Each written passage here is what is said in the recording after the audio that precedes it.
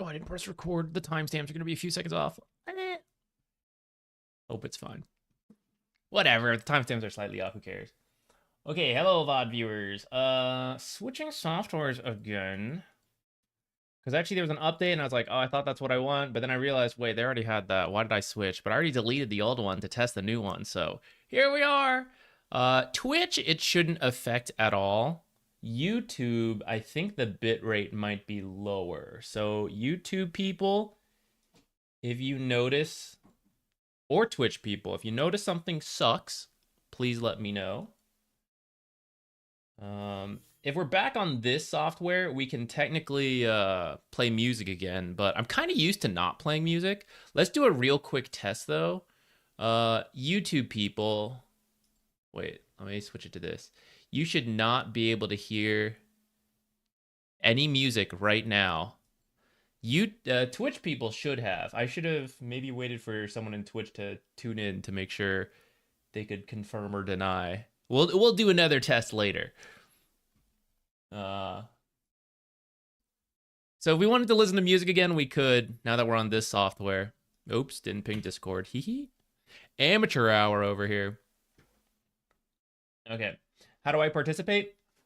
We are just doing it full chaos. Just throw it in the chat, put in the match ID, put in the questions you might have around that. The match ID needs to be within the last week, otherwise I can't download it. Unless you played in a ticketed game, like if you're in an amateur league, then I could. But most private lobbies, anything after a week, can't download, so we can't really look at it. Unless you just have like a quick itemization question. We can look at the scoreboard. We just can't download the game. What else? Oh yeah, let me know who you're playing, because we are going to be on anonymous mode, just in case we want to use any of this for YouTube, stuff like that. I want to cut things together.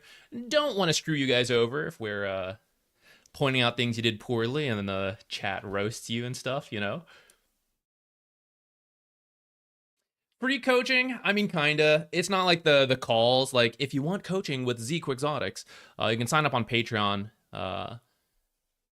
in a call and all that and do the actual coaching. But for the Twitch version, the free version, it's more of a you guys type questions and I directly respond. But the advice is the same. It's not like I'm holding out advice. They're like, oh, you gotta pay for the coaching for this piece of advice. I say all the same shit. It's just less of a conversation, I guess, because it's not in like a Discord call and all that. Got some wires entangled over here.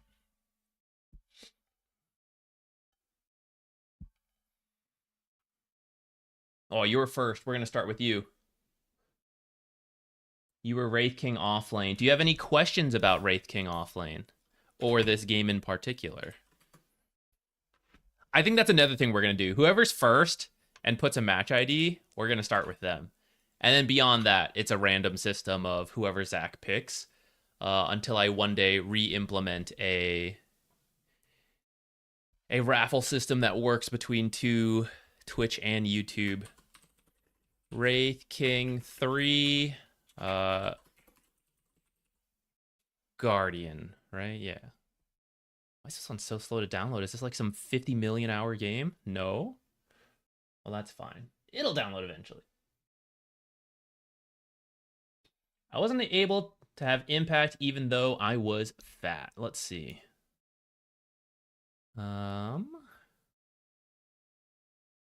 Although, well, it looks like although you felt you were very farmed, it doesn't look like you particularly were. Maybe towards the end, you're like the highest net worth on your team, and certainly enough to do something. But it seems like early game, maybe your read is slightly wrong, where you aren't as rich. Now, compared to the enemy team, you are kind of farmed. It's just your other teammates are even more farmed. So that might be part of it. But even with the net worth you did have, I think you should be able to have impact. So if you're not feeling it, we'll definitely take a look. Let's see what you built. So you went Armlet, Radiance, Blink, BKB, blah, blah, blah, blah, blah. What I will say is that for offlane Wraith King, I think you typically skip the Armlet. I'm going to double check the build on Dota 2 Pro Tracker in case there's been some development since I last looked into it. But I think you're doing one or the other. You're either going armlet into other items and then blink and then fighting and you're skipping radiance, or you are going radiant and you're going to skip the armlet. Yeah, I don't see very many armlets in the offlane Wraith King build. There's a couple, I admit, but most of them skip it. They go straight phase radiance, sometimes phase soul ring radiance, phase soul ring blade mail radiance, things like that. But for offlane Wraith King, you pretty much want the radiance and blink ASAP. And if you get any smaller items, it's to help you farm even faster. But I don't think armlet will be that item. You farm plenty fast without the armlet. Let me switch. Probably should have moved that timestamp a little sooner because we've already started talking about it, but whatever. You farm plenty fast around the skeletons without the armlet, so you often don't need it and you can skip it. So what I'm going to do, unless you have a more specific question you'd like us to look at, I'm actually going to look at your like laning stage, partly skip it. We're going to skip into like, yeah, somewhere around here, and we're going to look at how you're using your skeletons to farm. I'm going to tell you right now, take this 1 point out of Mortal Strike, go 1-4-1. We're just going to max skeletons, and you're going to use skeletons to farm. I think this will be really good in Guardian. You might not always see it at the higher level games. They might do more adaptations, but I think for Guardian, maxing Bone Guard right away and then using it to farm will be really good.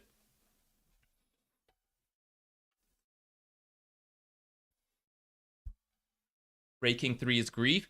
I disagree. I think Wraith King 3 is good, but it can easily be played like another carry, and then it's a little griefy because you just have like multiple carries. It'd be like having a Juggernaut in the offlane. But I think Wraith King has way more potential to be still offlane, some carry-ish, I get it. But I think it's genuinely good. You just have to know what you're doing. And hopefully after this, we'll have shared some advice on that. So last hits looks okay for the rank. You're pretty much on par with everyone else. I know you'll continue to work on it so that you can get further ahead. Yeah, no need to save your money too much. And in fact, I would actually even tell you, you're probably just last hitting in the lane. Wraith King's actually, he's like not the slowest hero. So if you wanted to just get Blades of Attack first to help your last hitting, I wouldn't even mind. If you also want to finish a Bracer first to give you a little bit more stats, a little bit more HP regen, I think that's fine. So like Bracer into the phase boots. With that said, if you want to get the boots first because it's like a ranged carry constantly poking you, so you want to move around faster, also think that's fine. And I would actually skip this Orb of Frost. I didn't mention that. So I would get the Orb of Frost if you think you can really run down people you can kill. But I don't think that's why you pick Wraith King offlane. I think Wraith King offlane is to hit a really fast Radiance Blink timing as an offlane, and then you get scary. I don't think you're looking to kill people in the laning stage. You might, especially with the Bone Boys and the stun and like a strong off-lane support like Bat Rider, but I don't think you have to do this.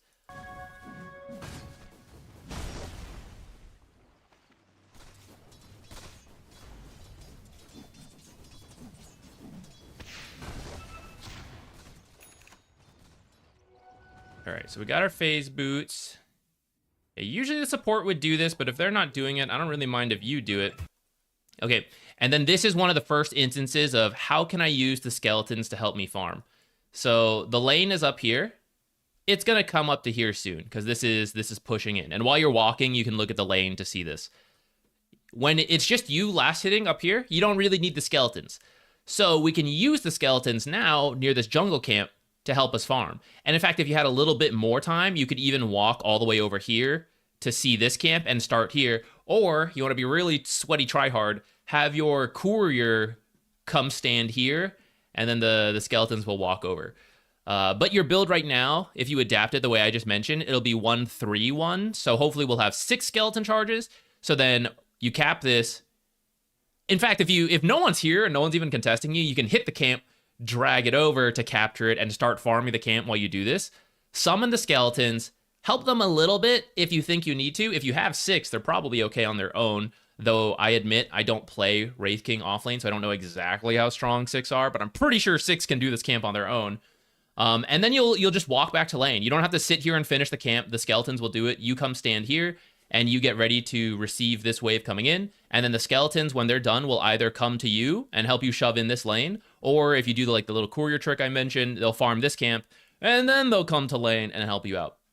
So this could be a way to get a couple hundred extra gold, because this is this camp hard and medium, so that's 180 gold over there, which if you had 6 charges, you could get right now, while now you also do this. So you see, we're doing the same stuff main hero wise, but the skeletons are working for us. And that's what a lot of Wraith King offlane is, and why a lot of people feel like it's grief. It's when you don't know how to use the Wraith King skeletons efficiently to speed up your farm to then reach that point of impact really quickly. But once you do, I do think it's pretty decent. Okay, so we're getting this. And see, we don't need the skeletons for any of this, right? Which means we're just holding these charges, and we don't really want to be doing that. We want... Once you reach level 2 Bone Guard and you have 4 skeletons, you pretty much want to try to use it off cooldown. You don't want to feed them in the lane needlessly, but you do want to find time where maybe there's a stacked hard camp, maybe you can go for an aggressive play, sniper walks up too far, so you go for an aggressive play with a skeleton. You want to get them going, and then if they're not being used aggressively, you want them to be helping you farm, either shoving in the creep wave quickly and doing tower damage while you go do your own pull, or a pull happens and you use the skeletons to help you farm this while you take the wave and bring it over here and hold it there, right? We're always doing 2 things. The hard thing, but the easy thing, it's like both. Wraith King can't control the skeleton, so it's not like other micro heroes where you're doing it yourself. Gives you a bit more control on it, but you have to do it, and that's hard. So Wraith King is automatic.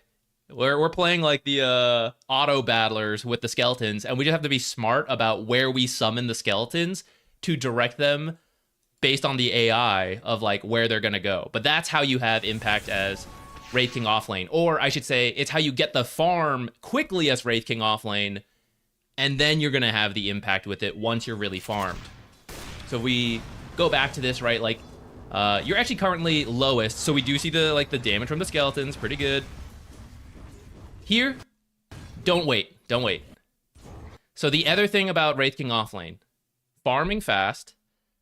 If you do happen to get a kill with the skeletons for whatever reason, or in this case, the carry TP's out, whoever can defend the wave TP's out, we want to use the skeletons to do a shitload of tower damage really quickly and take this tower really fast.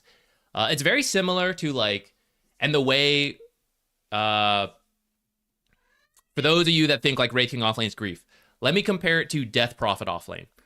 So Death Prophet, really hard to kill, and then she starts threatening to kill you at some point. So you go, well, shit, I don't want to play the lane anymore, so I'm going to leave because I don't want to die. And then she'll use Exorcism to just take the tower instantly. And so it's a lot of fast pressure that way, either killing them or taking the tower. Wraith King can sort of do that. His kill threat is less, especially depending on the hero matchups, but the skeletons do bring a lot of damage to threaten that kill. And if you reach the point where you go, I can't really pressure this Wraith King out, and he's threatening to kill me, so I'm going to leave the lane, you take the tower. The thing that separates Wraith King and Death Prophet is that Wraith King can be punished harder in the lane than Death Prophet can, but Wraith King can jungle with the skeletons way faster than Death Prophet can, and he has split push potential because like we just said, the skeletons can do one thing while you do another. So we can multitask, whereas Death Prophet can't really. So different heroes a little bit, but similarities there. So I want that to be in the mindset of I got to be thinking about this. All this to say here, okay, sniper gets out, we try to kill him, close, don't quite get it. That's okay. He left, he's gone. Let me show you the full view. No one is down here anymore because he left, and Venge is over here being chased by your 2 heroes. So no one's really here, and if we go back to just your perspective, we can also see on the minimap, Earth Spirits mid, these guys are up here, so I'm really not scared. So you see when you're just waiting for the last hit here, that one's good, okay. And now you're waiting. No waiting. I want to punish Sniper for being gone. So just start beating the shit out of this range creep, right? Kill this range creep, kill this melee creep, run over here. The next creep wave is here. Your skeletons plus this creep wave, the remaining skeletons, several of them have died already, but what's left and this creep wave would probably do about half this tower if this creep wave doesn't distract it. Because one creep wave in the early game will do about 300 damage, I think. I might be forgetting the exact amount. But a full creep wave just hitting a tower on their own will do 300 damage. Plus then the skeletons helping out is a lot. So when the enemies are dead or you force them to rotate out, or maybe they just willingly left and they're doing something else, one other trick you can do with Wraith King offlane, or sorry, with any offlane, but with Wraith King, it'll be even stronger because of the skeletons. Catch this creep wave, like walk under the tower. Your skeletons are tanking for you. Grab it, bring it to this small camp. Do a small pull yourself as the offlane. This is like an aggressive small pull. And if you didn't summon your skeletons yet, do it now, because they'll help you farm these and this really quickly, and then they'll come take the tower. Or if you want to use it first on the tower and then catch the creep wave and bring it over, I don't really care the order. The point is, these creeps won't come in to distract your creeps and the skeletons, so they'll only focus the tower, and this tower will take an insane amount of damage. And especially as you finish this up and you join in and Sniper is waddling his way back and no one else rotates in, you're probably going to take the tower at 8 minutes. You can do this even earlier. You can do this at like level 4, level 5. Once you have 4 to 6 skeletons, you'll offer a lot of tower pressure. And so these are the opportunities you want to look for. It will not only have the impact as the offlaner for taking the tower quickly, it'll also speed up your farm because you're opening the map up yourself. And one of the ways your skeletons stop farming is when they hit buildings, which is good. But the sooner you take this tier 1 tower in a really concentrated push, the sooner you can summon skeletons to farm, and they'll go from camp to camp to creep wave to creep wave to creep wave, and no tower is slowing them down, killing them off. They're just alive and farming for you. So the sooner you get it, it actually also speeds up your farm. Now, I haven't really been reading the chat. Let me just double check to make sure no questions have come in at this time.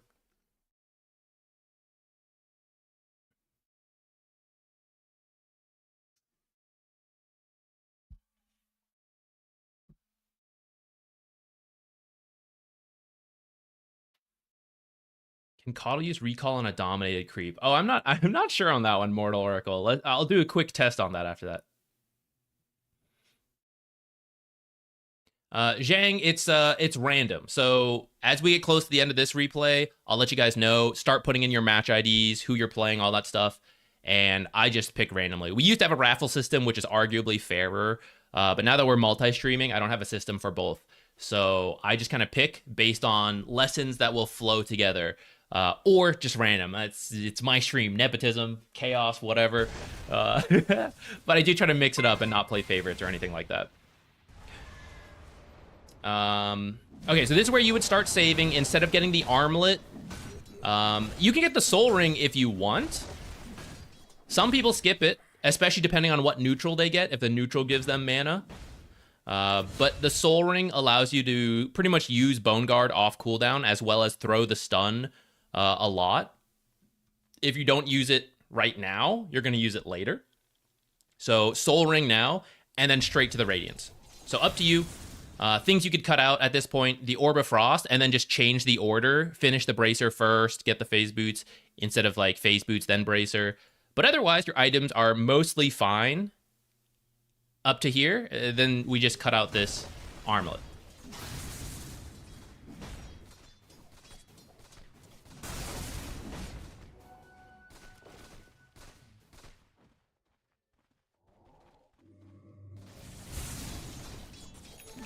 Okay, we got 5 skeleton charges. Again, that's enough to work with.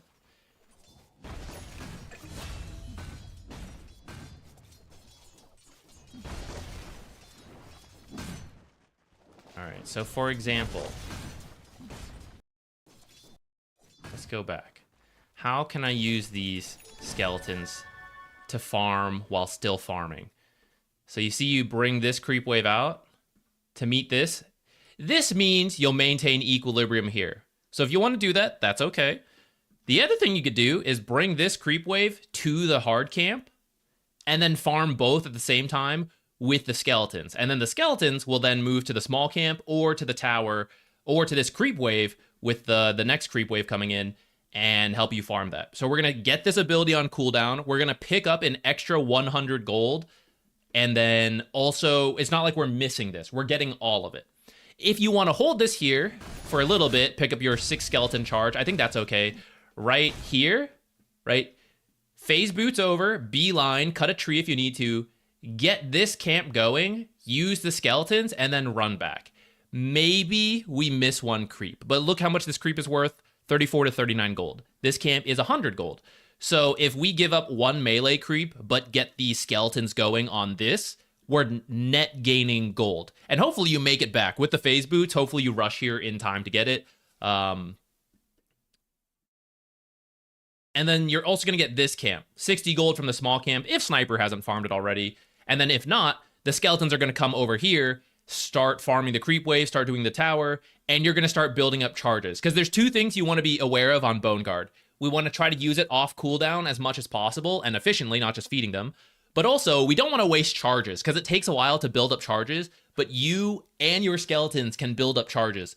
So once you hit the max charges or you get close, like if you're one short, it's not a huge deal.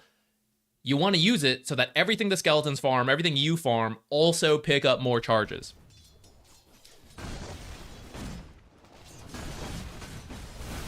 Right here, another way to use it, if you want to activate the Bone Guard, walk over here, hit this camp, drag it in to do your own pull, I'd say that's also fine. This is also a catapult wave, so catapult plus creep wave plus skeletons would also be a lot of tower damage if you just want to like run it in. I'm okay with that. It is tough when Sniper sits in the back like this though. This is where you might need help to actually take the tower. And if you run into these situations where taking the tower is really difficult, that's where you just use the skeletons to farm. Shove in the lane, run back, use them here. They'll make their way through. Come over to the... Okay, the issue with the Ancients is there's some Ancients that'll wreck your skeletons. So it's kind of easier to farm these 2 camps more consistently. But whatever. If you end up coming here and use the Wraith King boys, I don't care. You could also consider rotating. You are an offlaner. If you want to pop out, go over here, do it. That's fine. Though one of the things about Wraith King offlane is that you can stay here pretty safely because you have the reincarnate and because you threaten the tower. Like if any moment Sniper leaves, you take the tower. He doesn't really threaten it the other way. Looks like we came here and got a mid kill. That's cool with me. All right, and let's go damage this tower. Okay, big rotations, so I'm giving up on damaging the tower. Let's just get out of here. Might be too late. But look, the boys are doing it. The boys got a little distracted. In the end, you take the tower. Although you die, you did get the tower, and you got 4 rotations here. I'd say this overall was quite good. I think you guys committed a little too hard, but I'd still say I'm relatively happy with that. And if you didn't buy the armlet right now, if we skipped it, 2,500 gold, that means we're only about 1,000 off of the Sacred Relic, which means your Radiance timing, even though I've been critiquing your farming patterns and like stuff like that, it's not bad for the rank. So now imagine you adapt a little bit some of the info we talked about.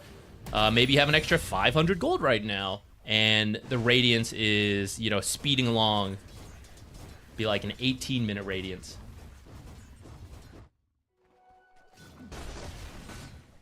I never get to have a free offlane like this Wraith King. That's okay. That's going to happen a bunch.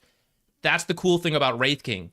If you can't take the tower because they are camping it and they're holding it, all right, feel free. You do that. I'm coming over here and I'm going to take this stuff. Because the thing about Wraith King offlane is that you want to take this tower quickly, but if you are forcing the carry to stay here and to hold it, that also means every time they want to walk away, they have to come back to defend it. And that's not super efficient. So Wraith King doesn't have to play for this timing. Wraith King really wants the Radiance and then the Blink. That's his true timing. The fact that you can get early stuff done is great, but if they hold this tower, like they really staunchly, I will not let this tower go, okay, keep it. I'm going to walk over here, I'm going to use the boys, and then I'm going to come back to lane, and the boys are going to farm for me, so I'm picking up 2 camps while also farming the lane, and a hero like Sniper can only farm the lane and then sometimes come do camps. Like, you're going to be out efficiently farming. I messed up the words there. More efficiently farming than Sniper because of the skeletons, which, if we're repeating it a lot, it's important because like that's the whole thing. That's why the Wraith King offlane works, is the aggressive or farming potential of the skeleton boys. Again, we have 6, right? We got to be using it to farm somewhere. Once you get close, let's pretend we skipped this armlet. Because you got the armlet, you are required to play more aggressively now. But if you want an item before armlet, I would even say like, or before Radiance, I'd say it has to be Blade Mail or Blink. Blink is risky, but doable if your team really needs initiation. Blade Mail means no one will want to bother you, while you also speed up your own farm. So all of this can be summon the skeletons, right? You don't have to be here at all. Let's go back. Here, I've got this. I've got max skeletons. Summon them right now. Even if you push with the skeletons, you're going to start building new charges. But you can do this and immediately walk to another lane, come bottom to fight, and your skeletons will push in mid for you and do like a third of this tower damage if no one responds, while you come join a fight and stun. Now, I know you're joining a fight and you don't have the skeletons. That's why we farm out the Radiance. That's why we prefer not to join the fight, and we're going to go straight back to farming another camp at the same time. Farming lane is usually easier for the hero than taking damage from the camps, which is why you usually want to use the skeletons to jungle while you push lanes, but the exact order really, I'm not going to worry about it. Here in Guardian, let's just use them more and worry about the exact best cases later.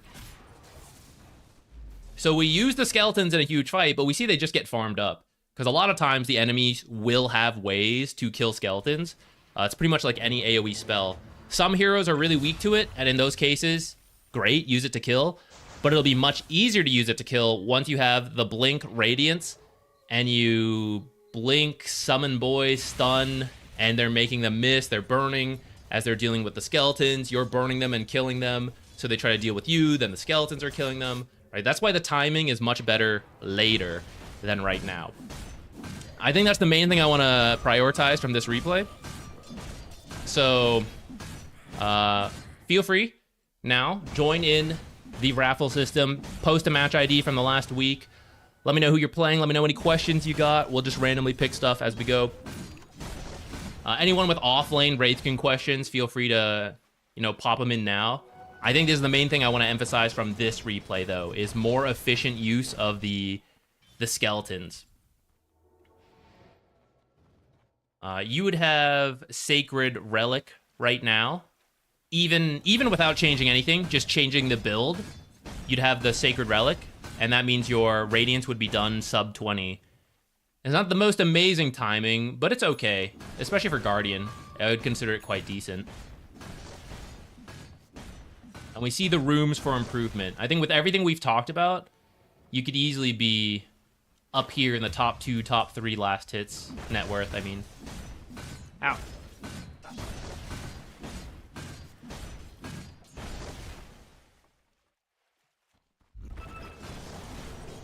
Jupiter's bored. Moon Jelling's on a work trip, so his favorite person's not here. And now he's sad. Biting at my ankles to deal with it.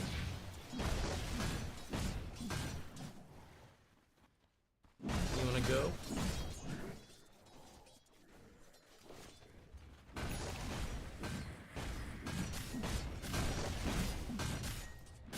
Oh, he's still hanging around. Maybe we could have held him longer. He doesn't usually like being held in front of the camera.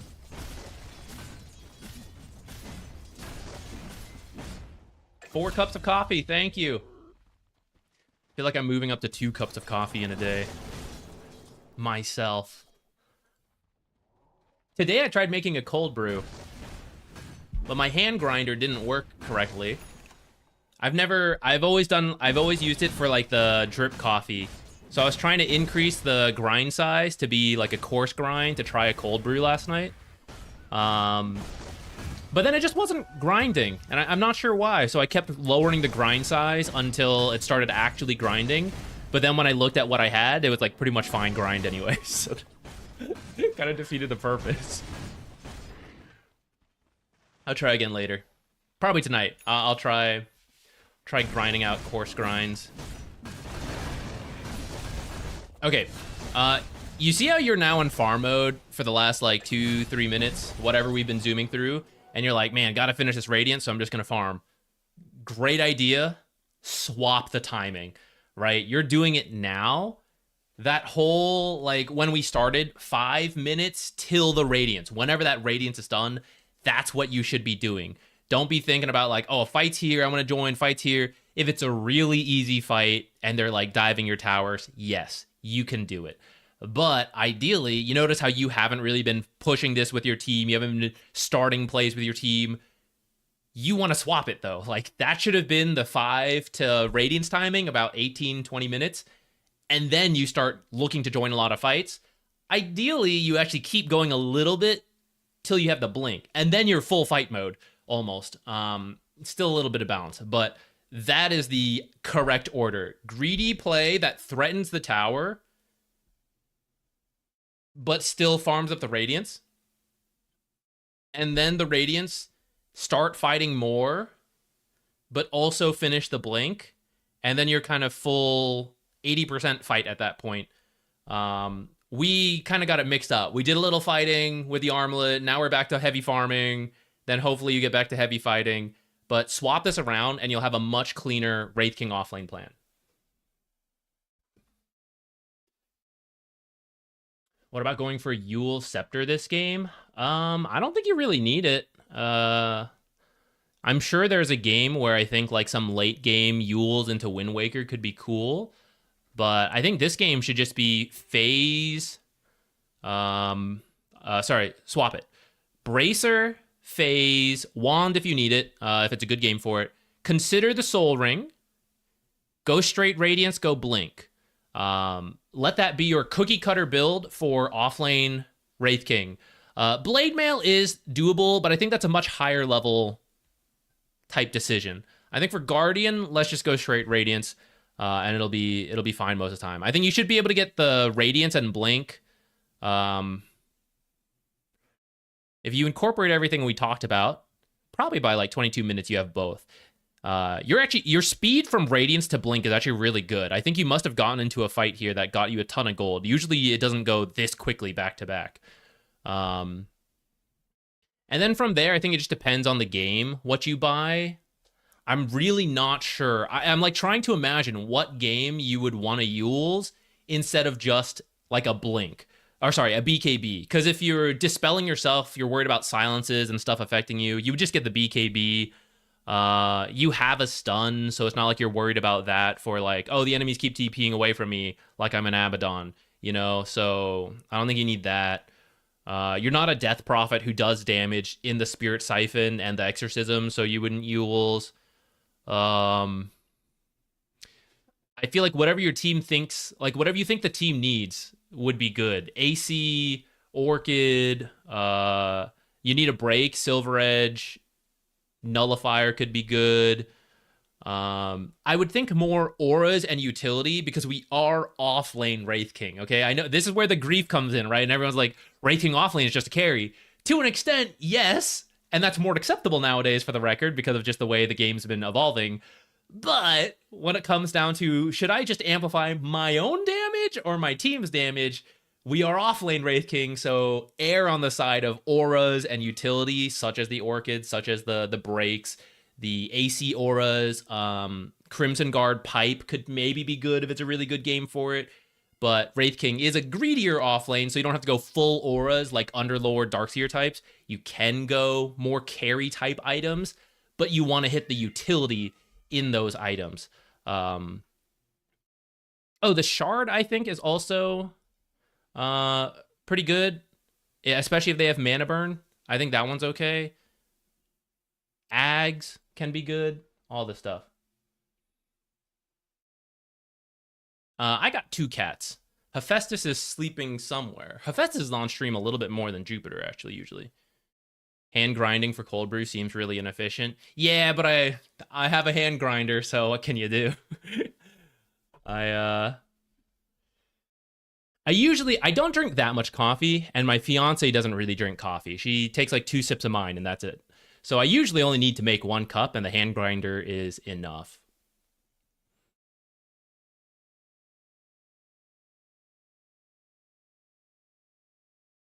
Horizon, very true. I've been thinking about that more.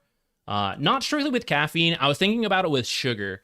And this last year and a half, I've been slowly getting better and better about cutting sugar out of my unnecessary drinks. Like it's fine, everything in moderation, but I just felt like, I drink a lot of calories.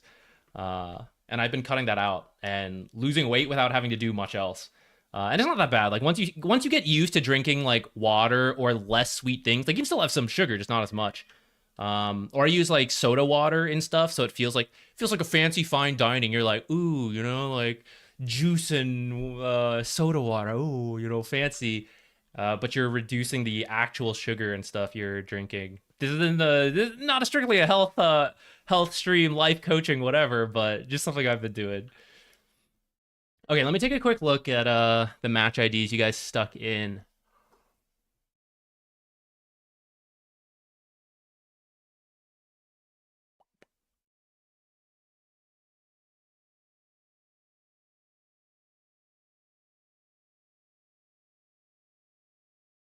Seeing if there's anything that connects to this one. Otherwise, maybe we'll just pick random stuff.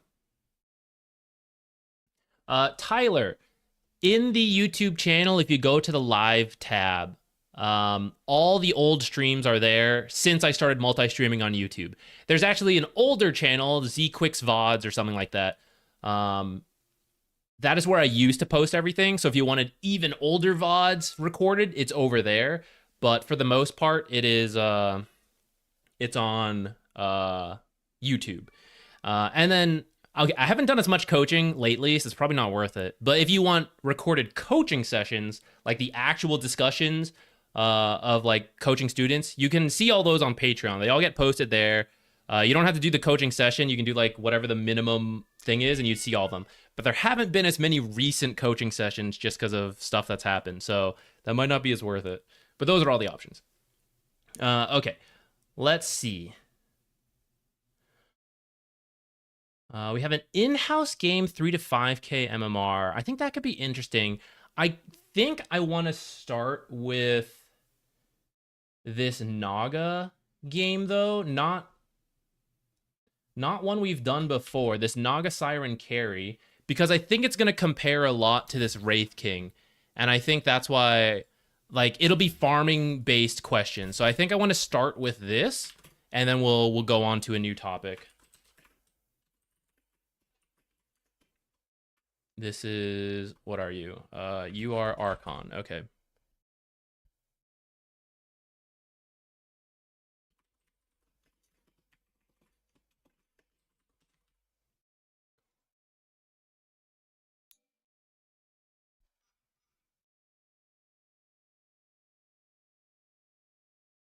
I am streaming on YouTube and Twitch. I have a multi-chat to see both of them, so I am not consciously trying to evenly pick between YouTube and Twitch. I'm kind of just, I think this will be an interesting one to watch, or it's random. But yeah, maybe I should be trying to go in between the two.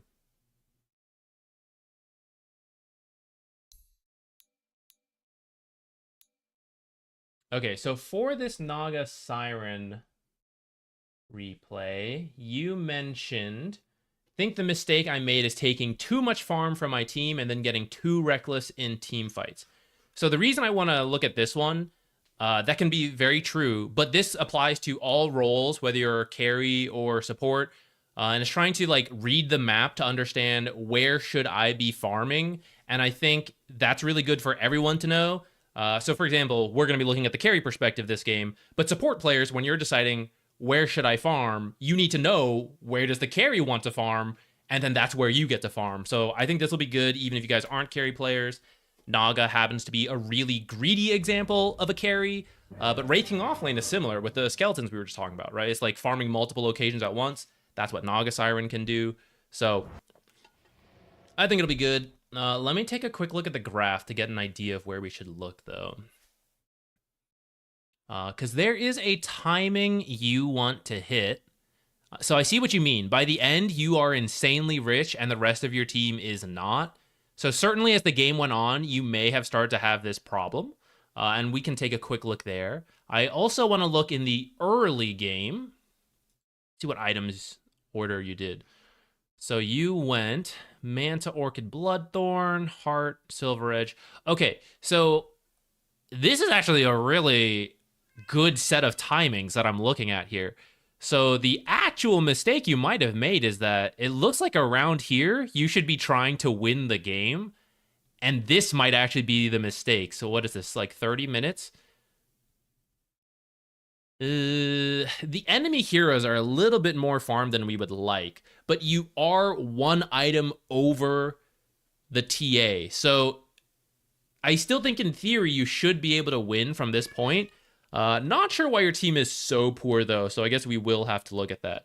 But your own timings look pretty good.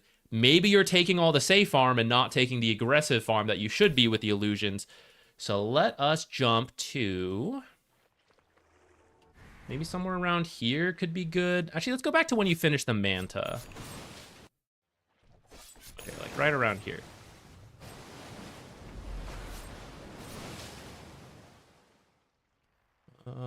Okay, yeah, I took down that thing. Okay, where's this Manta? I think it's being delivered right now. Go ahead and get yourself a Clarity as well. I hope that shows up.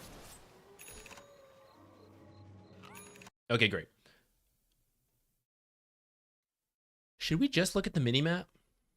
Because this whole farming question that's about to come in is actually all about the minimap. Let's do it. Let's just look at it like this, guys. Because this is how you evaluate farm area. So let's just start watching the minimap from here on. Ideally, as Naga Siren and any carry or core who can farm aggressively and mostly live. You might die occasionally, but generally they will try to stop you and you will get out. These are heroes like Lifestealer and Juggernaut when they have no BKB piercing stuns. This is Naga Siren, who has illusions and the song. This is Arc Warden sending out the clones. These types of heroes.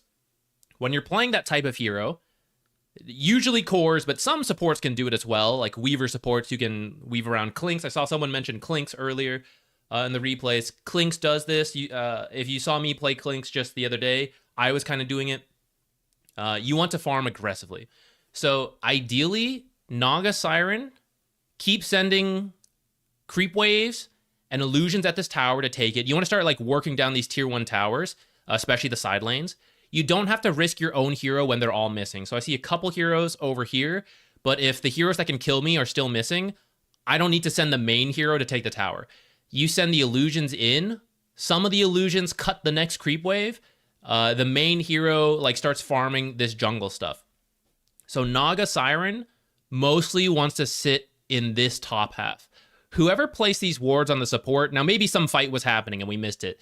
These are actually too defensive, especially this amount all here. How do we protect Naga Siren, who is trying to push this tower and then farm here with the main hero?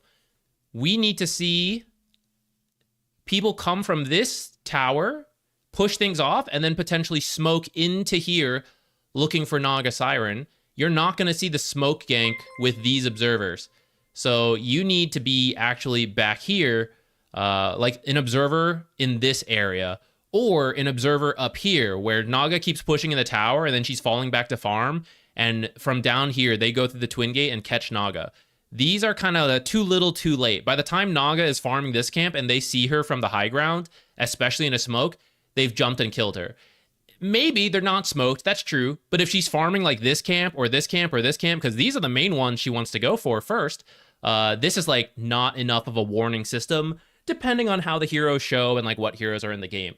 So supports, thinking about your carries farming pattern, like the warding should reflect that to defend them where they're most at risk.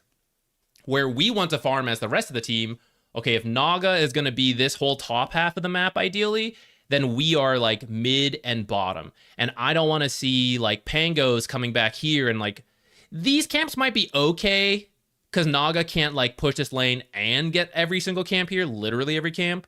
But as heroes start showing top and she stops wanting to go top, she's gonna want to fall back to these camps. So only do this if you have to, or if the time is close to the respawn. Like, don't spawn this at 15 minutes and 1 second, because she might have to fall back and then it's not there. But if it's like 15:50 and you're running out of the base, you can farm some of these camps because they're going to respawn by the time Naga gets from here to here. That's okay. And that's same for supports. So let's keep going. Let's see what Naga does. As the game goes on, Naga wants to be farming more and more on the enemy's half of the map. And if she is constantly farming her own jungle, that is what leads to the disparity where Naga is really rich, but the team is not. Let me switch to this again real quick. See what your illusions are doing.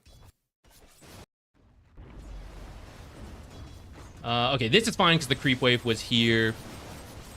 Just sometimes the timing works out and you actually want to like cut them off with like one illusion, especially as it gets strong enough to kill the creep wave on its own. If you need multiple, that's okay. Pretty good micro. I see your illusions moving to the different camps on the minimap. Let's look at your perspective and go back a couple seconds. Because when this stuff starts to happen, so minimap again, look how many heroes are down here. 3 heroes and 1 mid. So in terms of, do I need to fall back and defensively farm because I'm scared?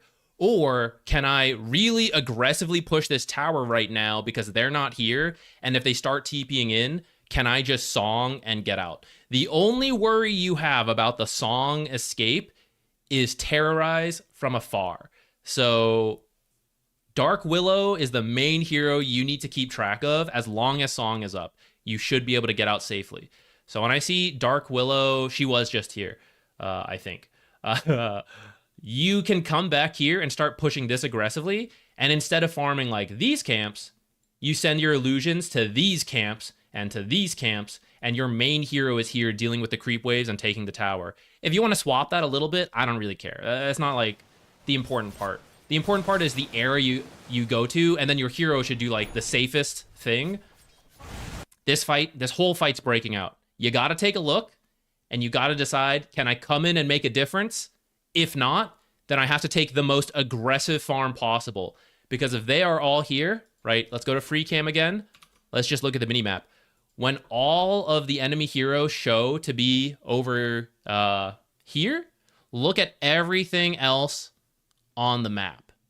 As your team potentially loses this fight and they're like, okay, give up the tower, go farm. They come over here and you're like, hey guys, what's up? You lost that fight? That sure sucks. I took all this farm, by the way, so now you guys can't do anything. That's the issue, right?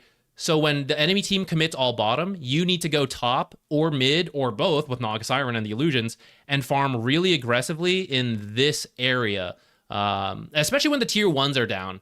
If the tier 1s are up, then that's your thing. You're going to take the tier 1s, hopefully do even more just because of illusions.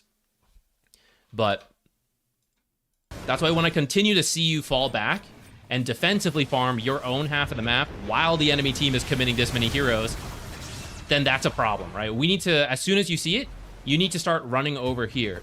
Really high-level Dota players, especially as this fight looks bad, they will go through this twin gate, cut this creep wave, and then start farming this bottom half of the map with the main hero and illusions. And if they fall back, you song and get out. If you don't have that, you're a different hero, you would just cut the wave and then leave again.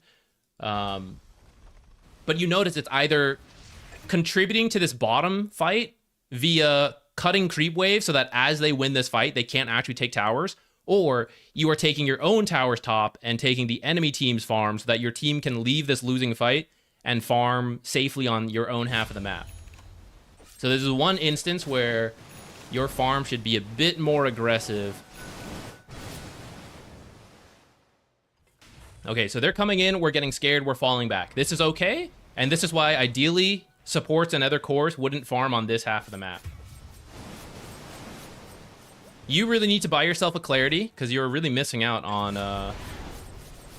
you don't have enough mana to farm effectively, or to TP in and join fights. So you need to get clarities. And or buy mana regen first. So like you got this... Oblivion Staff, I think that's okay, but like, yeah, swap this stuff in, get the mana from the items quickly. I was looking at your, I was thinking about items and reading chat. Hold on 1 second. Let me go back. So they're pushing mid. You're coming in again. I want Naga to push this stuff aggressively, but can we all see that it's a little scary to do when there's no deep wards whatsoever and all the visions back here? So as a support, if I want my carries, I am giving my life to hold this bottom half of the map and to try to make space, and I want my carry to aggressively take farm any chance they get. These wards do not help my carry whatsoever in that regard, right? When Naga gets here and she goes, I really think I should be pushing this tower, but like, what if they all rotate in and I don't see it in time and I get like blink stunned and chain stunned and killed? You know, it's like, ugh. Right? That is what, when you can identify where the Naga wants to farm, your wards will then enable Naga to do that as efficiently as possible. These are kind of worthless.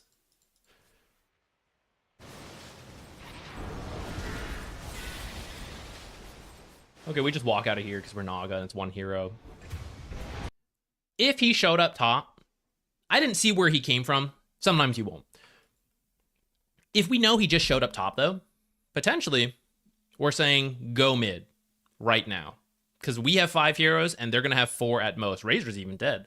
So this could be a chance where you TP in and you join your team for this fight right here. Ah, shit, we don't have enough mana. This is why going back like 3-ish minutes, you have to start seeing when you get down to like about here, you have to start doing some mental math and saying like, wait, if I TP in, I need to use every ability. I need to use my Manta. How much mana do I need? I need like at least this amount of mana. Well, we can't wait till we get here or even lower to buy mana regen. You got to start doing it over here so that the clarity can start going to keep you in this safe range of mana amount. So this is potentially a chance to fight, and we miss it because we don't have the mana. Even if you don't TP, you might have been able to just walk across and join this fight and then take this tower. But we are defensively farming again while there's fights going on our tier 2s. This time you just got scared away by Dragonite, but there's like no real reason to, right? You can immediately go back. And if we're still not going to join, then we have to immediately go back. You see this? Illusions falling back to our own half of the map. This many heroes here. You come to this lane, send illusions straight down this lane. You go through the twin gate, start cutting this lane, push it in. As your team is getting pushed in mid and you guys are losing fights because you're like, this timing isn't right, I still need to farm, that's okay. You are taking 2 lanes. That is the cost of them to push 1 lane. 5, 4. You guys are actually more efficient here. 4 heroes getting 1 creep wave, 5 heroes getting 1 creep wave here. Your team is more efficient, and then you are farming 2 creep waves on your own while pressuring potentially 2 towers while they are pressuring 1 tower, right? This is how we impact the game via farm choice and location choice as the carry. This is not going to help my team at all. It's going to help me get rich, but I could get rich doing this stuff, and then it helps my team way more to do this stuff versus this stuff.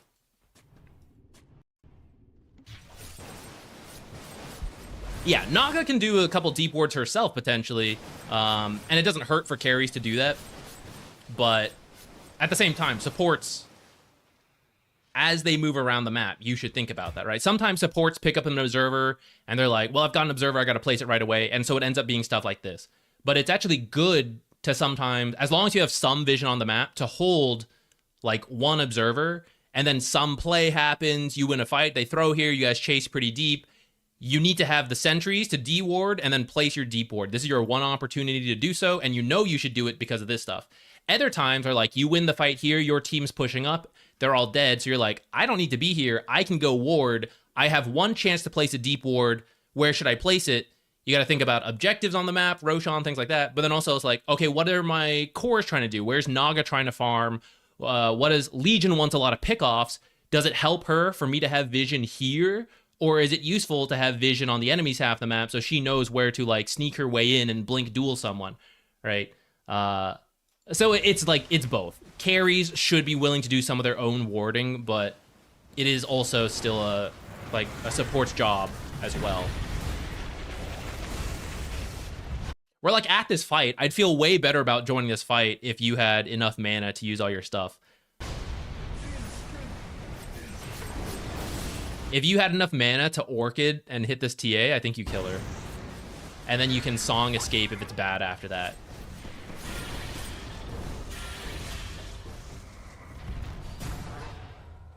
You could Song, turn around, and kill that TA, and then walk away after that if we had enough mana. Just to highlight the opportunities and why it's important to make sure we have enough mana. If we die here, it's strictly because we don't have enough mana for Song. It looks like you're okay, though. Which is why you can use Song to go in aggressively and then still sometimes just walk out. So they chase a little too hard, and it looks like you guys are actually going to pick up some kills. Kind of close. Very scary. Sure would love the Song. Oh, the stationary variable. We're okay. All right, you're pretty low, so if you want to go back, that's fine with me. Let's look for one more instance of not farming the right spots. Let's jump ahead as well, and then we'll maybe move to the next game. Because you did end up with a pretty solid timing. Like, you're one item over TA. Looks like maybe a dicey Roche fight. Hold on, let me go back. What led to this? Because we don't even have Song.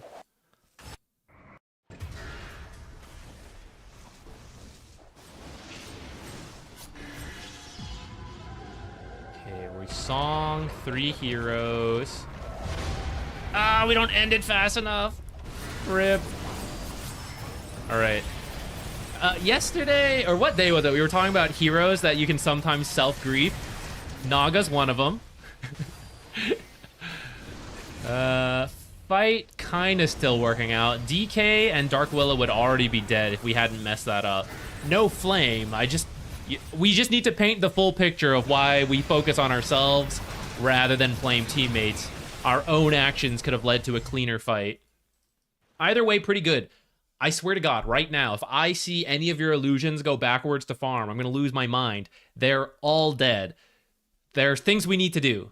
We need to capitalize on this. Notice the time, 25:51. Technically, anything you farm right now, like literally right now, will respawn. But in 9 seconds, anything you farm will not spawn again till 27 minutes. They're dead. They're going to respawn, and they're going to want to farm. So while they're dead, we want to come over here, farm their half of the map, push objectives, place deep wards, whatever.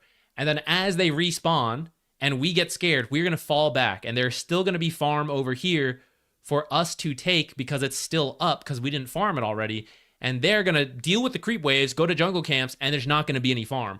That's how you take this from, okay, we won the fight, it's an even lead, and then you actually grow it to like 2,000 because you farm their half and they get no farm, and then you farm your half, so you have now farmed everything on the map, and they didn't farm anything while they were dead. If you don't, and you just farm your half, they're going to respawn, farm their half, and it's going to continue being a dead even game. So things we could do right now across all these heroes, right? Someone's going to have to deal with this. It isn't super urgent. This creep wave is not going to take this tier 3 tower, but at the same time, you know, farm is farm. Elder Titan can maybe get it. As he respawns, you might lose a couple creeps because it looks like there's just one range creep here. So I'm like, not feeling great about it. Disruptor's pretty freaking dead. So if anyone were to go back right now, these guys are all healthy and plenty of mana. So if someone were to go back and then deal with this, let's send Disruptor. Disruptor can go farm it and then go heal. That's fine with me. He's also a support, so he doesn't steal enemy farm very quickly, especially Disruptor. Some supports do. If he had the observers and sentries, maybe I want him to come place a deep ward before he goes back. But you could also pass him off to a teammate to do it. Otherwise, we have this tower to push in, the mid lane to deal with. Not everyone has to come back in here. Like, Naga can send an illusion to the mid lane. Naga can send 2 illusions down these lanes while the main hero goes to the Twin Gate to cut this. She comes over here, sends a Manta illusion this way, sends the rest of the heroes, the main hero and the other illusion this way on the bottom half of the map. Pango and Ogre continue to push top and like do this stuff, right? I have now painted a picture of how we can like deal with the whole map and be on enemy's half. Let's see. Some illusions went back. Some illusions went here and here. Could have been, if you're farming ancients with one illusion, could have been this enemy ancient. farming like the Polywog camp. Okay, there's not a Polywog camp up here, but a Harb camp's pretty good too. So you could be stealing enemy farm with these two illusions instead of back here. And you can even split it. One can do this, one can do this, and then you can partially do the next camp as well. Main heroes walking down. As they start respawning, this is where things get scary, right? So now this is where the illusions go down and the main hero starts going back to like this stuff. Anything that's still up, or to the our half of the map that we just talked about. Some of these illusions, okay, if you want to take the tower, that's fine. Other cases, though, you might send an illusion over to the mid lane to cut that next wave.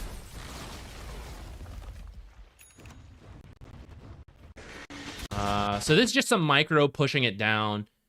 You should really just farm this half of the map. I don't really expect you guys to take the tier 3. Even with the illusions whittling it, I guess I don't mind, but you're close to the heart. We want to hit this timing, right? So I still want the illusions to mostly farm rather than try to like whittle down a tier 3. If it's take the tier 3, that's different.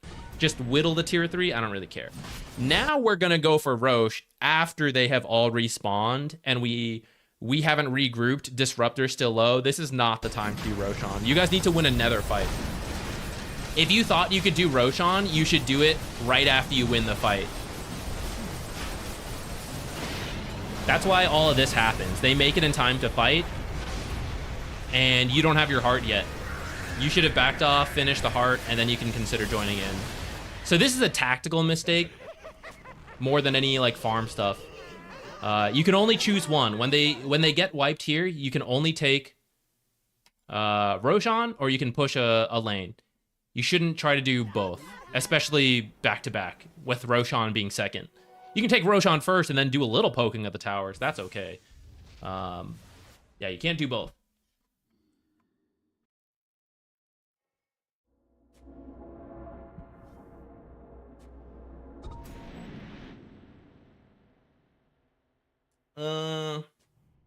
With that, it's kind of a slip up. Ooh, actually, I'm gonna just paint a picture here. Let's see if this happens. After they win a huge fight like this, it's the exact same, right?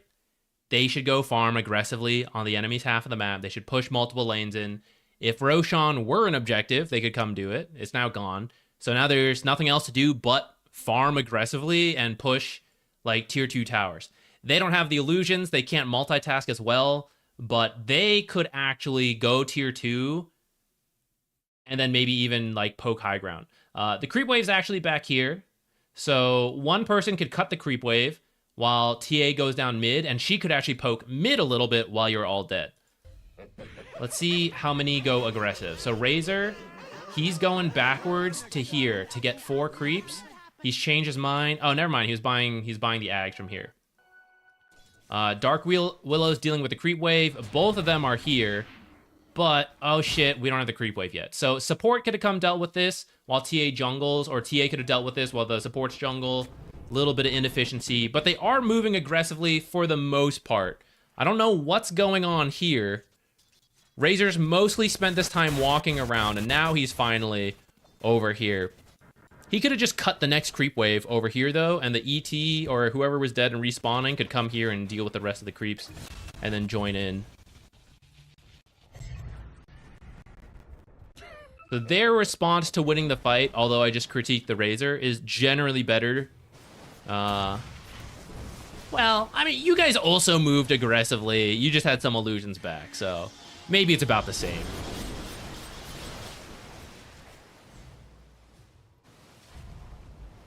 All right, let me read through and see what other games we got. Just hit Legend yesterday from Crusader. Congratulations, Jax. That's awesome. Help me be more positive and have more fun. That's the best news. Thank you. I'm really glad to hear that.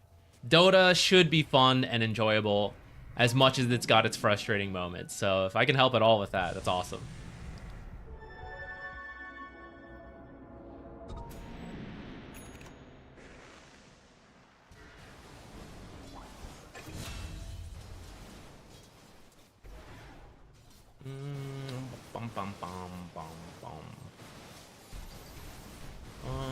Okay, this one might be a quick one to do, and then we can get another. and it'll be useful for everyone. This is feeding in lane as a support. Where the net worth's at. Yeah.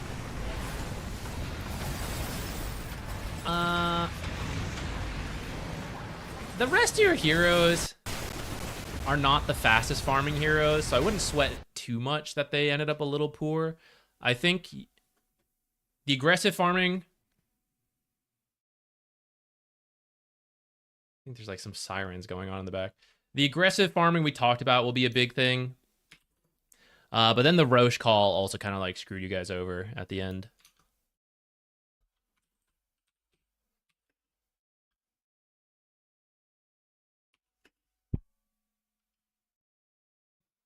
Ranging from Crusader to Archon. I'm going to put you as Crusader because it gives us more variety on the different ranks. Crusader.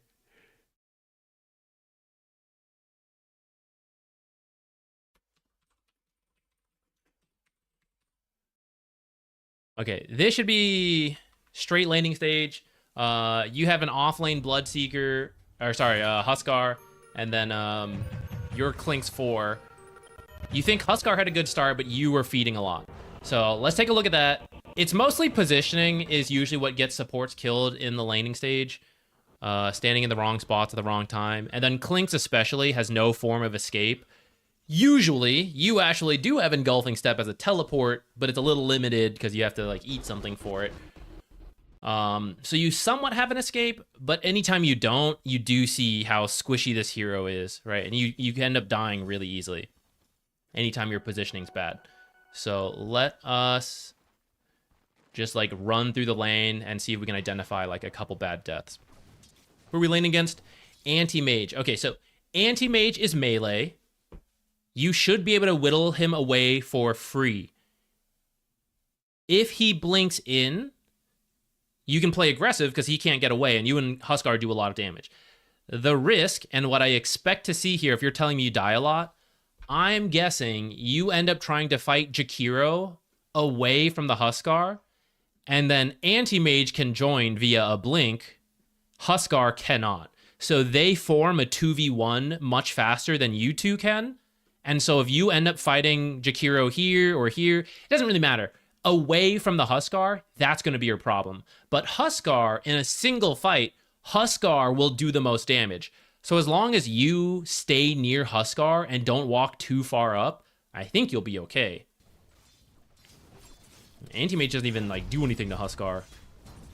Okay, so a little bit of poking. A little more. This is fine. You can even push it further, but at least in positioning, you're okay right now. So a little bit more poking. You see that's good. This is all good so far. Jakiro does not have an easy time getting you guys in the creep wave without shoving in the lane. You guys are doing a lot of damage. Double range versus a melee carry. Look at this guy. He's miserable, and he's pissed at this full health Jakiro. So all good so far, and we played left and in the middle of the lane away from the Jakiro. Starting to move to the right. Starting to get a little nervous. Big creep wave. So we're good right now. You blocked the camp earlier. All is well. You just need to make sure they don't do like a hard pull if this is available. Getting a little separated. Getting a little separated. He's level 2 on Jakiro. Anti-Mage still level 1. I don't know how this happened. Maybe the first blood from earlier. You see how the second we walked away from Huskar, we died. Who's that? Thank you. In a 1v1, Keep up the good work, less than 3. some of that... White Tiny Fins, thank you so much. Thank you for the sub. Jakiro is going to beat you in the one-on-one, especially because he hit level 2 first. And you weren't near the Huskar right away. Anti-Mage didn't actually have the blink like I thought, but he ended up walking over and hitting you like once or twice. I know I said all we have to do is make sure they don't pull, but we just need to be very careful about... I just need to see them not pull. You can contest a pull from here, because you can hit the creep as they walk by, or you can like walk in and aggro them by attack clicking an enemy hero. So you don't have to be like in this path. You can be, as I'm scared and I know how we die, you can walk like from here, You can take a roundabout path so you don't run point blank into Jakiro right here. Take a roundabout path and then like come in here. You do it a little sooner because the time to pull would be like now. But the idea is there. And then Jakiro just, yeah, with level 2 kills you. Not too bad in the end though, since Huskar gets a return kill. Although I think Anti-Mage just doubled his net worth from being the one to kill you. Okay, you guys have a massive creep wave. So we're not doing too much. Just like poking Anti-Mage a little bit and helping to try to secure creeps.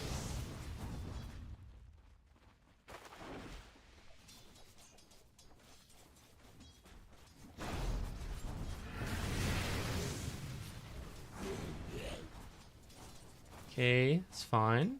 We're starting to build up a bigger creep wave. You can try to fix it with a pull, or you can just commit, shove it in, do a lot of damage with that creep wave. Could have made it here in time, I think, for the Lotus. Jakiro actually ends up dying for it, so that's good. Okay, turns out our camp is blocked, so we do need a sentry. Uh-oh.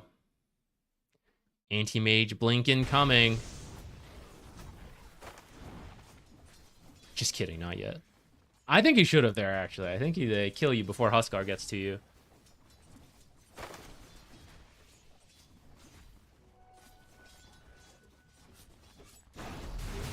Uh-oh, coming over here. Made it to Huskar in time. But you see all your worst fights are on this right side. I would put the sentry down here, by the way. Just because it's harder for Jakiro to kill. Jakiro with the double attacks, right? Down here is going to be safer. And then this sentry in this little pocket, also pretty good.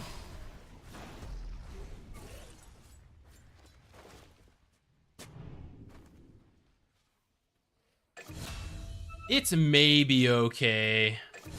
I don't know. His sentry to D ward probably will be on this top side, so it's maybe fine. Starting to move to the right again.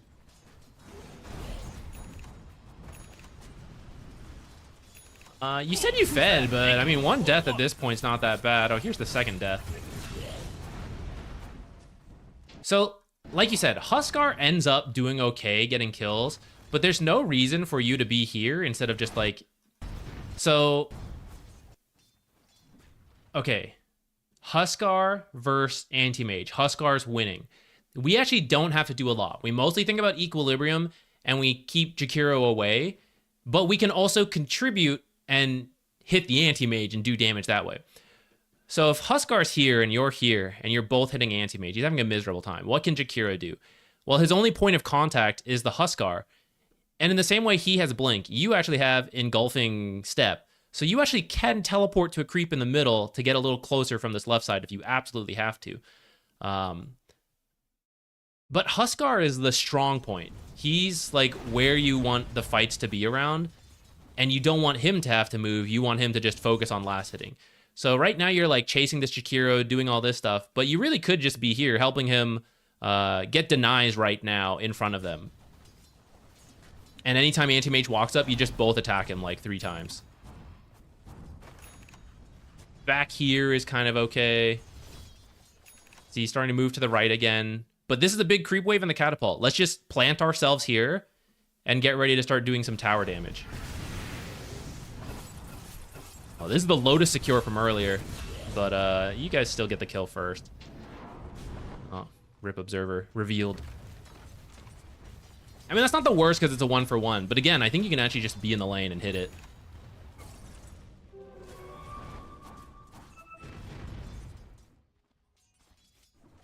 Rotating to the jungle again. Tower's almost dead already. 7.5 minutes. So if you actually just contribute to the attacks, like, it is dead now. Okay, did all that stuff. All right, I think that's mostly what I want to say.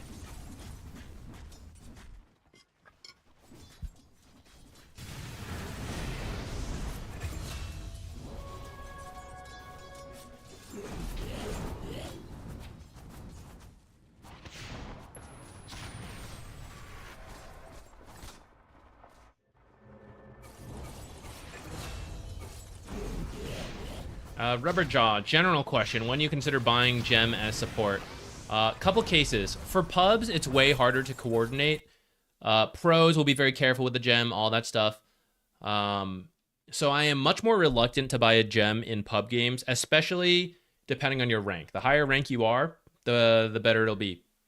But the main issue with the gem is dying and giving it up.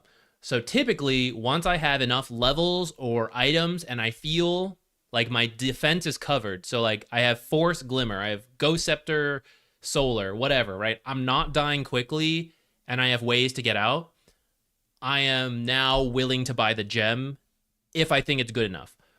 Or you have teammates who are going to live, so you can buy it and hand it to them. That's also acceptable. Now, when do you need to actually bother doing that? Invis heroes are a big reason to do it. Clinkz in this game, Bounty Hunter, Shadowblade builders, especially if those Invis heroes lead to very quick deaths.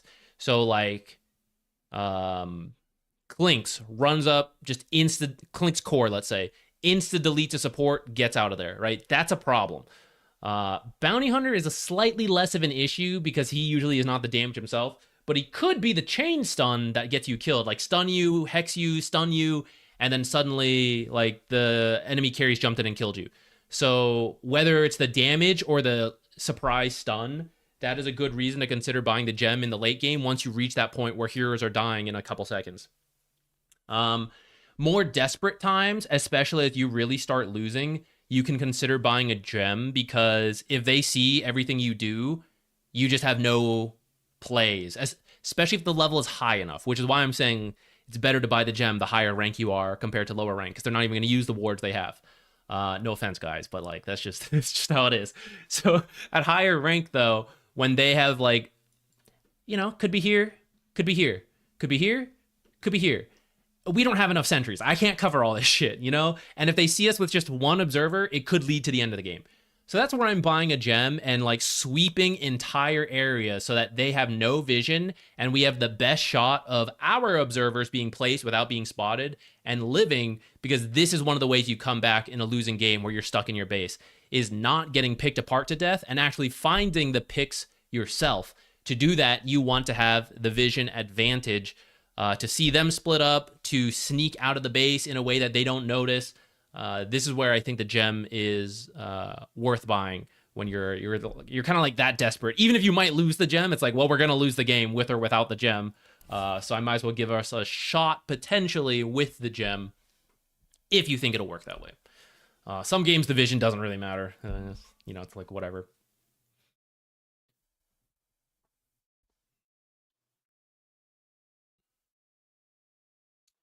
Okay. What else we got?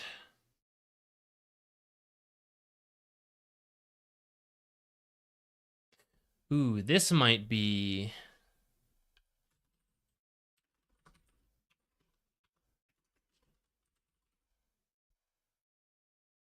Let me try this one. I haven't been consciously picking between YouTube and Twitch, but I think the last couple were YouTube or Twitch. So I want to take a look at this game real quick because I think it could connect back to our Wraith King example earlier. This is going to be a Dark Seer offlane at Ancient.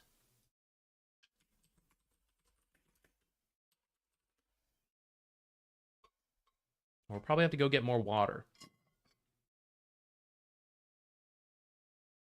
You know what? I'll do the water first, then I'll do the timestamp.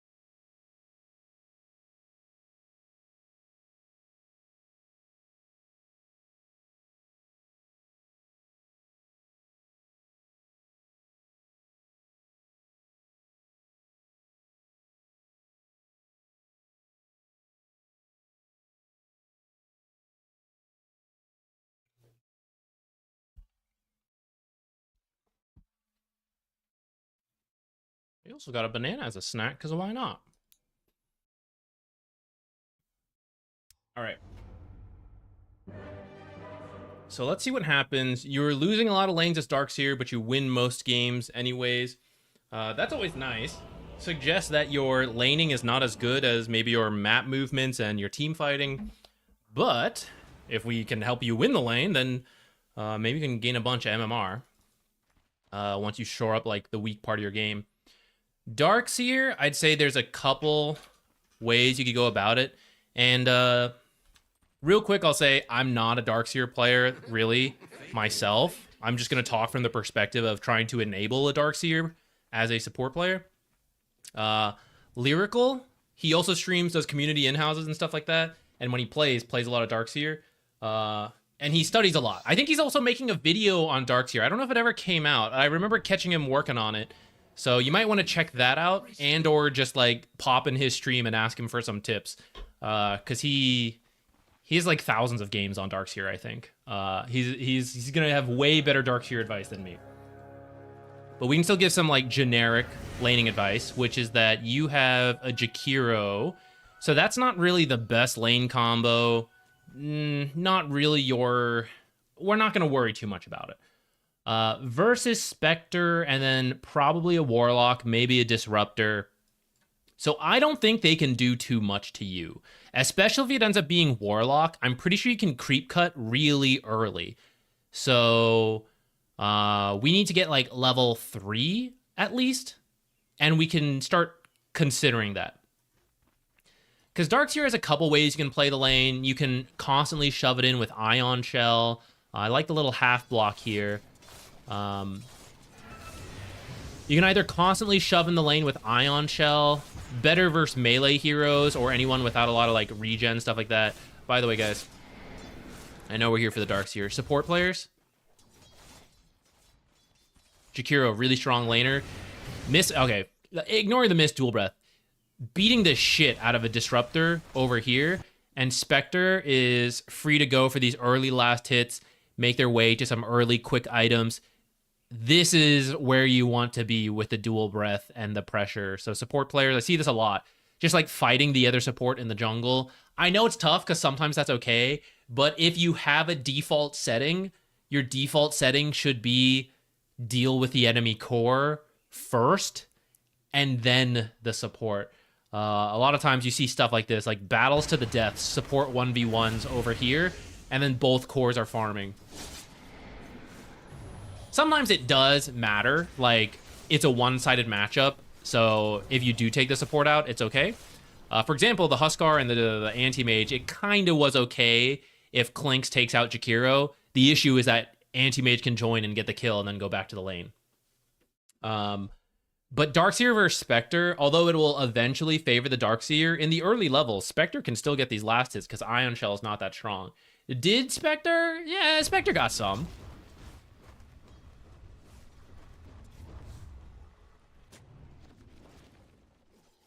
Pull happens, and you can connect this in.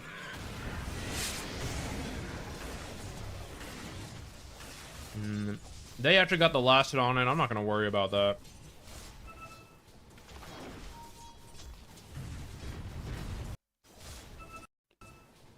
In this pull, by the way, so when this pull happens, you're getting equilibrium. As Darkseer, you can't have a banana Jupiter. You can't always shove in, or you don't always have to shove in the lane with Ion Shell. I think when you connect this, I think you can just farm it with right clicks. You have more damage than Spectre. You have 10 more damage. So I feel like you don't even need to use Ion Shell. Or if you do, it needs to be while standing up here and try to only damage the camp and the enemy heroes more so than their creeps. Because after this, you will actually have equilibrium back here, and then you don't even have to use Ion Shell. You just last hit. And like, what's Spectre and Disruptor going to do to you up here? Very little. They're going to have to depend on a pull or something. And it's just a small camp, and it's maybe not stacked. And then this is where, usually, this is the weakness of Jakiro to like stop this kind of stuff. But maybe he can. And you would just be sitting here for a while. I think this is your first chance to do so. Earlier, the laning, like, all normal, fine. This is your first window to have Equilibrium for free here for the next minute or so, which frees up your support to do stuff. And I feel like by using Ion Shell in the wave, it's kind of giving that up. You'll still have Equilibrium here, it just won't last very long because of the Ion Shell. So maybe it's fine as this Ion Shell ends. Let's just not use another one. And let's just try to right-click as much as we can here. And then I don't think they're going to be able to do much about it. All right, so there's the other Ion Shell. Which means this lane is going to go back to Spectre to where she wants. She wants the extra regen and armor from the tower to deal with your Ion spam. And they want the safety here. To kill them, you guys only have slows and move speed. So you want to run them down from here if you're getting kills. But if you just farm, it's also fine.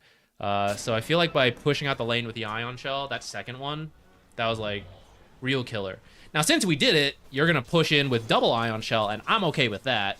Now that we're in this situation, or if the enemy made it come back, then, like, you know, let's do it. Because usually when you shove in like this, you will, you shove in a big enough wave, this probably holds the next wave, which brings your wave under tower, which then shoves it out this way. Or you double Ion wave, push, dive the tower a little bit with the Ion Shells. Don't click the Spectre so that the tower doesn't hit you, but just like run next to her with the Ion Shell for a little bit. Then we talked about creep cutting. Walk over, catch the next creep wave, bring it to the small camp, Ion Shell yourself, farm both. Instead, we're looking for a Disruptor. I mean, we're going to kill him. I don't even give a shit. Oh, we're not going to kill him. I think you used Surge too soon. Don't Surge. Okay. This is the same with people who use stuns and slows and stuff like that. How does Disruptor get out of here? He's trying to kill the Jakiro. So which way is he going to go? He's going to go this way. And once he kills Jakiro, the safest path to the tower is this way. And you're coming from here. So just walk at him and then attack him. And in the course of attacking is how Disruptor's going to get away from you, because you're stationary while he's running. And that's when you're going to get used to use Surge. You're using Surge early to close the gap, and then he walks away, and then your Surge is over, and then he gets away. Barely. It was very close, but still. If you just walk at him, and then when he gets away, you Surge to catch back up, like, that's the kill. Or if you don't have Surge, don't auto-attack and just keep running next to him with Ion Shell, and then he'll never get out of range of Ion Shell because you're fast enough.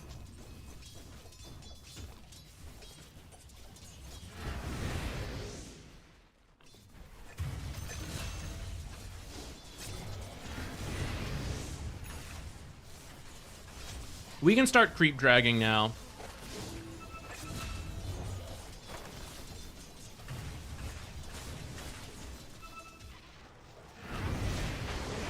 I appreciate it, Disruptor.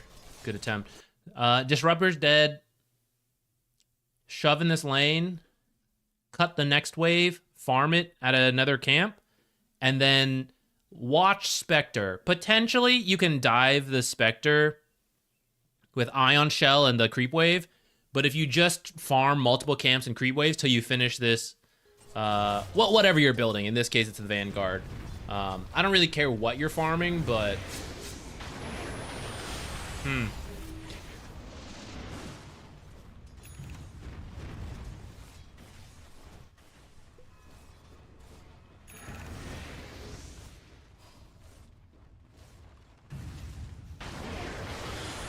I don't care where this Disruptor is. Right here? You can just stand under the tower with Ion Shell.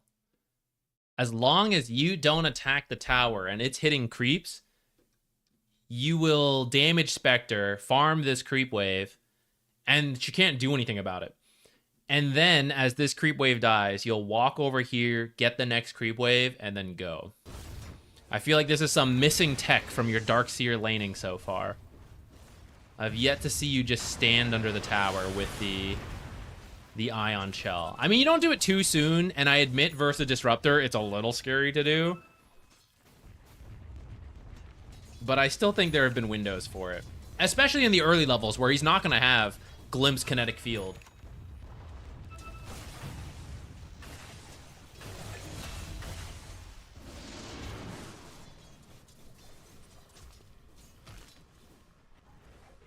Okay, Glimpse, super long cooldown. If you want to shove here, do the tower thing, walk through, catch it, I'd be okay with that.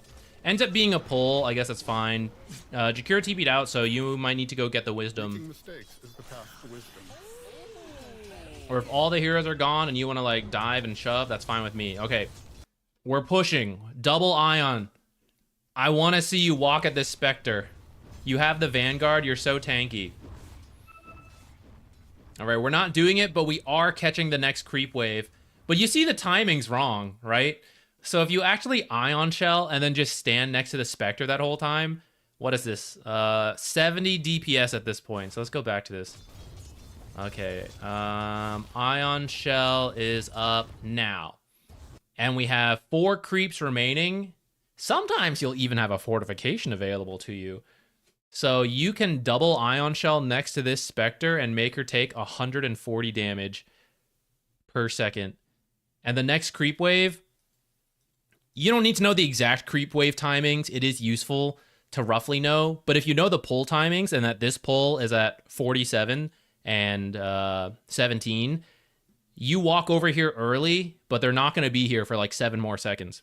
You can also look at your own half of the map because the creeps are mostly mirrored. And when this creep wave is here before your tier 2, theirs is going to be in a very similar spot right here.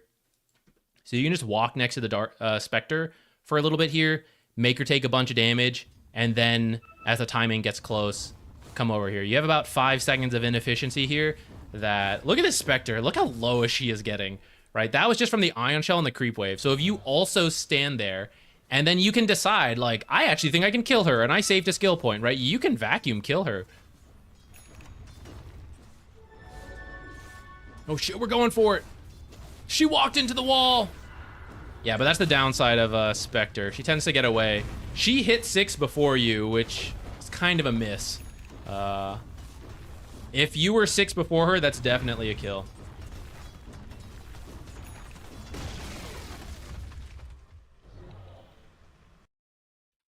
You take the tower.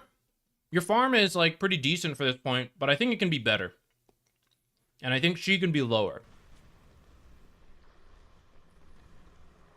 I don't feel you lost this lane, though. I actually think you kind of won. But I think the degree to which you won the lane could be more. Which I think is what you're going for.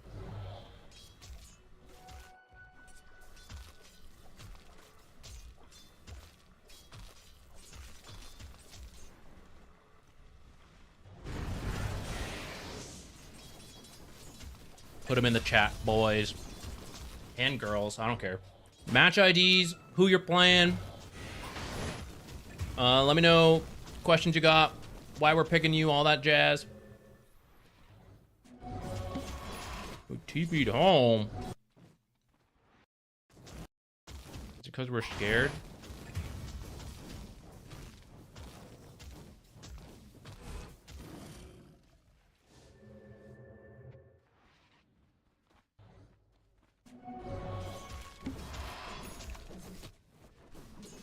I guess. I feel like you're pretty tanky. But if they did have 4 heroes there and Spectre ults in, I guess you'll die, even with Tidehunter being dead on the other half. I don't know.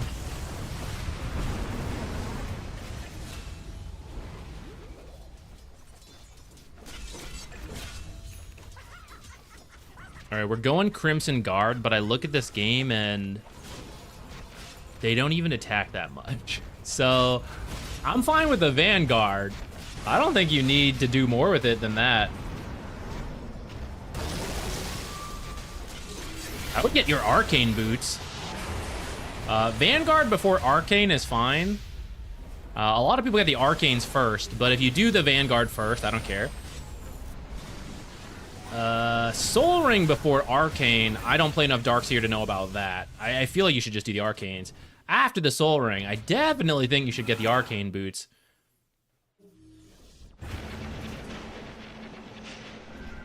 And then again, I'm not sure this is really a game you even need to do anything with the Vanguard. Maybe a Heaven's Halberd later.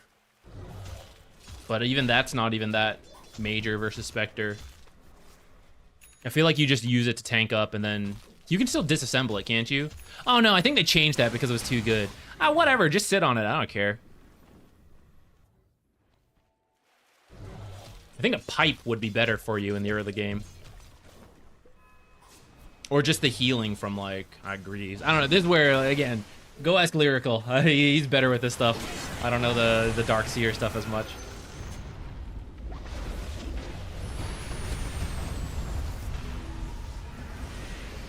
I'm gonna throw this banana peel away, and then we'll pick our next replay.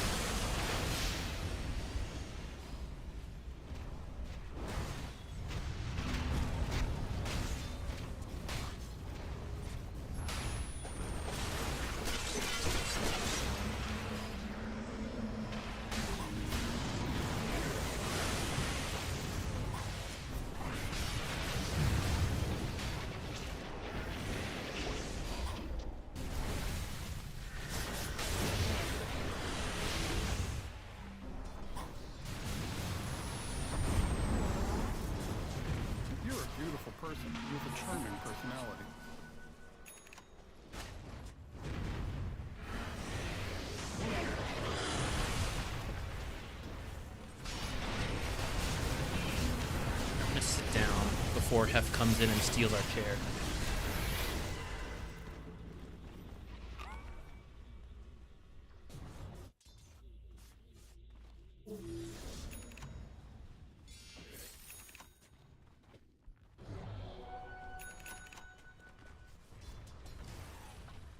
No problem, Alex. Like you said, like this particular game, the lane was fine, but you know, we make some of these mistakes versus other matchups, then that could lead to the losing lanes that you were talking about. So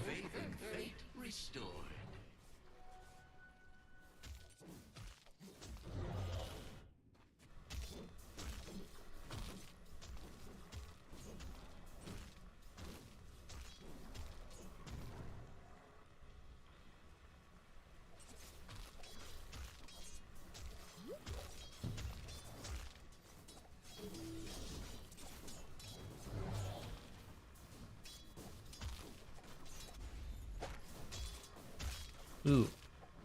So this one's probably not applicable to a lot of people, but I find the question interesting.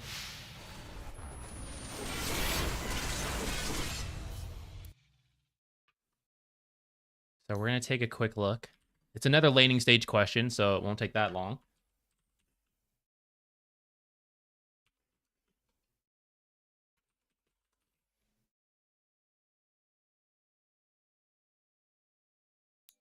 Okay, so this is Immortal. I don't know the exact MMR since there's a big range in EU. Doesn't look like anyone has a number. So it could be anywhere between 5,500 to 8,500. But you were asking, you were against double summons in the lane. Decided to eventually swap with position 4, which maybe should have happened earlier. Should you stay in the lane? Shouldn't I? Let's find out. I think this one's interesting because lane swapping is pretty rare in Dota. I do think in Immortal, if it's going to happen, it happens the most. But it's something that other people can also consider. You don't always have to go to the lane you're born into or whatever, you know? Let's see. So it's what? It's Enigma and Naga? Is a Naga 4? That is kind of annoying. Who are we with? And Ursa as well? I'll tell you what, I actually don't think you two swapping at all matters, because I don't play as much Lion. I play Jakiro.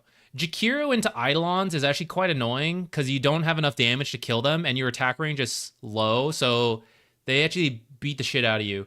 In a lot of cases, unless your carry has the remaining AoE damage to finish the job, which Ursa doesn't really. So I actually think you being up there, and then like you can kind of insta-kill some illusions, or you can like drain the mana away so that they can't use the illusions. The summons, no, because it's health-based now. But I mean, there's some mana attached to it, so maybe. I actually don't think the supports make a difference. I would consider if Magnus and Ursa can swap. Because I think Magnus is bulky enough and farms well enough that he can deal with Eidolons. I actually think Ursa has a harder time. I might swap the cores more than the supports. In this kind of situation, I'd say you're just getting what you can out of the lane. Like, I think you're going to lose.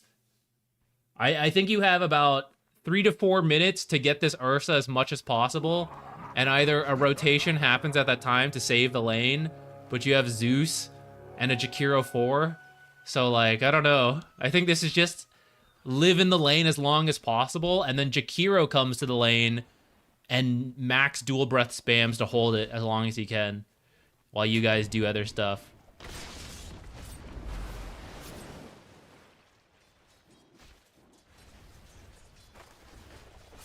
You do outrange the Eidolons, so I think you can try for that.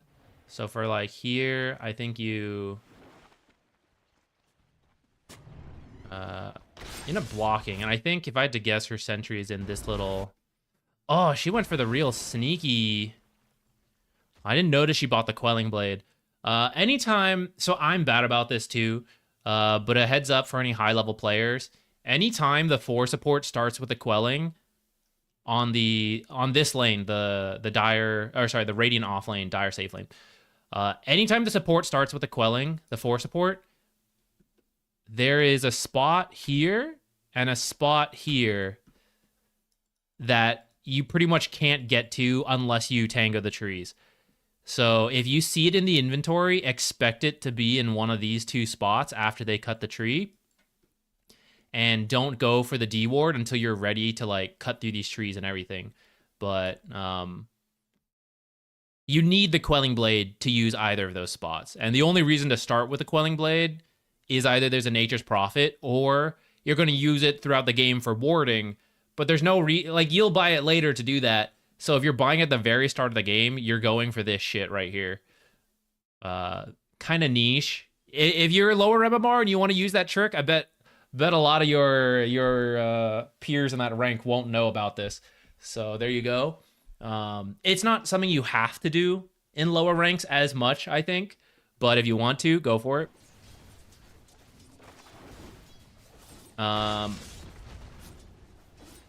Yeah. From here, I don't know. I guess you can try to kill Eidolons, like when they're not spawned. When he spawns a new batch, you can auto attack, stun.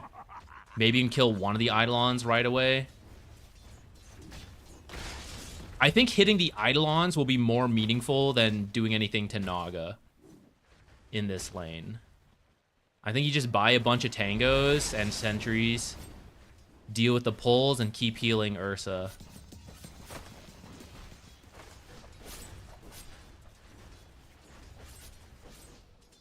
What about a Herald review? If we got a Herald player. Heralds are a rare breed nowadays. Oh shit, they're reeling.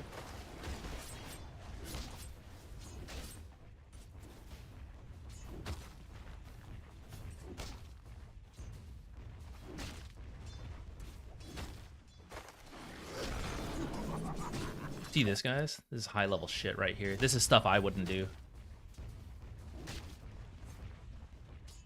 Really iffy if your team's gonna get this. You can try to leave it for Ursa, but there's a chance you miss it, and it's better for someone to get it than not. So Lion also launches an attack at it. That's some high level shit right there.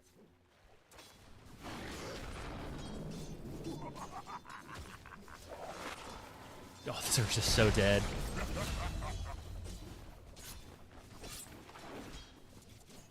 I think get a second point in mana drain. I think the most you can do is reduce their mana. That might actually be the best. Oh, get her! Okay, that's pretty good.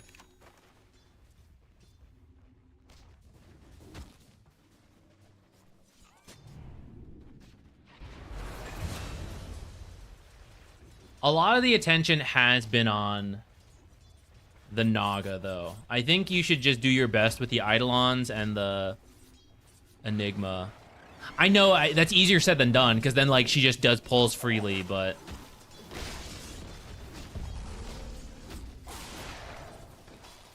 I don't know. It's like block and unblock the camp and then do this as much as possible. Which actually, with that said, is actually brilliant of the Naga to do this so that she removes this from the line. It's like worth the $100 investment in the Quelling Blade if Lion doesn't know to check this spot or doesn't have the resources to because he's like dealing with this Enigma bullshit. And it's forcing a lot out of the Lion's time to deal with this.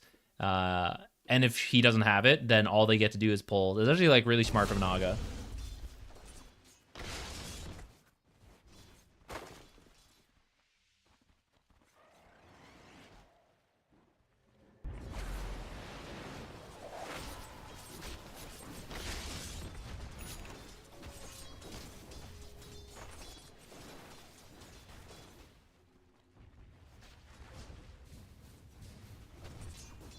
With all the small things we talked about, 21 last hits is actually really good for an Enigma lane.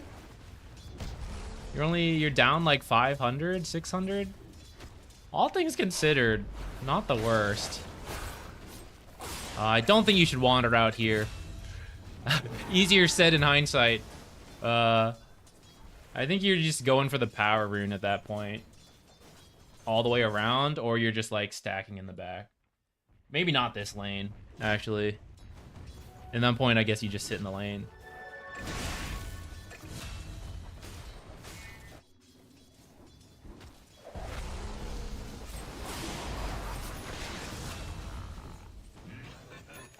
We could probably do a quick short on this spot.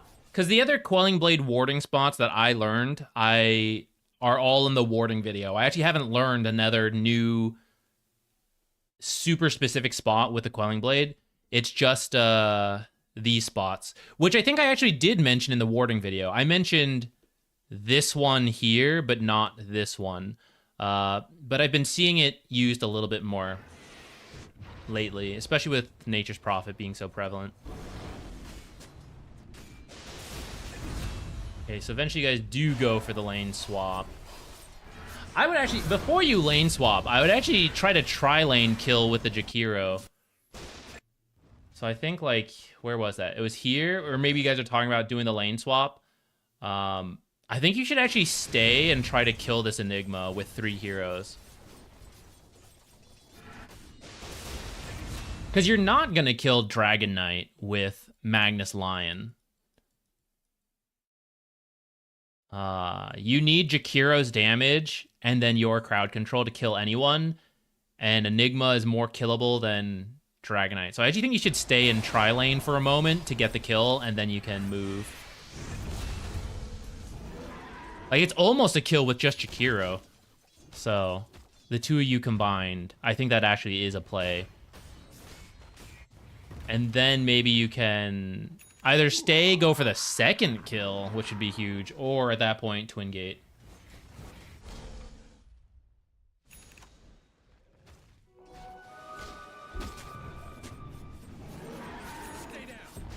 Stay down.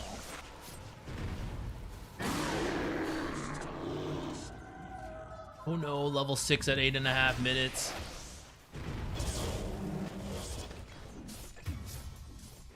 All right, that's my thoughts on this lane. Let's look at Ask and You Shall Receive. Fennekin, Herald review coming in here. We rarely get Heralds now. And I think this is going to sound bad. I think it's interesting to look at. Because the game is actually so different at Herald. It's a bunch of new players or really bad players. So it's almost a different game to some extent. I think for Herald players, it's useful to learn how to climb out of the rank and start to improve, especially if you're a new player, which Fennekin, I don't know if you're a new player or a long time just been stuck in Herald. For the other Dota players, I think it's interesting to revisit Herald and see how far things have come.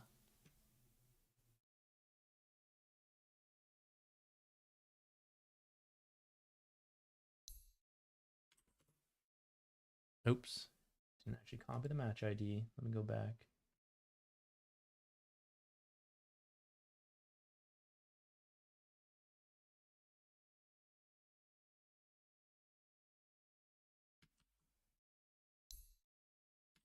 Okay, you're about 600 hours in. That is relatively new for Dota, but also at the level where you're probably starting to feel more comfortable with the game. And so maybe some uh, guided coaching here can help you like break out a Herald pretty quickly. You're already at Herald 5. I mean, it looks like it's happening naturally on its own. Um, but honestly, once you knock out some fundamentals, like it takes a while to build the fundamentals when you're new and or in Herald, so the fundamentals are really wacky. But once you have it, you usually shoot through Herald and Guardian is what I see a lot. Okay, so let's go to Hoodwink. Hoodwink is not in a good spot. Let me tell you that right now. This is Herald, so it's not going to matter, and you're still going to be okay. But the hero is not good right now, in my opinion. For your items, I kind of don't mind the Blightstone start, but I think if you're starting Blightstone, you should maybe also be getting Acorn Shot. Who are you with? You're with the PA. I actually don't think you need to buy a Blightstone because... Okay, this is Herald. She might not do it, but Orb of Corrosion is really common on Phantom Assassin, and if she's following a Tortellini guide or just Dota stats, she's going to be buying an Orb of Corrosion, so she's going to get a Blightstone, so then you don't need to get a Blightstone. So this game, I would just get stats or a stick. Otherwise, your items, facet, and starting skill are all okay. I actually just hopped in here because I was so excited, but let's get a little direction. Let's take a quick look. So you actually do win your lane. And you are relatively rich at 10 minutes as well. Getting even richer at 20 minutes. And your initial question was, I don't know. You felt like you did well, but maybe you don't know how to push your advantage. And maybe you should start building for carry a little bit sooner, take the fights a little differently, stuff like that. Okay. So what items did we go? So you ended up going Arcane Boots into Atos, and then a Gleipnir. Gleipnir is not going to be as popular anymore. Gleipnir was good on this hero because it was the Maelstrom, and so you would proc. The Maelstrom proc could go on Acorns, so you would just shoot an Acorn into a creep wave and get like an insane amount of farm. After they changed it, it's not nearly as popular. It does affect Bushwhack, technically, but it's not really... I don't think it's worth it for the cost, at least as your like first major item. So the Atos is still fine to set your own stuff up. I'd say it's like you can do that if you want. But after that, I would move towards other items. If you're trying to play support Hoodwink, you're probably just getting other support stuff. Utilities, auras, things like that. Yules, because if you use Q and W, it will kill the creep wave. It's more expensive than when an old Gleipnir build just Q killed everything. But you can still farm as long as you have enough mana to use all your spells. So I would default to that for Herald, where there's probably a lot of space for farm. If you want to go a damage build... Man, I don't even know what it is now. I'm trying to think. I guess if you had a team that wasn't getting the Orb of Corrosion, you could throw that in. That's probably not even worth it. Would you still do Maelstrom?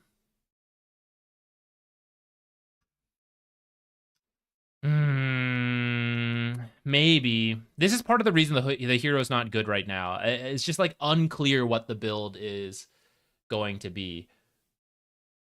Look at all these Shadow Blades. Aeon. It's fine, this game. If you were going to build more for your team, I'd say Solar Crest is really good this game for your Phantom Assassin and for the armor, especially versus these two. And then a Dispel is also good. So like Lotus Orb to reflect Rupture and then remove some of these silences. You might end up in a double duel situation, which is kind of dicey. It might be fine. Let's jump ahead out of the lane, though, because you won your lane, unless you want us to look at the lane. But I'm more interested in once you hit 6, how can we work with the team to get a bunch of kills? And because I think that's where Hoodwink is maybe still a hero. Like, once you have 6, you're a very high active hero. And I think you can farm via kills and Herald. So I think we're going to jump towards that. When did you hit 6? Oh. Okay, we're 6 here. A fight just happened with this.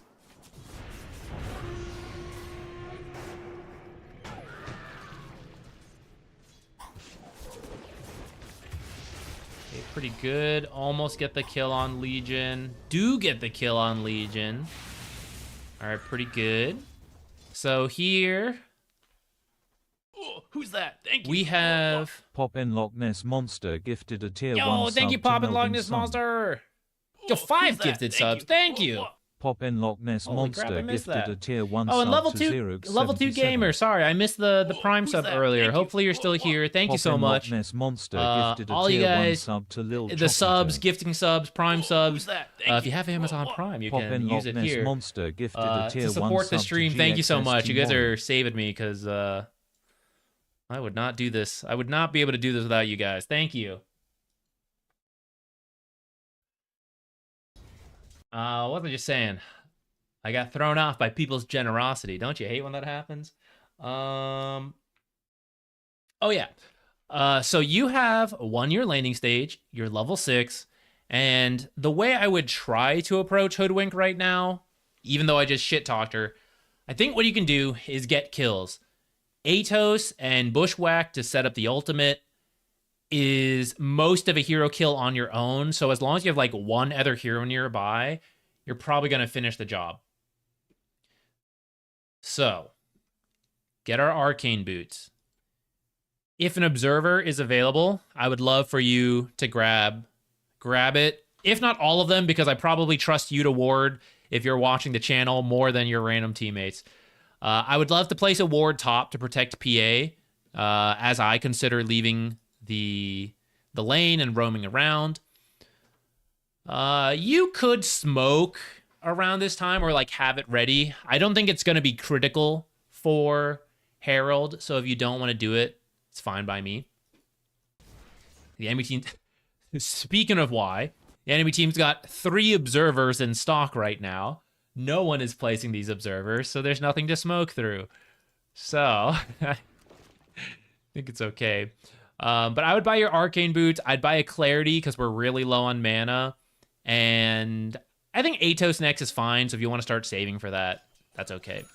We can get the last hits while PA's gone. I'm not going to worry about missing last hits right now, but obviously, you know, keep it in the works to practice to try to pick up as many last hits as you can rather than miss any. Do try to spend your money when you get a good amount.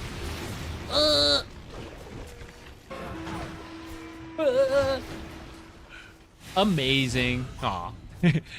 Tried to push it there.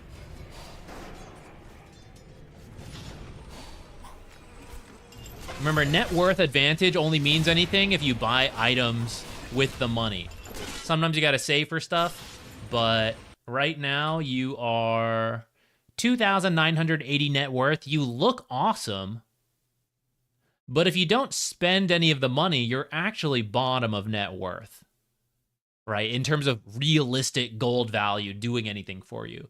So in this case, you actually would be floating some money because we're saying, okay, we're going to go for Atos, so you're going to float some money to buy it. But you can at least spend what you can spend, which is the arcane boots, help yourself, help your teammates. Sometimes if you have a lot of empty spots, I like to buy like 2 blood grenades just to like get the free 100 health free. But you get 100 health. If you need to use it, go ahead. If not, just sell it later. I like that. And then you could just save for the Atos from there. But at least spending your arcane boots puts you from here to like here, which is different.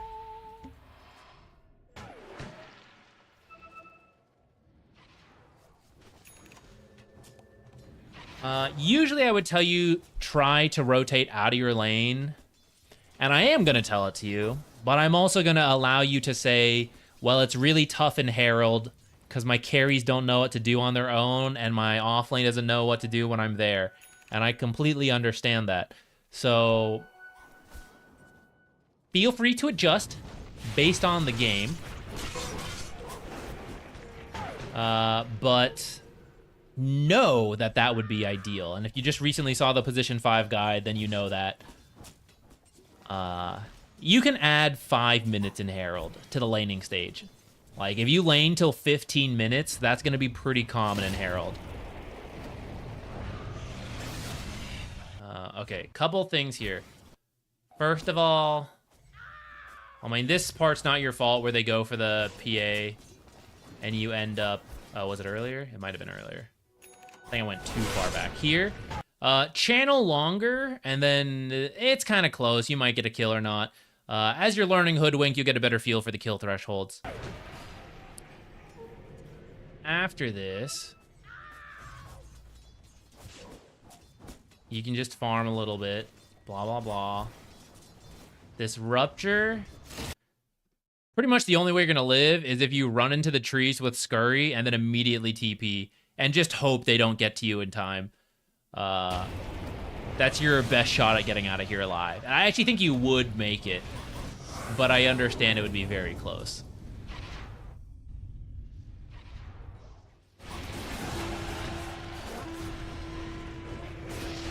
Okay. What I want to highlight and why it is good to try to rotate out is even though we won our lane, for all the attention that's coming up here, PA is not advancing. Like, she's still at the top of the net worth, but we're not seeing a huge lead grow. Compared to earlier, where we see Drow kind of behind, not that much, just a few hundred, and it's getting...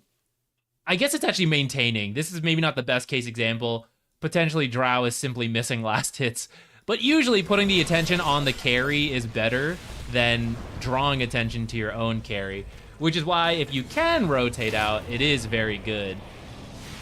And it would be much easier for you to kill a Drow Ranger than for you to kill a Legion Commander and all her health and all that if she had bought any items.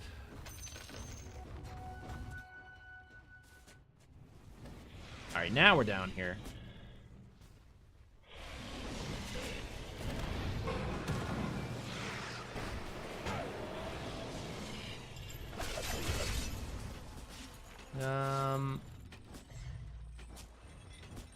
I guess that's fine.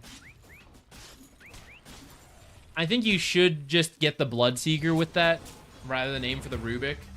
I think that's what you were going for. But you guys got the kills in the end. You're taking this tower. This is good. This is where if you had observers, so let's spend our money. Let's get our thing, our vitality booster, and buy some of these observers. This is a really good time to place a deep ward. And then if you do want to smoke in Herald, they should mostly follow you. It's like a cheat code. If you smoke people, they'll just go where you ping next, more often than not. So, for example, if you smoke these guys and then ping mid, you'll probably get a path kind of like this. And this is how you start to make use of your lead. 2K, you guys are mostly low cooldown fighters besides the Warlock. So, like, if you just double ult people, right? Pudge finds one person, hooks them off your Bushwhack and your Atos, and you both just ult, you'll kill them. You'll kill everyone in here. Maybe not the Legion. But she didn't spend her money, so I think you'll kill her too. Bloodseeker might be close as well. Instead, we just kind of like scatter. And this is where we're going to start like missing out on doing things. Now, if you can't get your team to do stuff, you just want to farm aggressively in Herald. So for Hoodwink, you would just push lanes and farm. In this case, you're hitting the tower, no one's stopping you, so that's fine with me.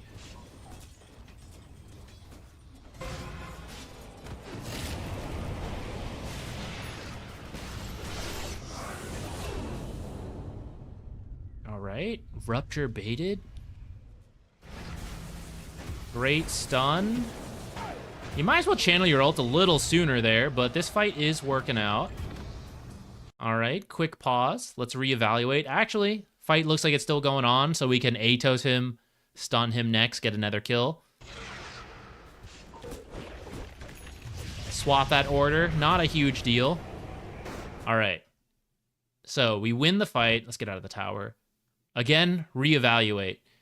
If you know what item you're working towards, you can already start spending your next chunk of gold. If you have the observers and sentries, now's a great time to place them. Notice none of the observers are surviving. I think Warlock has been placing quite a few of them, and apparently not in very good spots because they're all dying. So when that happens, take control yourself, buy them, put them in better spots because you watch the video, so you know good spots and you know good warding. But we have no vision down despite winning right now by 6k, and that's a problem.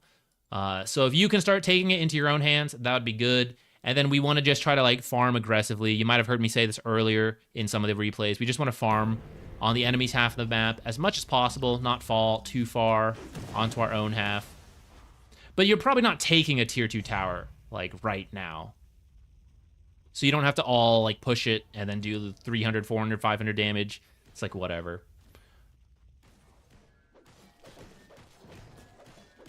If you stay near the Monkey King and the Pudge, you are more likely to get kills. Because we were saying your combo does a bunch, so as long as you're near someone, they'll do the rest. And you set it all up with Atos.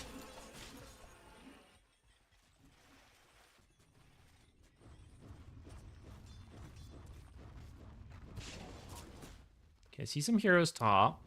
You do have to be a little careful because you're Hoodwink, and if you're first, you'll die really quickly. So being too far up can be kind of scary.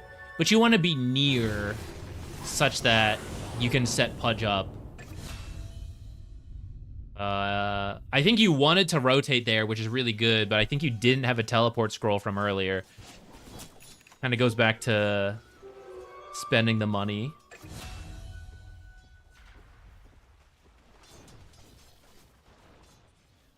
What win rates are more accurate, Dota buff trends or Dota 2 Pro Tracker? They're different. Dota 2 Pro Tracker only keeps track of a certain type of game. I think you're getting baited by the courier here, but maybe live. You have to stun behind yourself there to try to get out. Maybe you didn't know she had blink. If you stun her, you'll give yourself 3 more seconds to try to escape. You can also... the opportunity hasn't really arisen, but you can try a trick with Hoodwink, which is to like sharpshooter. You're running this way.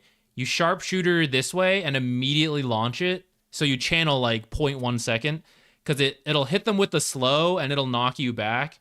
And then you can keep running. It's usually best to do it over like cliffs. So like you're running from someone, you walk here, shoot backwards, jump up the cliff type thing. But even in open spaces where you're being chased, it can be a useful trick to know. And then maybe you scurry down this tree line you live, or you can like scurry up here and then sharpshoot yourself down this cliff once they've all walked up here, and then you run this way. The win rates, I don't fully know what they track. Dota buff is supposed to just track like all the games that they can. Dota 2 Pro Tracker only tracks higher win rate games, or higher MMR games. So the win rates are going to be different because, in theory, the actual meta is being followed at the Dota 2 Pro Tracker level. They changed the API, though, so it's no longer like the top tier. So there's still wiggle room now, more than before. But, like, if some group of players was to show how good Io is or Chen is, it's way more likely that you're going to see a proper representation in Dota 2 Pro Tracker than in Dota Buff. Or, for example, Bloodseeker, extremely common in this rank. Ricky carries, Clinkz, these invis carries who do super well in low rank games, but people know how to play against them in Dota 2 Pro Tracker. Their win rates are often more like properly reflected in the grand scheme meta. But that doesn't mean you can't use Dota buff, because you're like, I'm a Herald player, so here's the hero that does well in Herald. I'm going to do that. You know? Like, I think they have their pros and cons. I couldn't tell you which is more accurate, because I don't have the true data to compare to. Only Valve has that. And I guess some of these API places. But I don't even know if they have all the data, because again, I don't know how it works.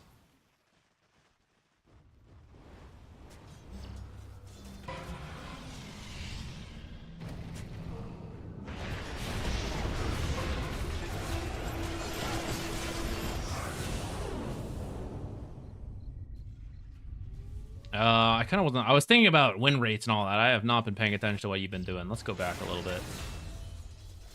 Oh, this might have been too far back. I think it's where you died on the thing. So, okay, that kind of worked out, partly because we're ahead. Notice how that was like you joining a fight that was happening. We would like to start the fights, ideally. This is a little more aggressive than we would like. Oh yeah, you TP'd out. That was good. We already talked about the Gleipnir, so I'm not going to worry about it. But, so, okay, so for right now, as you respawn and you're, like, buying your Gleipnir, and we're trying to figure out where to go, PA is probably still farming up a certain item. In this case, it's BKB. And I don't want her to fight until she has that, so I don't want to go to her. Pudge is another great hero for you to play around, so if you want to go to Pudge and go do something, that could be good. Sometimes it's tough to call. Is this Pudge about to go make a play if I ask him to, or is he just going to jungle on our half of the map based on his positioning? So maybe you bring a smoke, but also you could go to this Monkey King. He's already positioned aggressively, more likely to run into enemy heroes here, and I want to be playing around someone. The final greedy option is that, okay, he's here, I'm Hoodwink, I'm trying to scale as a, supporting in Herald, so I'm trying to take matters into my own hand. So if the mid lane needs to be pushed in, you could do that. But it's like, it's up here, right? I don't need to walk up here and do this. This is a lot of risk to myself, especially now that we know Blink is finished on the Legion. So we don't want to kind of take too much risk. It would be better to be with people. So that's why when you kind of like walk this way, this is getting scary, but still kind of okay. Just use the spell. Plant the tree, bushwhack, run away. Do it in like 1 second and get out of here. Instead, both you and Warlock are here, and that's a little unnecessary. Now we're going to try to push as just supports while our PA is dead. So at best, we're going to get a 4v5. We're not really the heroes to do this. You want the Monkey King and the Pudge involved, so why are you pushing with the Warlock? You know, this might work because it's Herald, but if it were to not work, there's a higher chance of this not working just because of the heroes involved. Monkey King ended up coming over, but that's kind of reversed. The support should go to the cores more than the other way around. And that's kind of why when Warlock gets jumped, he was the one who was supposed to be behind the Monkey King and Pudge as well, throwing all the spells, and instead he's taken out right away.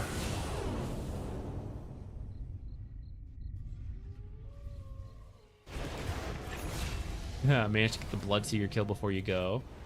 All right, ends up kind of acceptable. So just imagine if that fight actually started on our terms instead of the other way. All right, let's see where we go when we respawn. Now Phantom Assassin should have her BKB, almost. All right, so maybe we'll wait a little longer before playing with her. I see Pudge back in the exact same spot he was earlier. And Monkey King is going mid. Be careful of farming aggressively like this. Like, you can TP in to deal with this, but you see how you're just, like, standing here? You're under your tower, but at this stage of the game, it's not safety. So if Legion was around here and you have no idea if she's here or not, this could have been a kill on you. Okay, you are running to the Pudge and the Monkey King, so I like that. But remember, Blink is available, and if we get Blink dueled, we're dead. So we are blindly walking in. We are joining Pudge and Monkey King, but notice the pathing you took, that if they had an observer in the river and Legion was jungling here, you're dead now. If you just happen to walk into a Legion who's here, you're going to be dead. So the choice of path here is very risky. Part of that is because you guys don't have any deep wards alive. You have like this. You have no deep wards, so it's really hard. But also the lanes aren't really pushed in, so we're not getting any information of like, oh, Drow is farming this lane. Oh, Legion is dealing with this. So if you have to do things blindly, you typically want a more survivable hero in the front. So like, let the Monkey King go. Like, be behind Monkey King here while I was over here. So go this really safe path around and then stand behind the Monkey King. That way you're not likely to just die randomly, and then you'll be in the right spot. And it'll take longer, but that's just what you have to do when it's scary like this.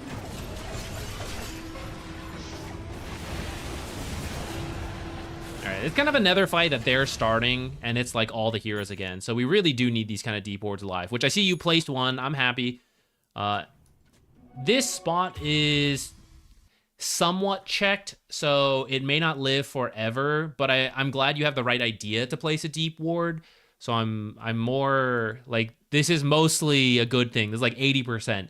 90 to 100% would be try to place it in a little less common of a spot that the enemy is less likely to check.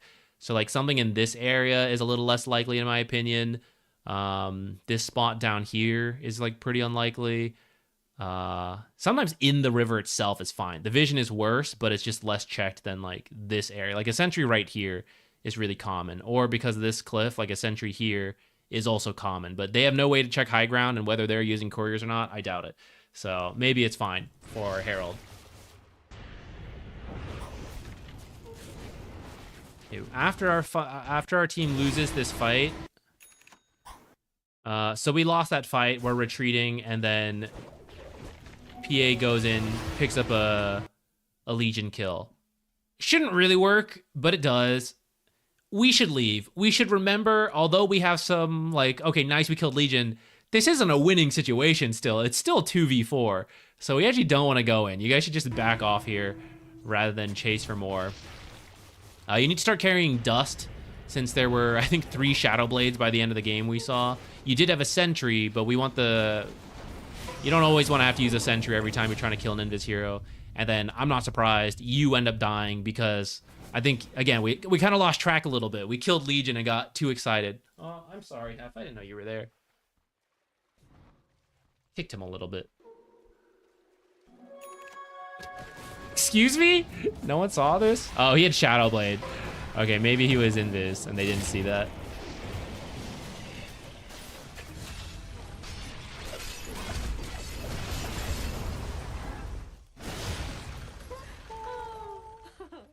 Okay. Either play with them. 2 general trends and Herald supporting. Either keep going with your team and fighting. So, like, be behind Pudge. Let things start, and all the fights they're winning is because they have 5 heroes ready to go, you know? So either you're doing the same thing, or you're trying to scale up and push things out. So you come over here, and you shove this in, and you hide in the trees, and you have deep wards to live, like this one here, so Legion's here. So you push it in far enough, and you know to now back away this way, stuff like that, right? Try to commit to one of those 2. When you do this kind of stuff, you're not perma playing alone. You are going to join fights, but you're just not going to be behind Pudge the whole time.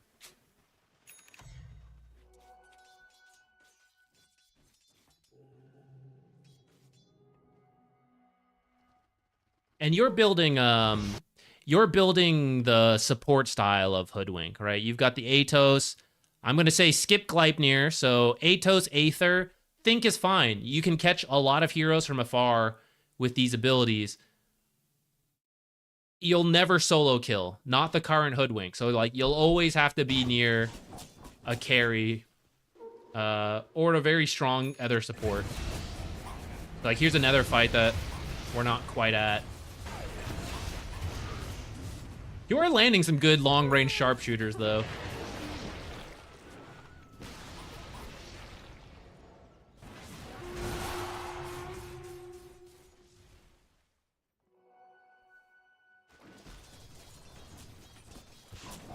All right, no one on your team dealt with this, so you could do it, but I do want to highlight.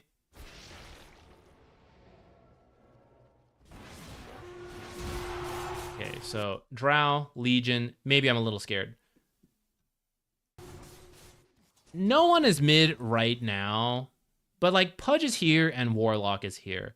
So one of them will probably deal with the mid lane when it gets here. So you don't really have to go to the mid lane right now.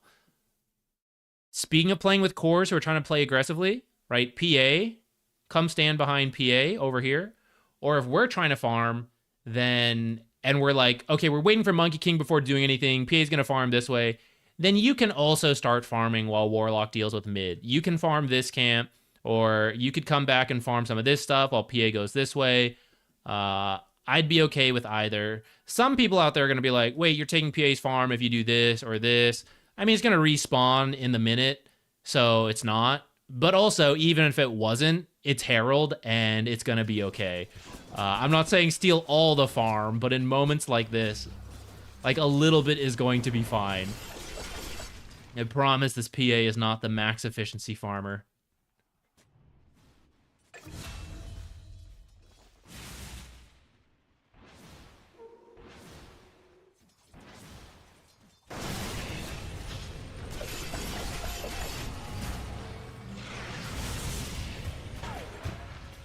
This one worked out, but try to use the other spells before using your ultimate. First of all, it's just going to make it easier to land Sharpshooter if they're rooted or stunned. But also, you're getting one Sharpshooter in a fight because it's 45 seconds, but you can potentially get multiple Bushwhacks, Acorns, and Gleipnirs because their cooldowns are much lower. So try to use these abilities first. And don't forget the Scurry. When you activate it, it increases the cast range. So, like, as you TP in, right? Here, we can do it one more time. I'm not going to worry about, like, okay, we rotate a little late. It's Herald. I'm not expecting perfect play. But, like, Scurry and then Gleipnir is already in range for Silencer and Bloodseeker, actually. But maybe your other spells are, like, kind of close. Well, if you activate Scurry with Go Nuts, you're going to get that extra cast range. So maybe as you see Bloodseeker right now, right? You're kind of in range even at this point without using Scurry, but whatever, you get the idea. Scurry, Acorn, Bushwhack, Gleipnir, and then we start the ultimate. The ultimate charges, you fire it, you start chasing again, and then because you used them earlier, they're now available again, so then you get to use them again. This order, you're probably only getting one set of spells rather than two. And maybe we miss Sharpshooter if they have a way to dodge it or something. All right, we win the fight, and we immediately walk away from the team. So this is where you just got to start pushing. This advice will be different because on some of the higher MMR games, you've probably heard me say things like, oh yeah, one guy can push, other people can split up, blah, blah, blah, blah, blah. In Herald, it's just iffier. Either play a hero that scales really well and split, but if you are playing a style that requires you to be with teammates, you just gotta commit and just, like, go with them. And, like, walk into here, deep ward, and then play there. This is very hard to change suddenly, but you spend a lot of time just walking across the map this replay. There's a lot of dead time with inefficient movement. That's something really hard. As you play the game more and more, it becomes easier. But a lot of times when you take a team fight, try to just push the closest lane. It's like, it's very simple, but it is effective, at least for, you know, the early ranks. Pushing is better than no pushing, and no pushing happens quite a lot. So we can try to push mid a little bit on our own, but it is also a little bit scary. For example, without the Maelstrom, you should Acorn Shot the ground and then Bushwhack to kill the creep wave. In 1 second, use Scurry. You see how you had to come close to do this? Kind of scary. Long range spells could hit you from here potentially. Scurry, get that extra 300 cast range. Do it from back here, or even change the angle so you're doing it from this tree line, even better. Acorn Shot, Bushwhack, immediately leave. It's like a 1 second time commitment. Get back out to your team. You've pushed in mid for your team. Very good. You got the farm. Very good. But we don't risk ourselves, and we don't take a lot of time, and we get back to the team like ASAP. Taking time to, like, do the last hits in front of the tower, that's very scary. And that's where you end up dying, and then nothing happens.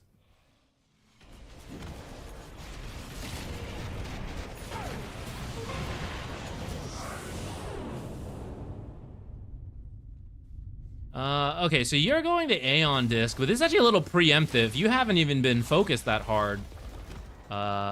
Aeon should be an absolute last resort item right now. It's not in a good place. And you should only do it if you are critical. Warlock. Game-winning ultimate, Fatal Bonds combo, refresher, right? Like, if he gets dueled and killed, the fight is over. He's critical. He must live. So he could get Aeon, for example. Hoodwink. This little rat over here.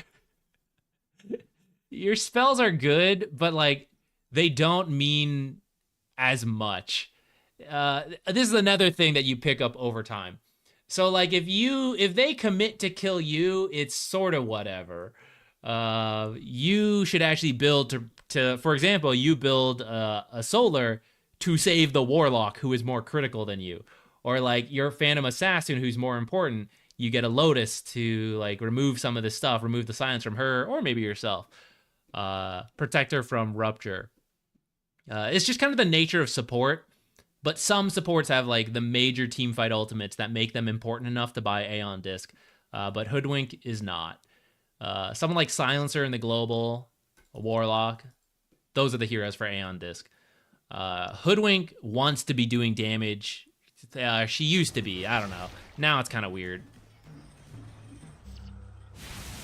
But like you can't do damage during Aeon, you know? But you can do all these big utility spells in Aeon. Global.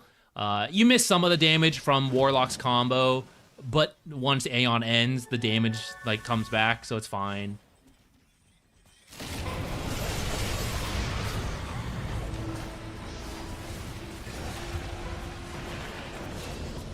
Alright. I think we covered a good mix of things. Ah, no, I forgot to do the Hoodwink timestamp. Alright, I'll have to manually adjust that time later.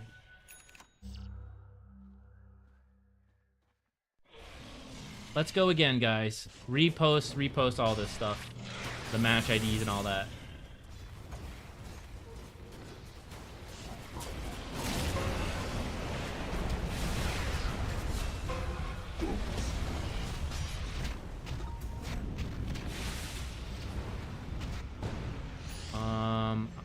I believe in the lower brackets, you can really benefit from choosing heroes that are hard to deal with, like Sniper, Nature's Prophet, any Invis, hard disable. I'm pretty sure that's true. In lower ranks, there are some heroes. This is true for any game. Some stuff is balanced by numbers. These tend to be simpler things. They're balanced by numbers. Some things are balanced by concepts. Basic, simple things and numbers are way easier, like even without knowing the numbers. Things like Dragonite are much easier for new players to deal with than the concept of map efficiency with Tinker and Natures and like he's doing this and then he's going to do that. Those are conceptually balanced heroes that are very difficult. Invis heroes is the classic. It's been the classic ever since Dota was invented, right? Of like, you have to play certain parts of the map and do this and do that. Yeah. So I agree. I'm Guardian and somewhat new to Dota. My matchmaking keeps my win rate around 50%, but it's like 7 straight wins and then like 7 straight losses. Is that pretty typical? You'll get a mix. I am not a believer in this like idea of forced 50% outside of the fact that all matchmaking is aimed at finding a 50% win rate because that's where you're balanced. It's like when you start playing soccer or football, whatever sport, as an elementary kid and you get to middle school and you're like, no, I want to keep beating up elementary school kids. You're like, no, you're going to middle school now. Like you're going to play against other middle school kids so it's balanced. And you go to high school, play against other high school students, right? It's designed to try to keep you against equal opponents. Online competitive games are the same. As you gain MMR, it is trying to find like the even matchings. It is meant to be 50%, but it's not forced into it like I'm actually deserving to be ancient, but it's keeping me in Crusader. That's not real. The game doesn't give a shit about what rank you are. Who the hell do you think you are that the system cares to keep you in any given rank? So just to clarify, that is not true. In my opinion, and from what I have seen in Dota, and from all the logic and details that we have. In terms of winning straight games and then losing straight games, that is less likely to be about matchmaking and more to be about either random chance or yourself. Because statistics is wild. So is just odds and chance and stuff. If you just take a moment to think about the grand scheme of thing, and the millions of games that happen and the millions of players we have, there's very likely someone who has won a game and lost a game back to back to back to back for 200 games in a row. And that person is like, this is insane. But if you think about the millions of Dota players, like, yeah, that's probably going to happen to someone just by random chance. That's what a lot of Dota is. Like, no, you don't get it. Every time I go on a win streak, I then go on a losing streak. Yeah, I don't. That guy doesn't. You do. It just happens to random people, even taking skill and random chance aside from matchmaking. Just the amount of players, this kind of stuff does happen. But bringing it to us personally, some people have very big variances in how well they play. Some people are very consistent and their range is not a lot. But for you, for example, some days you might play really, really well. I don't know what's happening. You're eating a good breakfast. You're sleeping very, really well. And you just like pop off 8 wins. Then, for whatever reason, you don't. You don't eat breakfast, wrong side of the bed, whatever. You lose 8 games in a row. Some people have that variance and it's a personal thing. So I don't know you well enough and I don't know the situation, but I would consider that. Do you play consistently? Like, I feel the same every time I play. I'm playing the same types of heroes. I'm doing similar stuff and I get these crazy swings. Then that might be like luck-based matchmaking stuff and things like that. For a game as complex as Dota, sometimes it's just I'm messing things up and I didn't realize it. Other times, it's I won 8 times in a row, so I gained MMR, and then I played against better people, and I lost against all those better people, so I dropped again. And I just have this bad habit that works against bad players and doesn't work against good players, and so I bounce back and forth. In streaks, unlikely. But, I mean, let's just take a look at my own games. If we load in long enough, like, this alone is not that crazy. This kind of stuff happens, right? Like, I got, what is this? 7 wins and then 7 losses. Kind of exactly what you were talking about. If we go beyond that, off my 7 wins, we had, like, 2 losses, 2 wins, a chunk of losses, chunk of wins. You know, like, just the further you go into people's track records, you will see all of these types of patterns. Because we play thousands of games of Dota and there's millions of players and it's just gonna happen.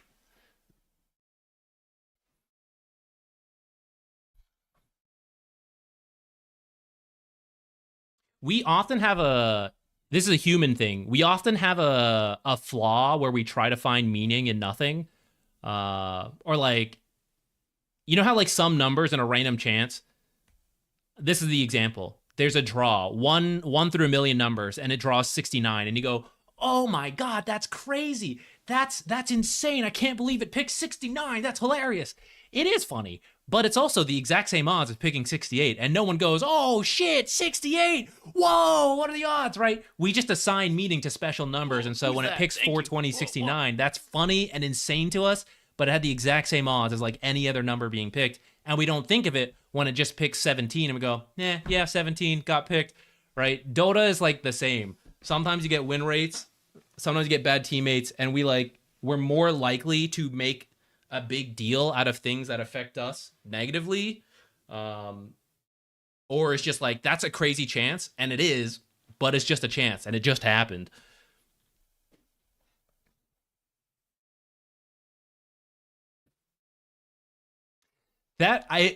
In reflecting on everything I said, I did not mean that to come across like in any way harsh against you. Fully reasonable question to have.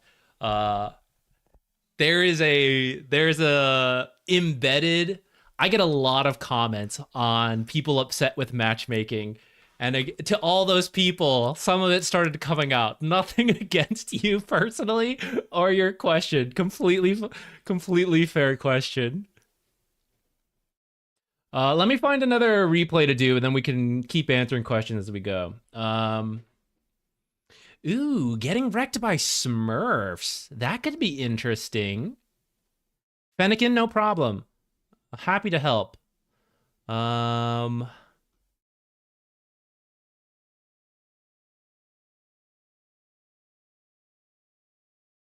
I am kind of interested in this, actually. Let's take a look at this game. It's also Undying, which means we have about 2 minutes to look at before we can stop.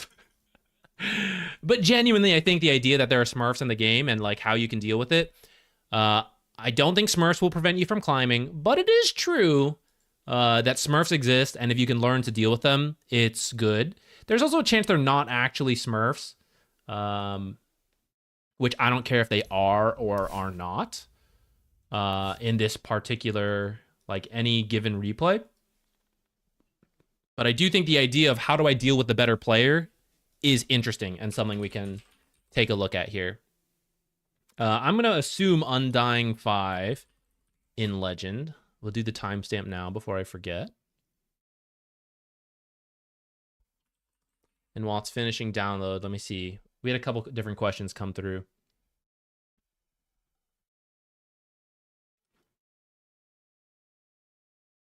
What do you guys think about spamming ranked versus unranked? It is completely up to you. If you are just having fun, just whatever game mode's more fun to you. They'll be a little different. Ranked tends to be a little bit more try-hard, and unranked is a little bit more chaotic, as it should be, in my opinion. So whichever you find more fun, if that's your goal, it doesn't matter. If you care about MMR, then ranked is... like, you have to play it to an extent, but if you care about improving, it doesn't really matter. Like, you will improve in ranked and you will improve in unranked, but in slightly different ways, because the unranked games are maybe a little more chaotic. But ultimately, you can improve at your map awareness, at your last hitting, at your mechanics, in any game mode, and then when you think you're playing your best, you can go play ranked. I also think it's fine to just play ranked the entire time, and whatever your MMR reflects it to be is fine. But if it does get to you and you're like, I only want to bring my best foot forward, build a hero pool in unranked, only play those heroes in ranked. If you're trying to learn a new hero, trying to do something wacky, go play unranked. Because if all you care is about time-efficient MMR, then the only time you play ranked should be your very, very best efforts. And if you're not willing to play Lich for the 15th game in a row, but that's your best hero, then go play unranked, go have fun with heroes you're bad at, and then when you're ready to try hard, go back to Lich in ranked, or maybe in your time in unranked, you added another hero in and you can play that, right? Technically, time efficiency-wise, only playing ranked at your very best and then unranked for the rest is better, but none of it matters. It's just a video game. The MMR isn't real. So, like, if you don't actually do that, it's fine, right? Just, like, have fun with it. And it won't matter if you're like, oh, it took me 200 games to climb instead of, like, 30 really try-hard ones. Like, it doesn't matter in the end, guys.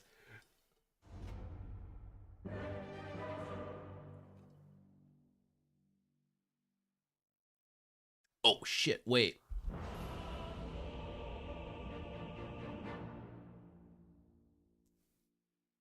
I don't know why. I saw OBS flash an alert at me, or it was just flashing on my icon, but I don't see anything pop up.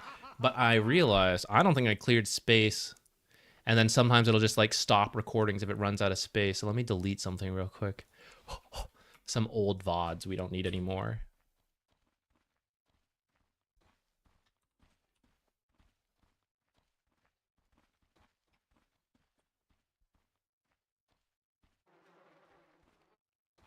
Okay, so we're looking at Undying. Let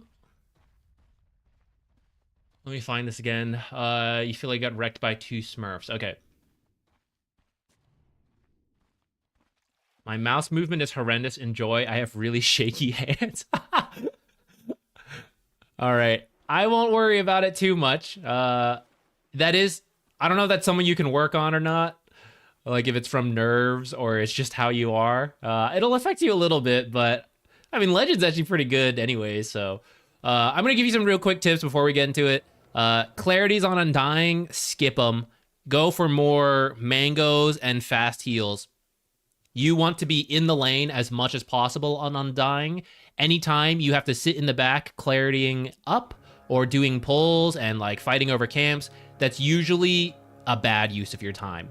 Especially your own pulls. If you want to like body block and stop them from doing like the one thing they could to avoid you, then that's fine.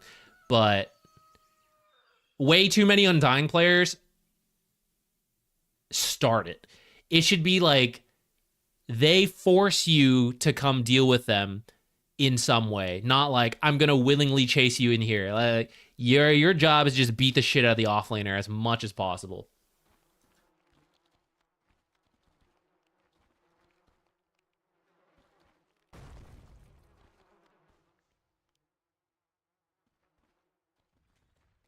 A Rigoritina, no problem. I mean, it's not really spamming. I haven't even noticed if it's spamming.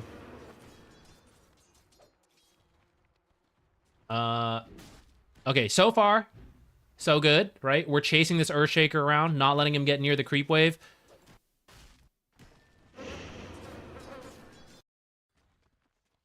One thing you can do.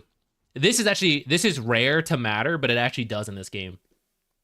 So if you happen to be in the lane early, this is one of the earliest tips I gave in this YouTube channel way long ago. Any people who've been watching me for like 5 years, when the video quality was absolute ass, there's probably 2 of you who might remember this. If you happen to be in the lane really early before the creeps meet, and none of this, like all this was finished, you blocked, unblocked, whatever, fights didn't happen, stand here in the lane so that you can see what the enemy is doing. This block, accidental from Earthshaker. He didn't mean for that ranged creep to slip through. It actually works out in his favor. If you were standing here, you would have seen the range creep here, and you'd be like, oh shit, he's doing it intentionally. Whatever, right? Body block this range creep as much as you possibly can. Body block this range creep until the others rejoin. Because he's using fissure, probably not going to happen. It will still die first, but you can mitigate it. Versus people without fissure, the melee creeps are probably like right here. So you only have to do a little bit of body blocking and then they'll pass you. This will fix your lane. It's rare to matter, and it's rare nowadays with so much bounty rune fighting.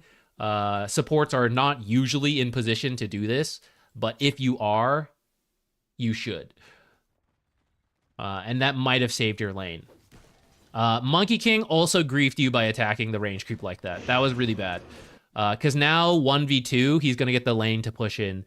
From there, you're doing a good job, though. Like, you should just chase him around and keep him out of XP range, which is this, by the way, guys. Do your best to keep him out of XP range. At minimum, keep him out of last hit range. If he's going in for last hits, you should be beating the shit out of him and or getting denies in front of him, because every time you use decay, you're stealing damage from strength offlaners, or at least getting damage for yourself. So many cases you will out damage them and get to the denies if they are playing up here. But if they are up here, you should just go for kills. Speaking of which, you need a blood grenade. That's kind of what I forgot. Change clarity to blood grenade, because your kill combo is decay, decay, blood grenade, tombstone slow, and then decay, run them down. And that's very often a guaranteed kill at level 2. So you need the blood grenade. Offlaners who are dealing with bullshit safe lane supports who are way too strong, like Undying and Clockwork and stuff like that, and you're like, I have a Pudge, he's just jungling, like, what am I supposed to do? This is what you do. You do creep aggro tricks to get the lane to push in, and you just float around running through trees at XP range. And you probably just have to give up all the last hits, but you see what Earthshaker's doing? This is really good, right? He's not dying. He's occasionally picking up CS through last hits. Like, he walked up and he got punished for it, right? You shouldn't do that, but he's always in XP range. And if they have 2 heroes, to put this into perspective, guys, if they have 2 heroes, they're splitting all the XP 50-50. They have to get every single deny to keep Earthshaker at the same level as them. So solo offlaners, that's not going to happen to you. They will not get every single deny, and you will eventually outlevel even a little bit, and that will give you room to play with, and you have to wait until then. So what Earthshaker has been doing is pretty good. I don't know if he's part of the Smurfs you were talking about. Doesn't look like it. How about you? Don't see any info on these guys. I don't know who you feel the Smurfs are. I guess we'll see. It was bought out? RIP. Okay, I mean, if they buy all the blood grenades, yeah, there's not much you can do about that. That sucks. Yeah, I would do mangoes instead of clarities, though, so you can swap that one out. Or you can get iron branches for your wand. That's also okay. So in cases like this where the lane does shove, I know I was just telling you guys, you know, like, try not to do pulls. When the lane shoves this hard because they had some kind of like fissure block technique, you can do a hard pull like this. I think this is good. And then immediately come up and start going for denies on your own creeps. If you never went for a pull, you could potentially dive. this is another downside to not having the blood grenade. Instead of doing this pull, keep being here, keep getting denies, hit the level 2. He's got like 8 creeps pushing in, and suddenly you dive with Tombstone and 8 creeps, right? It's going to be really hard for him to deal with. He's going to miss a lot of that CS, and because it shoves so hard, it will eventually reset, or at least give you a window to do a pull without giving him space. So another option you could have. I think this is fine, though. And then right back to the lane, go for denies. Great.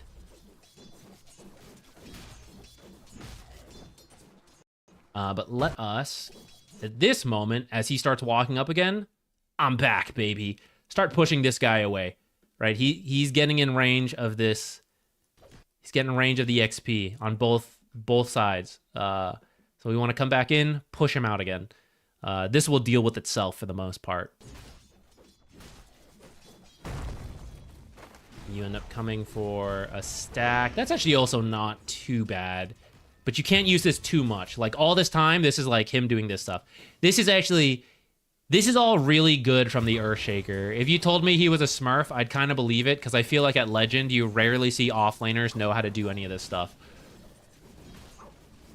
But I would also believe that a Legend player could know how to do this stuff.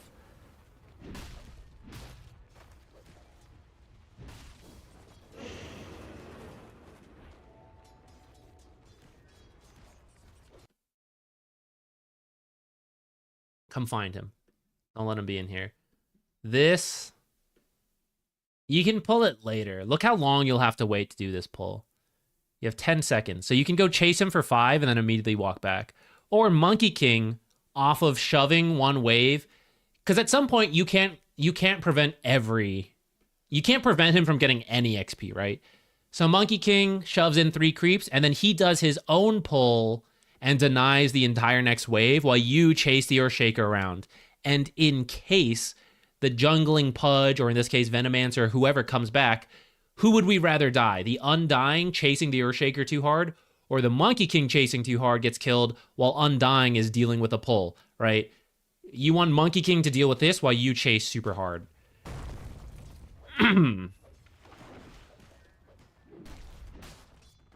Uh-oh. I am suspicious of this. This is too good.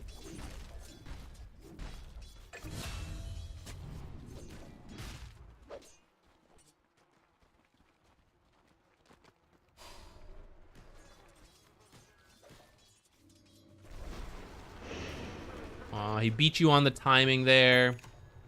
But it was also there for quite a while, so we had any window to get that. You or Monkey King, so that's not really a Smurf thing. Actually, that lowered my Smurf questionnaire.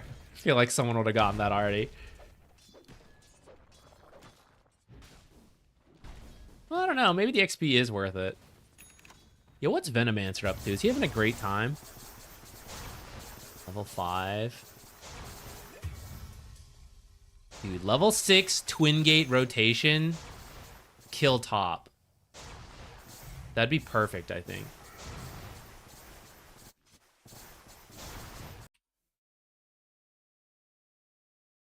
Just do it. Just head on through. Head on through, ult the Monkey King. Like, that's gotta be a kill. What's XP per minute?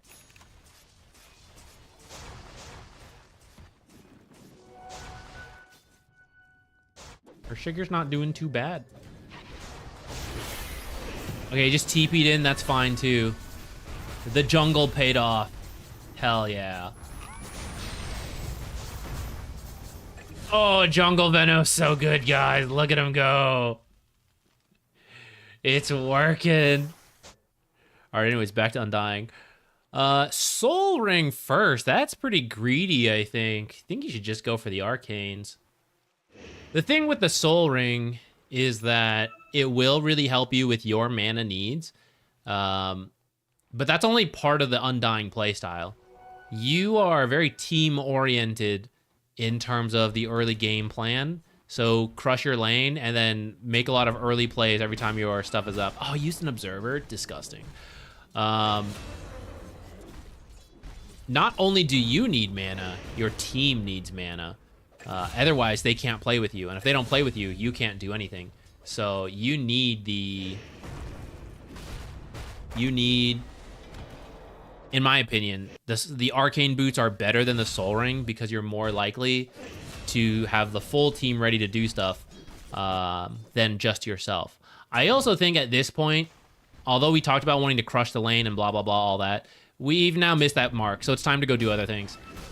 Get a ward down here for Monkey King, and then we head out. So, like, you should have an observer, place it somewhere sneaky, and then head bottom. And around now, your team's, like, trying to do stuff. So if you see it happening, I do think you should try to Twin Gate and join, and then, like, Tombstone dive. I also don't play a bunch of Undying right now. He's not very popular, but I don't think you even need Soul Rip. Don't know if that's in the build. I feel like QEQ. Maybe you can mix in Soul Rip at that point. Maybe that's fine. I don't think he even looked bottom. I don't even know what the fight is.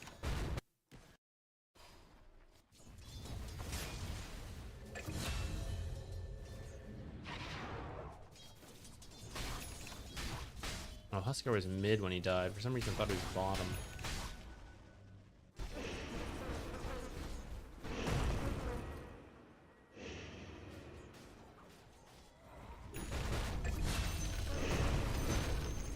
Oh yeah, Circus Trash. Yeah, that's a sneaky ward spot. Someone mentioned it. I probably should make a short on it. I haven't made a short in ages, and that's actually one that can be a short. So, yeah, maybe we'll do that.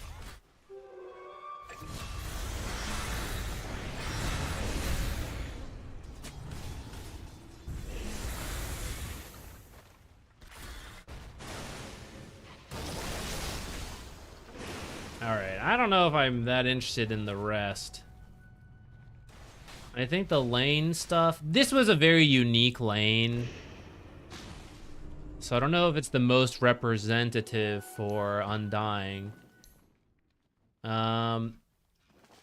Is there any part you felt really outplayed that we can give advice on? I think we've covered some itemization changes, but...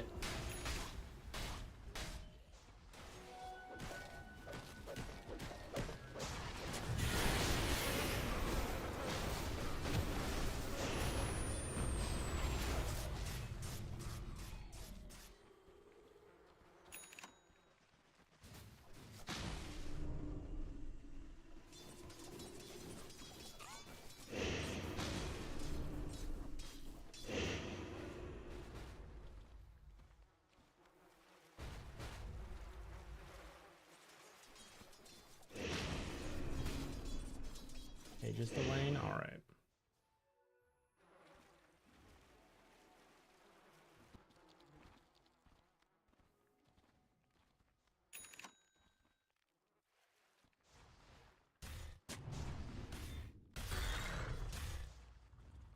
Okay, let's see.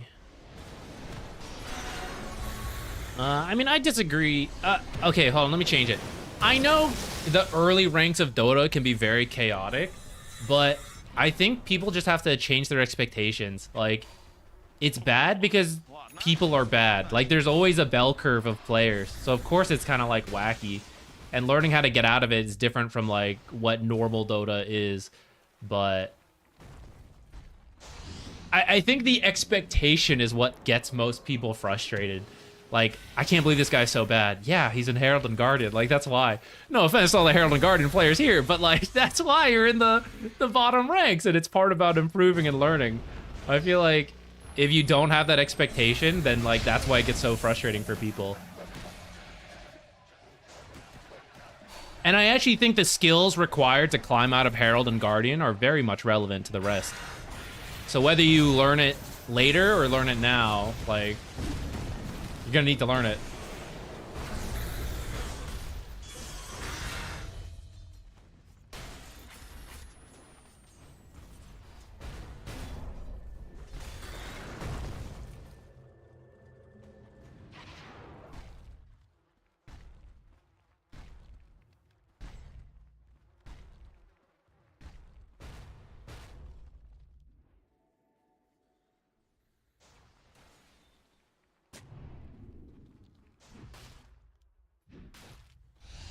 Okay, so this one I think we can do pretty quick. I feel like I know exactly what I'm gonna look for.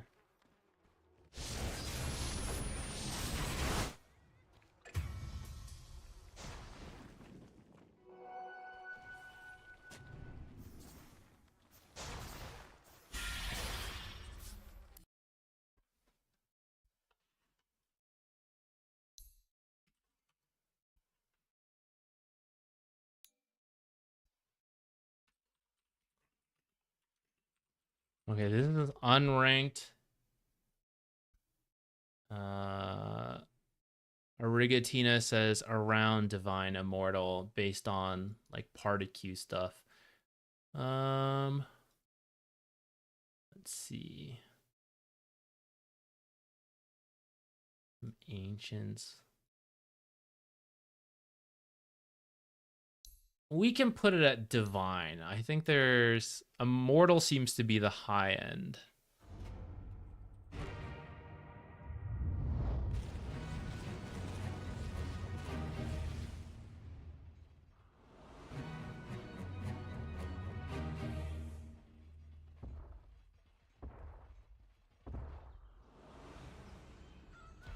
Okay, so for this, you said...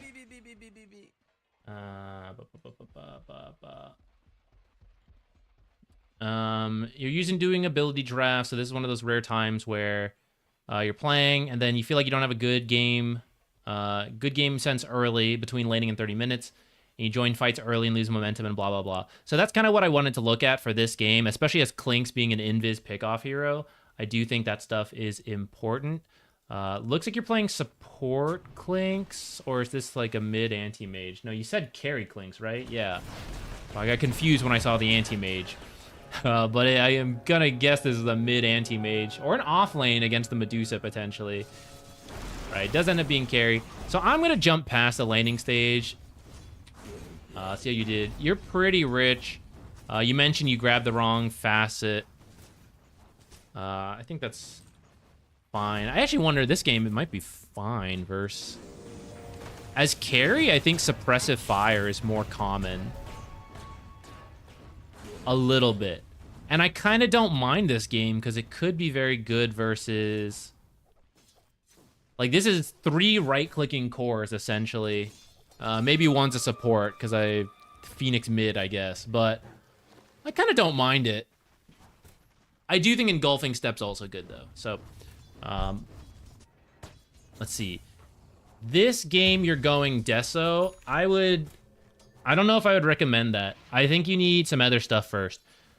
So one, you've got Medusa, who doesn't care about negative armor. You also have no teammates who are going to massively benefit. Anti-mage to some extent, but he also really works off of mana burn. You know, so how much will it matter? I don't know. I'm kind of open to it to some degree. But then, like, egg is going to activate, and then it's not about armor. It's just about killing the egg. So I feel like a regular farming item like Maelstrom into Hurricane Pike is actually really good. Because Hurricane Pike will get you out of the Sprout. It'll give you more range to kill egg, get you away from Medusa, kite the Lifestealer, stuff like that. You could go Deso Hurricane Pike, but I don't know. I'm just not as convinced like the negative armor's as necessary, and Maelstrom is cheaper and faster farming. But I don't play that much Clinkz carry, so I think Maelstrom, Shard, Hurricane Pike sounds good to me.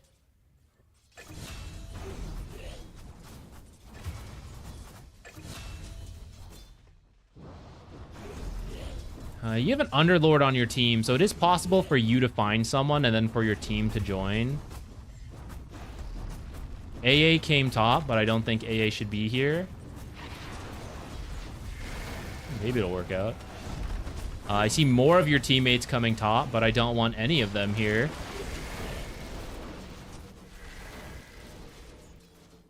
You should just be left alone right now. Oh, Orb of Corrosion's also really good. I would consider picking that up. Not as big of an investment for the negative armor, which I said Medusa won't care about, but it's way cheaper than a Deso, so it's not a big investment. And then the negative heal is very good versus Phoenix and Lifestealer.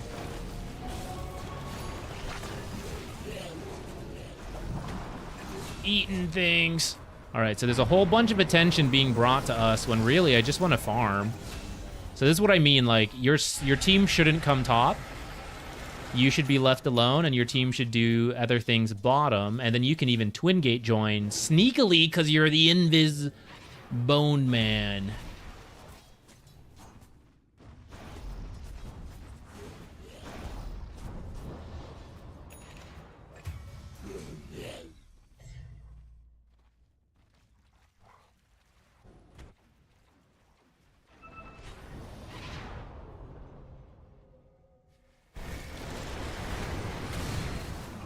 I feel like a fight is trying to form, and it's just a little awkward. I guess I don't hate the idea. I think you could have gone for their Wisdom Shrine while your team just sets up for their own, and then you could TP back if needed, but also Underlord could TP to you with the whole team. I think that would have been a better play than you guys all defensively posturing for your own.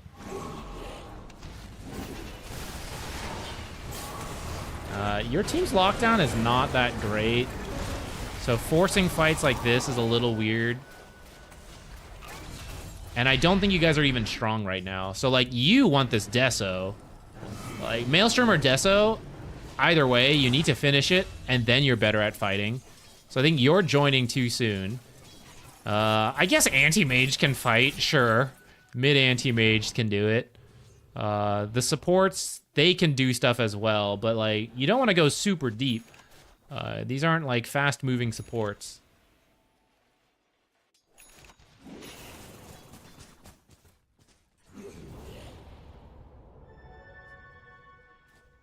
Okay, you're looking for kills again, but you're still in farm mode. This goes back to your original question, feeling lost in the game sense. You're playing carry, and carries build a farming item or a fighting item. You have neither right now, so that means you're farming. But you're looking for kills, which is a battle every carry is going to have to deal with, but pretty much before you finish that first item, you are 80% farm, and then 20%, this is a really opportune fight, so I'll go. Or, like, this is a really big objective, like Tormentor or Wisdom, so I'll do something. Otherwise, I'm just, like, right back to farming. I think this is several minutes of looking for fights, but you're not ready to fight. So even if the fight happens, I don't think it's going to go that well. Or, like, the time investment won't pay off. And we kind of see that, where we are losing net worth, despite... I think you were top a little bit ago. You were, like... Yeah, for a window, you were the #1 net worth hero, and kind of still were to an extent. And then we dropped off a lot. I think this is just a case of gotta be aware of what you're up to. Did you go out of your way to get Wisdom as carry, even if it means you lose a creep wave? I think so, but it should be reasonable chance of success. You know? Don't be like some slow-ass carry. You see the position 4 who's stronger than you go, and you're like, I'm going, right? That's useless. But especially when you're winning the lane and you can potentially push aggressively and, like, help make a play for it, I think it's massive. I think it's one of the most impactful things any core can do at 7 minutes is to enable the double Wisdom Rune steal in some way. Sometimes that is actively moving in, like a Lifestealer Monkey King Juggernaut coming in and helping with this, and they're all strong, survivable to escape in multiple ways. The double Wisdom steal is massive. Mid players, if they have a good rune or something, and they're able to go aggressive, or they see the play happening, so they come protect. Either way, I don't really care. A a lot of cores just don't care enough about the wisdom runes. And it's like the core that often pays the most attention is the offlaner, because like, okay, my support's supposed to go get it, so I play alone. I think it's slowly becoming more accepted that offlaners do that. I think carries and mids are really slacking off in terms of understanding how big a difference it is when both enemy supports have 6 and yours are level 4. And then they just flame their supports without understanding that there's a lot of cases where carries can help with that kind of stuff, or mids can help. And some of them do, and I think those guys are the best and have the strongest early games and stuff like that. I think the rest are not.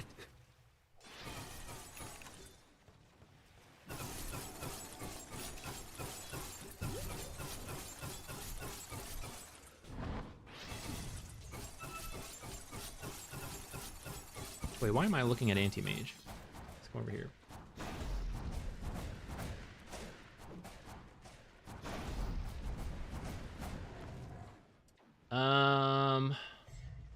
Okay. It's fine to ask questions, and I think it's good to talk between each other, guys.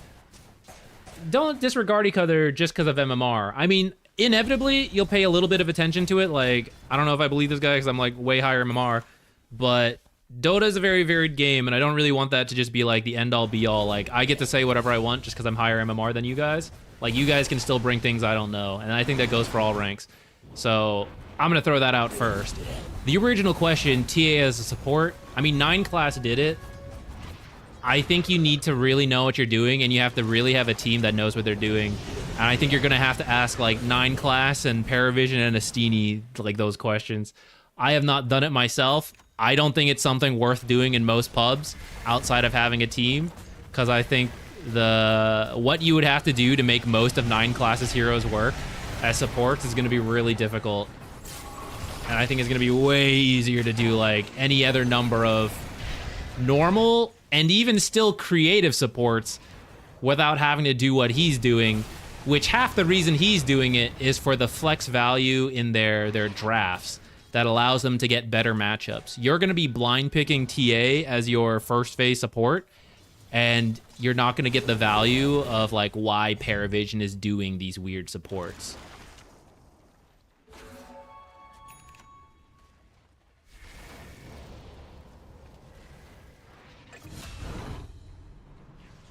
So yeah, TA's not support.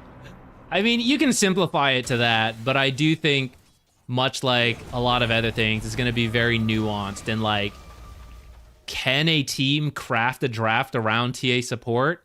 Or, like, have her enable, like, some stuff? Yes. Is it something that's going to be easily done? No. And is it doable on other heroes? Maybe not. You know, like, we haven't seen them try to flex, like, Juggernaut support, you know? So in some veins, yes. In some veins, no.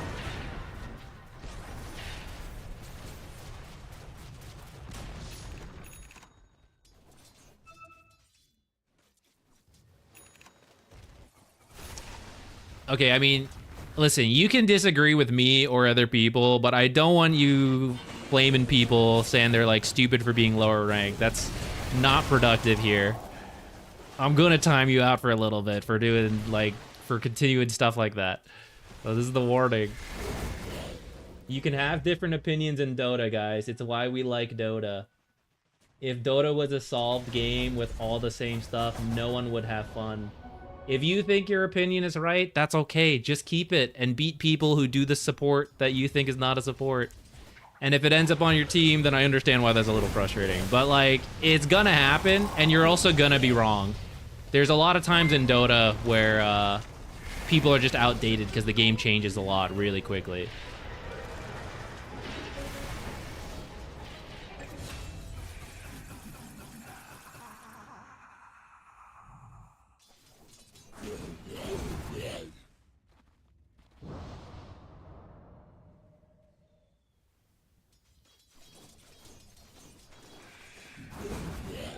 I haven't been focusing at all on your Clinkz game. I'm sorry. I've been talking about other stuff.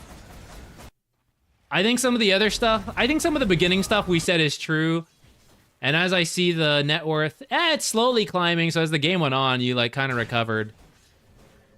I do think that earlier portion, especially pre-Maelstrom Deso, you really should just, like, farm up. And I think that's where some of your game got recovered, is, like, we finally did that.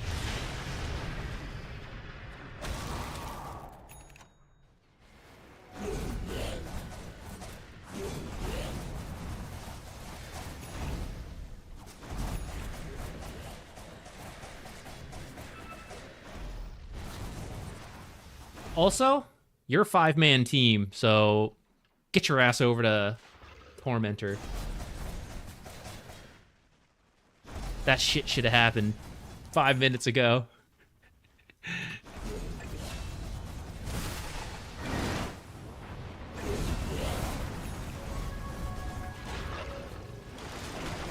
High tempo is fine and good. It's just a really common Dota mistake where high tempo doesn't mean... Like, there are still power spikes in high tempo. High tempo, we all come online at 20 minutes, does not mean you do things at 10 minutes, right? It really comes down to the heroes for that kind of stuff. I see this happen a lot in pubs where teams feel like, oh, we're going to lose the late game, so we have to go, go, go.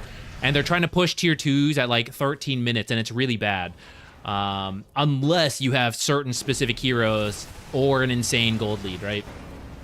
Playing high tempo still means understanding what items you need to do things and what levels you need to do things, and that farming efficiently and making more aggressive plays does not mean like we have to take this at 15 minutes.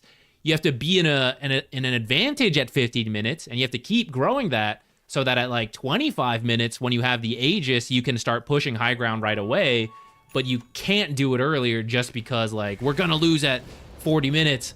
All right, then you have 40 minutes to win, right? You still have a lot of time. And you have to set yourself up. I think that same idea, I'm totally on board for you guys playing high tempo, but then you still have to recognize, like, whether you're Clinkz or whatever hero, like, whatever items and levels we need to do what we need to do is what we need, and then we can go fast. Also, taking objectives early, I totally understand shot calling is difficult when playing certain roles and, like, new at certain stuff. So if you were struggling with shot calling, totally fine. But part of playing high tempo is some of these simpler objectives, such as Tormentor and Towers and all that. Wisdoms.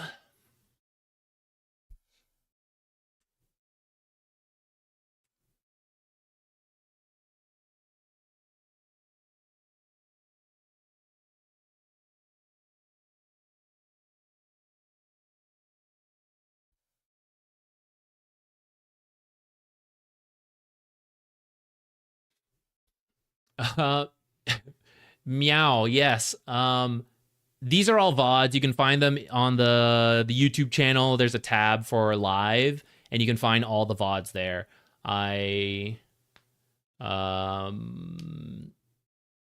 The thumbnail roughly reflects what was covered in the videos, but if you click them, they're usually timestamped, all that. Also, happy birthday. I just read the rest of your message. Happy birthday. Hope it's a good one. Get some sleep on your birthday. That's always a good start.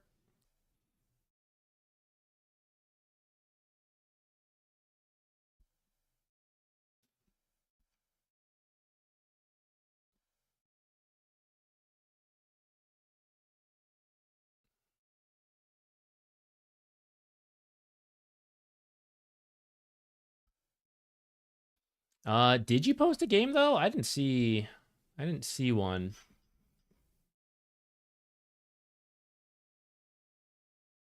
Yeah, Jack Mert. Yeah, just drop him in the chat. Here, I'll post this up again as well. Just drop him in the chat.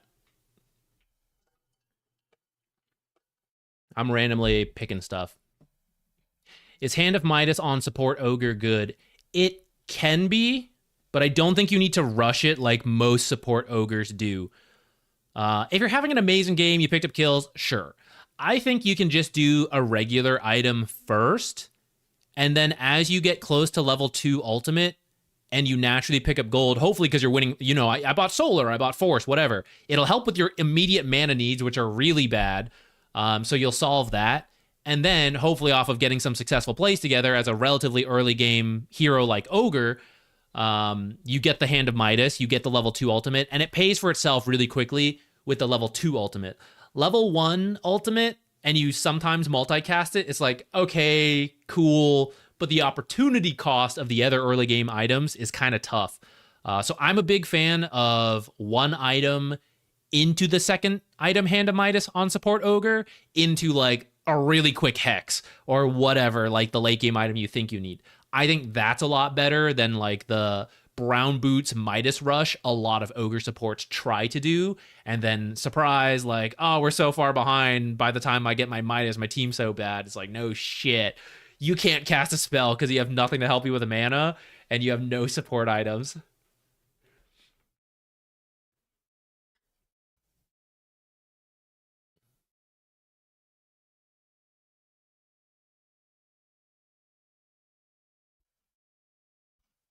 Oh, let's see, where is this one?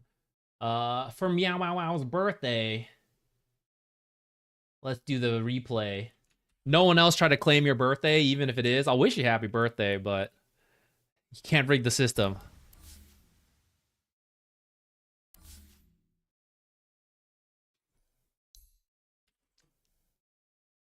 Let's take a look. Invoker for Guardian.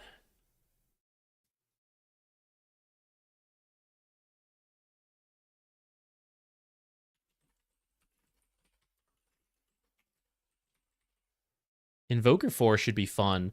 I'm guessing we'll end up critiquing some of your spell usage.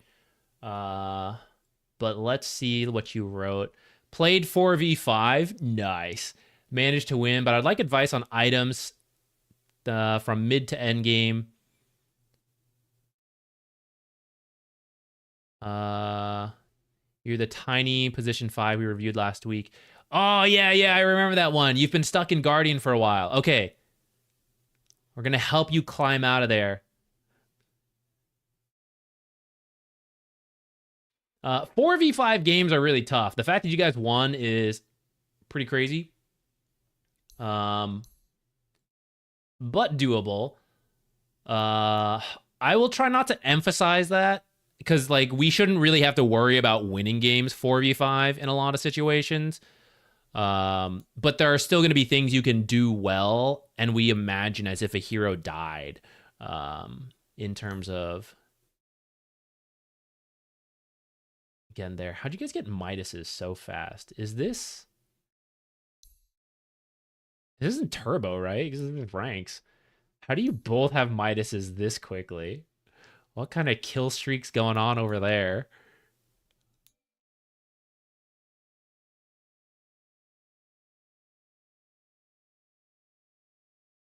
All right, we're going to see. We'll see what happens there. For mid to late game items on Invoker, the Aghanims and Refresher's a classic, so I see you got those in here. Hex isn't bad, though this actually feels like a really awkward build-up path, this Midas into Yules. I would actually say, well, Yules is pretty good versus these. Atos is more popular, and then like late game Gleipnir. But Yules is pretty good versus Ursa and like some of these channeled spells, so I do kind of get it. I might still do the Atos. I also think you Midas on support Invoker shouldn't really... I wouldn't really do it.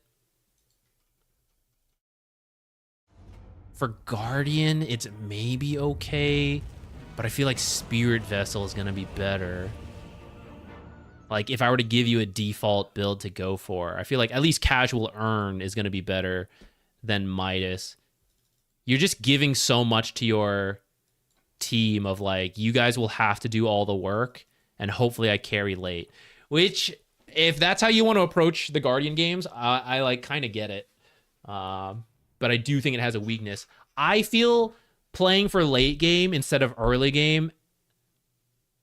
Let me adjust this.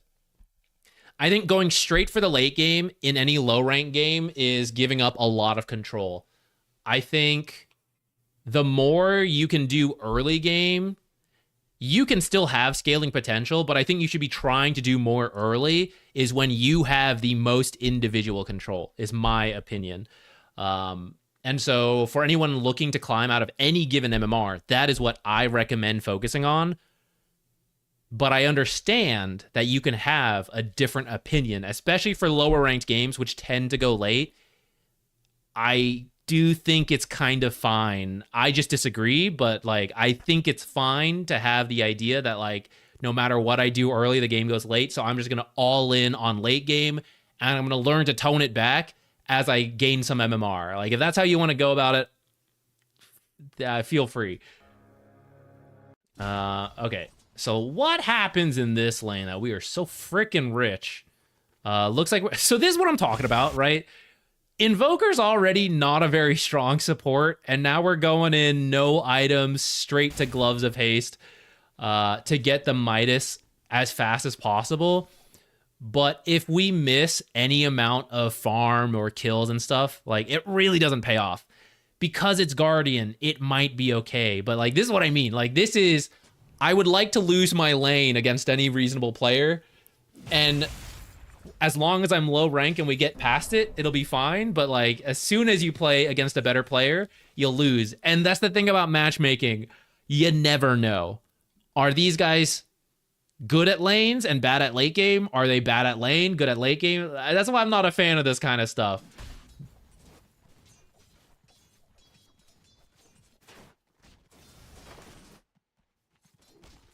Okay, looking around for Sunstrikes is good. Got him! What have we done in this lane, though? Go back real quick. This is going to be an upcoming video, guys. It's the lack of auto attacks in most people's gameplay, but especially for range supports. So we were a little late to lane. Sometimes that happens, you know. You load into the game, but suddenly your cat breaks a glass at 2 a.m. last night, and you have to clean it up, so you're a little late to the game.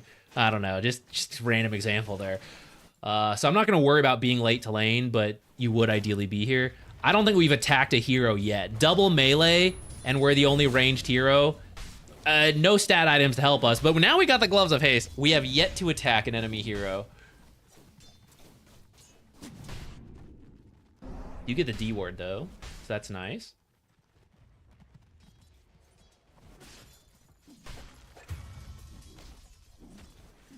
Got our first attacks in 3, 4. Look at it tickle, guys, because Invoker support has no damage.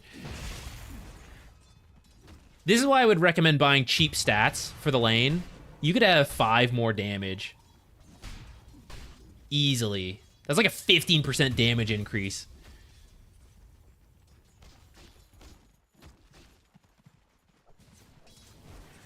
So I think you're really worried about getting hooked. But notice when you're in the lane near the Magnus, you're able to just, like, pelt the Ursa repeatedly. Hook is down, so now even if I'm out of position, it doesn't matter. You have 18 seconds. So you have, like, 10 seconds to go crazy, and then you can start toning it down. Nice skewer. And then the cold snap. If the Sunstrike connected, like you overcommitted on the Ursa. I'm not gonna make that big a deal of it. Could have even killed the Pudge. But what I'd rather highlight is that if we instead bought stat items, literally, if this Clarity was an Iron Branch instead, you would have killed Pudge and you would have lived because you would have enough health and you would have done enough damage. So like these are the moments where having stat items helps you get kills instead of being killed, and that's why they're worth what they're worth. Not every single game, but gaining MMR isn't about winning every single game. It's about winning a lot of games over hundreds of games and just tilting a couple in your favor. Here's another case. Literally 1 extra stat, and you kill Pudge without dying. And in 100 games, you just need 3 that change because of, like, optimal builds and all that stuff. Like, that's gaining MMR. Way too many people focus about any single game, but for the average player, gaining MMR is about habits over hundreds of games, and just four games here and there, they change because of something you did. Sunstrike his ass! Damn. So we're going real bare bones just to, like, round it out. Like, this is working for this rank, but I don't think it's very consistent, and I don't think you'll know when to change this build because it's too late. Like, once you start, you're committed to this type of build, and you won't know if they're good laners or not. And I think as soon as you play against someone good who will punish you and not get skewered 5 times under the tier 1 tower, right? Like, this is done, and we're not hitting this Midas timing. So that's my critique, and why my personal philosophy is, like, go for strong early impact rather than full-on late game. I've made my case, though, so I'll stop. We'll move on. In between all the stuff, stacks would be really good. You have multiple heroes you can clear stacks easily. So, for example, one of the items you could buy instead is boots, and then you'd be able to boot and easily make it to stack and then get back into the lane. Kite the hooks, kite the Ursa.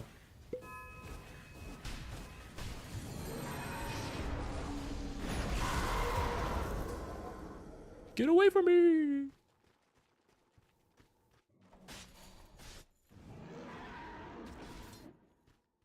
Magnus TP's all the way home, but he probably should just TP to go to the jungle. This is the case where you should get in position to stack. And then if you would do like multiple things, you'd be like walking this way, watch the lane, and then depending how fast they push, you can potentially come over and do this. And while you're walking, you know, you quick look for the Sunstrike, good Sunstrike, and then you either double stack and then you come here. It's like another consistency thing. Maybe you end up just walking back and getting this, and I'd say it's fine. But this creep wave is also worth less than the double stack. So if you choose to double stack and miss 2 creeps and then make your way in for the rest of the XP and maybe a last hit, like, I also think that's arguably better.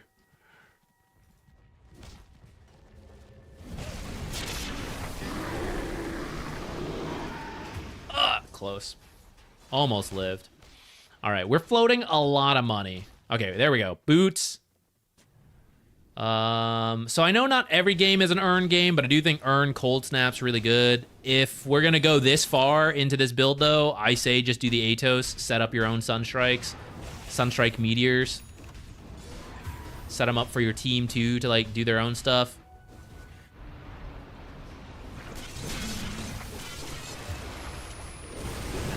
Okay, there's the abandon or like a disconnect for now. I don't want to go through too much of a 4v5 game because I think at that point it starts mattering less. But I am willing to look at a couple late game situations and we just imagine it's like someone who died and like how do we approach it 4v5, which does happen very often in many of our pub games. Nice. You're partied with this guy, right?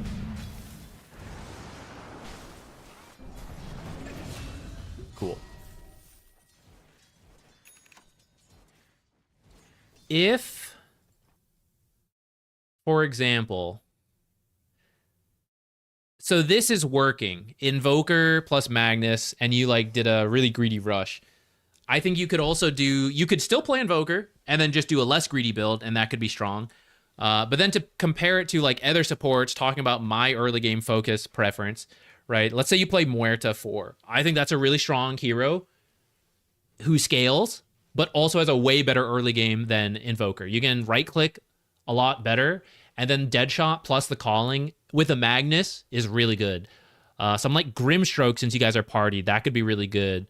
Let's see, what's my tier list of position for us? Who else could we play that's like more consistent than Invoker? Muerta can also double stack really easily for the Magnus. These are really consistent ways to get strong. Weaver as a scaling 4 who could do a lot could be good too.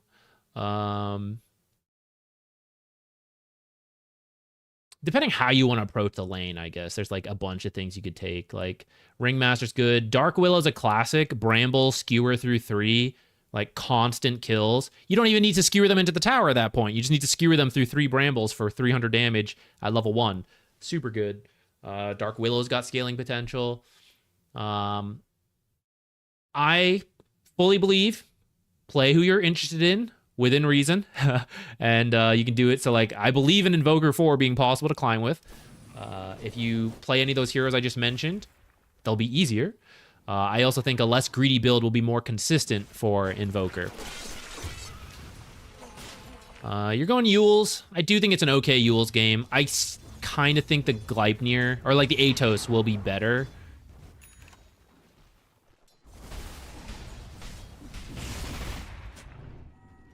Okay, so from here, this is where things are weird. Let's just jump to a late game situation.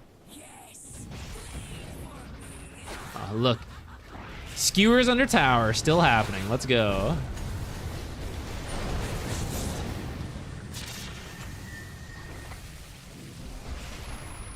I was gonna say, where's the... Go back.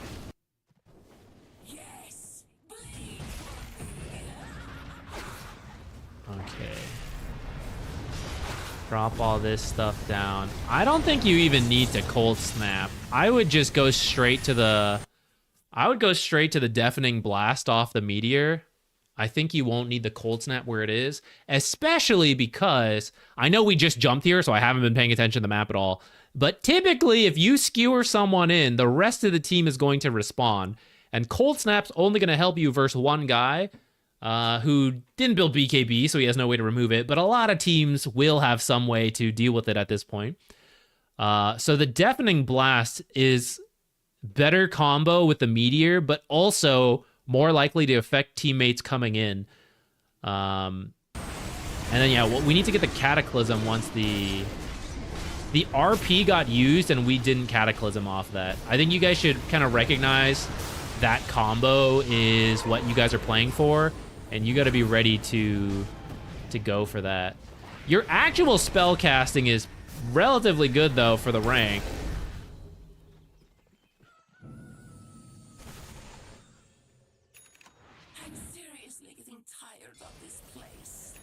Cycled through the spells pretty quickly.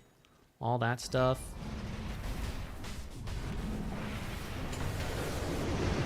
He's too powerful. All right, I didn't know she had all that because we jumped ahead. In these types of situations, though, so you and this guy are coming in. Get the Forge Spirits out early. Have them, walk in. Get the Alacrity ready. And then you don't know the buyback situation. Now, maybe we do. Maybe they used them earlier. No.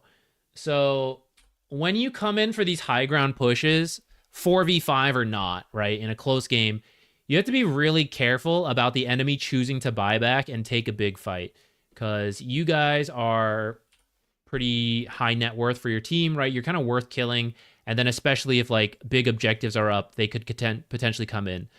Maybe your team has used buyback. So for example, Nature's Prophet, I saw it used his, and he might be worth killing. So when you start revealing all over the map and scattering around, you got to be a little careful, especially as you go for someone like Crystal Maiden, who has some setup, especially if you've used your BKBs and Dispels from the earlier fight that got these guys killed. And she's apparently pretty strong with a BKB Ags. Didn't know she had that, but she's also rich this game.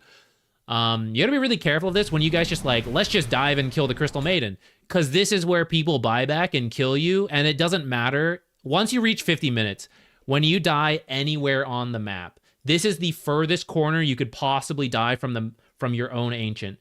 When you die here, your death timer is 80 plus seconds, and they have 30 seconds to walk here, and then 50 seconds to kill your base. And in these late game situations, that's enough time to usually win the game. So this is where a lot of people slip up. They get overconfident. They're like, we just wiped them. Late game situations, like, go, go, go, one here left, and you lose to the buybacks. So you just have to maintain discipline. Like, throw some spells at Crystal Maiden, sure, but respect the potential buybacks and don't overcommit. In this case, they didn't, and she just ends up killing you with a BKB ult. kind of shows we didn't respect her damage enough, like her own individual damage. Usually it's not the support Crystal Maiden solo killing, it's the buybacks from the rest of the team. Still think it's a lesson worth discussing here. And sometimes it's not you guys. You guys overcommit here, and then they're like, wait, Nature's has no buyback. You know, buyback, jump him. Sometimes you have heroes that can do that, like Spectre, insta-jump. Or Crystal Maiden didn't show here. You guys overcommit like this, and then like Crystal Maiden was setting up on Nature's, and then you guys can't like catch up.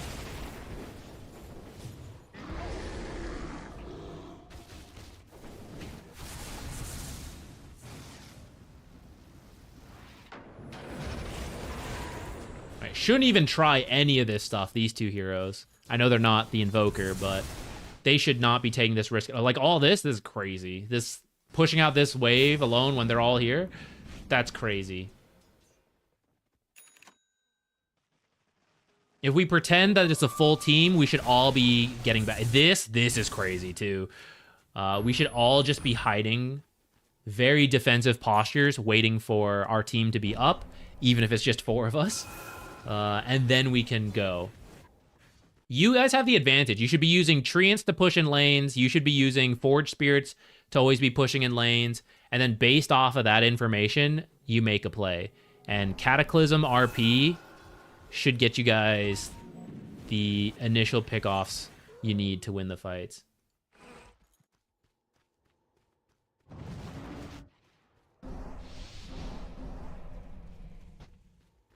Itemization, I don't really have any complaints. I think a lot of these are pretty good. Next, we can consume the Ags. I don't think a lot of people get the Shard with this, but I'm kind of thinking if you have a guaranteed setup like RP, I don't know, summoning like 50 Forge Spirits sounds pretty funny. Maybe it is good. Like, you see how you guys are really scattered right now? It's minimap time. Let's go back a little longer. Everyone just watch the minimap. This is a bug. He's not there right now.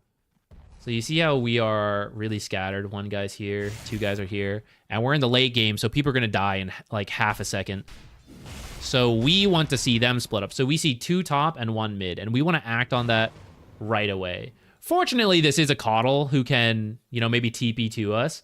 But it's still pretty risky. Like, he keeps coming up here in the middle of the lane to, like, shove things in when you should just keep waiting in the trees. Gonna start a fight over here. And then how does Magnus and Invoker join? There's not really an easy way. They kind of do have bots. If this creep wave gets killed, there's no easy way. Can the enemy team join? Yes, because this is their outpost. So this is, like, really risky. And we lose the natures for it. And he has no buyback. So late game Dota is all about watching the map, seeing what happens, and dealing with it. Now, when your team does feed and you like split push top, that's not too bad.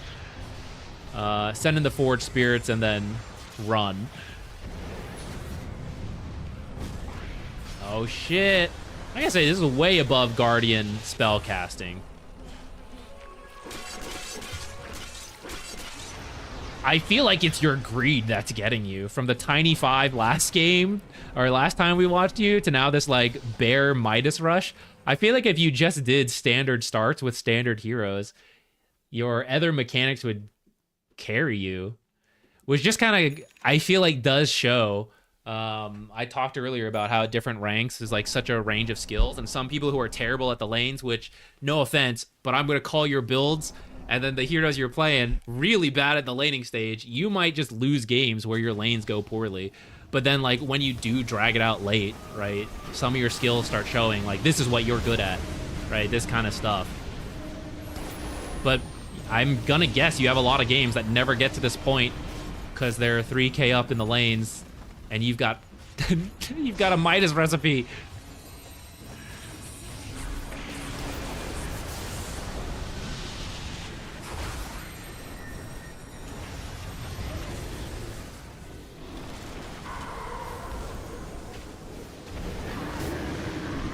I was never this extreme of, like, you know, Tiny sitting in trees waiting for toss and, like, Magnus, or sorry, Invoker straight Midas Rush. But I will say, like, I think to some degree, everyone has something like this, where when I started, I did not understand the value of drums. When I started playing, drums had limited charge, and I don't think you could even, like, I think eventually you could buy recipes to refill the charges. I don't think you could do it at that time. Maybe you could sell it and buy a new pair. I don't remember. But I started Dota at a time where mid laners were buying drums, and I just couldn't get it of like, why would you buy this dead end item, you know? Same with like Magic Stick and Wand. I was like, you're just gonna replace it. Like, what's the point? It's really difficult to see because it happens over the course of hundreds of games and thousands of games, and you just have to see the trend. But like early game items, it's the flow and transition of power where you're more likely to be in situations that are good for you when you buy early game items and you have those kind of power spikes. And when you constantly skip them, it works sometimes, but a lot of situations no longer work because you skip it too hard. So it's a line between greed and like early active play. But there's a reason why you almost never see any pro level player do this kind of stuff. Like literally no items straight to Midas, right? There's almost always Iron Branches, Circlets. It's worth it to get these early items that you'll replace like Bracer and Drums, because there's you build power and you're strong enough to get kills, and it creates this snowball potential you couldn't have earlier. I feel like from the 2 games I've watched you, that's maybe something you need to think about, of like, I'm on board for playing for late game, but I still think you don't skip this hard on early game. I just think it will be too inconsistent for you, and you will bounce back and forth a lot of like, we win and then we lose. We win and then we lose. Like, you just buy... you find the middle ground, right? Maybe instead of 2 bracers, you're getting 1 bracer because you're like, I'm going to skip that one. You know, things like that I think are fine. But I think the full level, I don't need a single misclick. The single like no stat start versus like 5 Iron Branches on Invoker would have been 250 gold. Let's say tangos and 5 branches. Still a greedy start, but would have been way stronger. I think, what did I say? Like 15% damage increase on right clicks to start. You get more health, more mana to work with. And like those Pudge kills we saw at the start of the game, you kill him without dying. And because you get that kill, 1 kill on Pudge that you wouldn't have otherwise pays for all those Iron Branches. And you're more likely to kill Pudge again in the future because you killed him the first time. And so you're building a gold lead difference. That's kind of what that is. And the reason sometimes you try and you're like, it wasn't worth it. I bought drums, it wasn't worth it. Because sometimes it doesn't matter. Sometimes in a given game, it doesn't matter. And you could have gone full greed. But as someone who has played a shitload and watches a shitload of Dota, I promise you guys, when you learn the flow of power in Dota, there are more situations that work out for not completely skipping early game items. The same with the Ogre going straight Midas instead of like 1 item into the Midas. You are generally in a better spot. And gaining MMR is about generally being in better spots, not about winning any given game.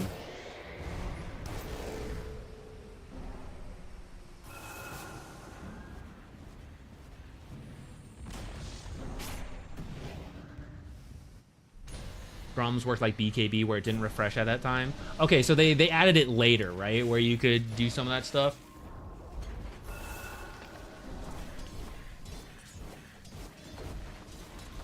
I think now you can still buy the recipe. Or now you can't. They just changed it again where now it's got no charges. I think before this, where it had like the Boots of Bearings, I think you could still buy the recipe, but no one did because there's Boots of Bearings. We see way more drum purchases now because of the unlimited charges. But now we rarely see Boots of Bearing because of that. So it's kind of funny.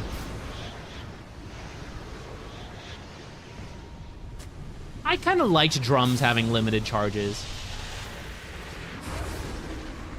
It's a difficult item to balance, but...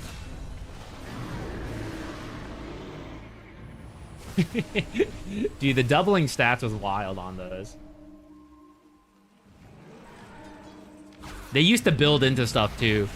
Like Null Talisman used to build into the Veil. Those were the days. Still doing Chaos replays? Hell yeah. And speaking of, it's time to pick the next one. All right, I'll let you guys keep watching this wild game. I'm going to be right back. Put in your match IDs and all that stuff.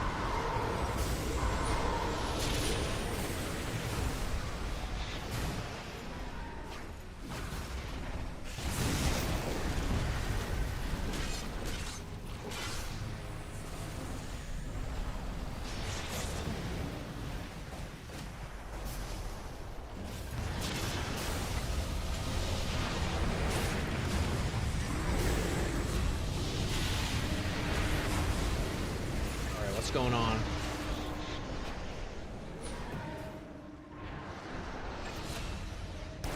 Would it be really funny if you guys had to agree on which replay to do? I feel like that could be funny. How about for the next replay, you guys all have to decide. I'll pick one now randomly, and for the next one, you guys all discuss between yourselves. You're like, this is why we have to cover mine. You guys need to make alliances and agree on which replay to put forward.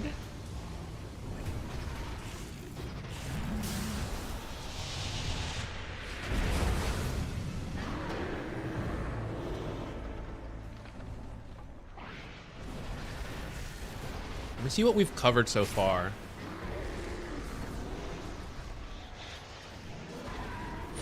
We have a decent mix of ranks and everything today. We didn't do a mid replay. Those are my worst feedbacks, to be honest. So maybe it's fine that way.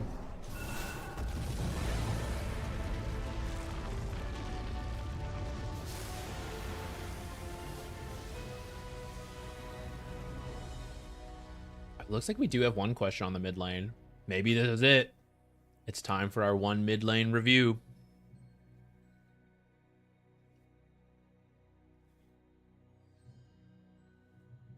I think it could be good. It could be good to understand for the support players here how... Well, I mean, we don't know what the game's going to be yet, but potentially...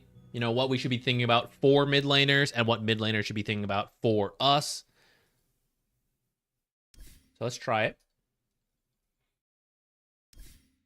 And then seriously, between yourselves, guys, if you can, it doesn't have to be unanimous, but if you can get a couple of you guys to agree on one replay, I'll do that one next. If it doesn't pan out, it's okay. I'll just keep picking random stuff. But the idea is funny in my head now.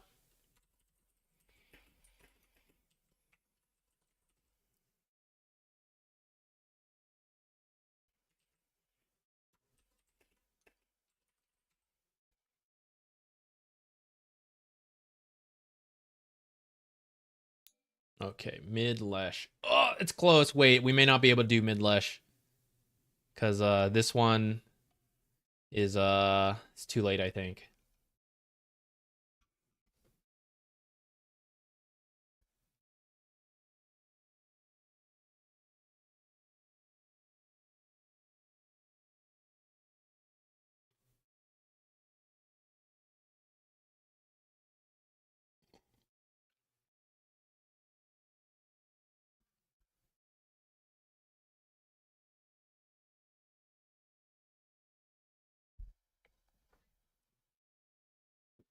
Pro game VOD review anytime soon. I was actually thinking about because Blast is going on, and I was thinking about watching some of it live, or not live. We'd have a delay, but I had a question on their community guidelines, and I want to follow it because, you know, we're like content creator caster. I want to try to play by everyone's rules, even though technically I can just do whatever I want as long as I follow Valve's rules. Valve's is like ultimate, but I think it's in my best interest to do my best to follow everyone's preferences. So I had a question on one of them. I sent it to them. I didn't get a response yet. So I don't want to watch it live. We could pull up old games that have already happened. That is perfectly fine. And if you guys have an interest in it, I would be up to do it. I didn't really watch a lot of the Blast games. So I wouldn't mind watching at like one of the pro games that have already happened, especially if something interesting happened in it. We could take a look at it. We used to do more. It's been a while since I did them. It just feels a little like I'm not sure what the full audience is. Because like if you just want the cast and high level talk, that's usually what the cast of the game is. Or like the panel talking about it. Now, maybe you couldn't catch those. That's fine. And you want a condensed video that goes super deep into it. But there's only some people who care about that. And that's the tough part, I think. Of like, it's way harder for me because it's more high stakes, right? I can't go in there and be like, well, you know, this was super bad of Tundra. Like, why'd they do that? And you're like, okay, listen, guy with half our MMR. This is exactly why we did it, you know, and it didn't pan out, blah, blah, blah, whatever. But like, here's all the high level stuff you missed because you're just some 7K scrub. And it's like, you know what? That's fair, right? So I do think I can have good analysis even on pro games, but I have to sit there and really dig through it and really think hard and really like make sure I'm covering my own ass, you know, look from multiple angles, try to think as much as possible to make that video. And we've done a little bit in the past, but it's just like way more work to talk about some hyper specific situation that almost never happens to pub games. And that's why like some people find it interesting because that's pro Dota, and it's like, I just find it interesting because that's what it is. And I think that's fair. But then a lot of people say like, I don't give a shit. This isn't relevant to me at all. Like, I just watch Dota because it's pro Dota because it's cool. I don't give a shit why he did that, and it won't help me in my game. You know, so it's just this weird, it's this weird split audience that takes a lot more effort from me compared to usually like replay reviews or like videos helping average pubs. I have learned it all at this point. A lot of it is very quick to me. I might have to do the prep work to make graphics or images and whatever for something I want to talk about, but I don't have to like second guess myself. Like, am I completely wrong on what I'm saying? And am I going to get like roasted by some pro player, you know, that I'm flaming for doing something for like partial views? That's the struggle for me where I'm at on that.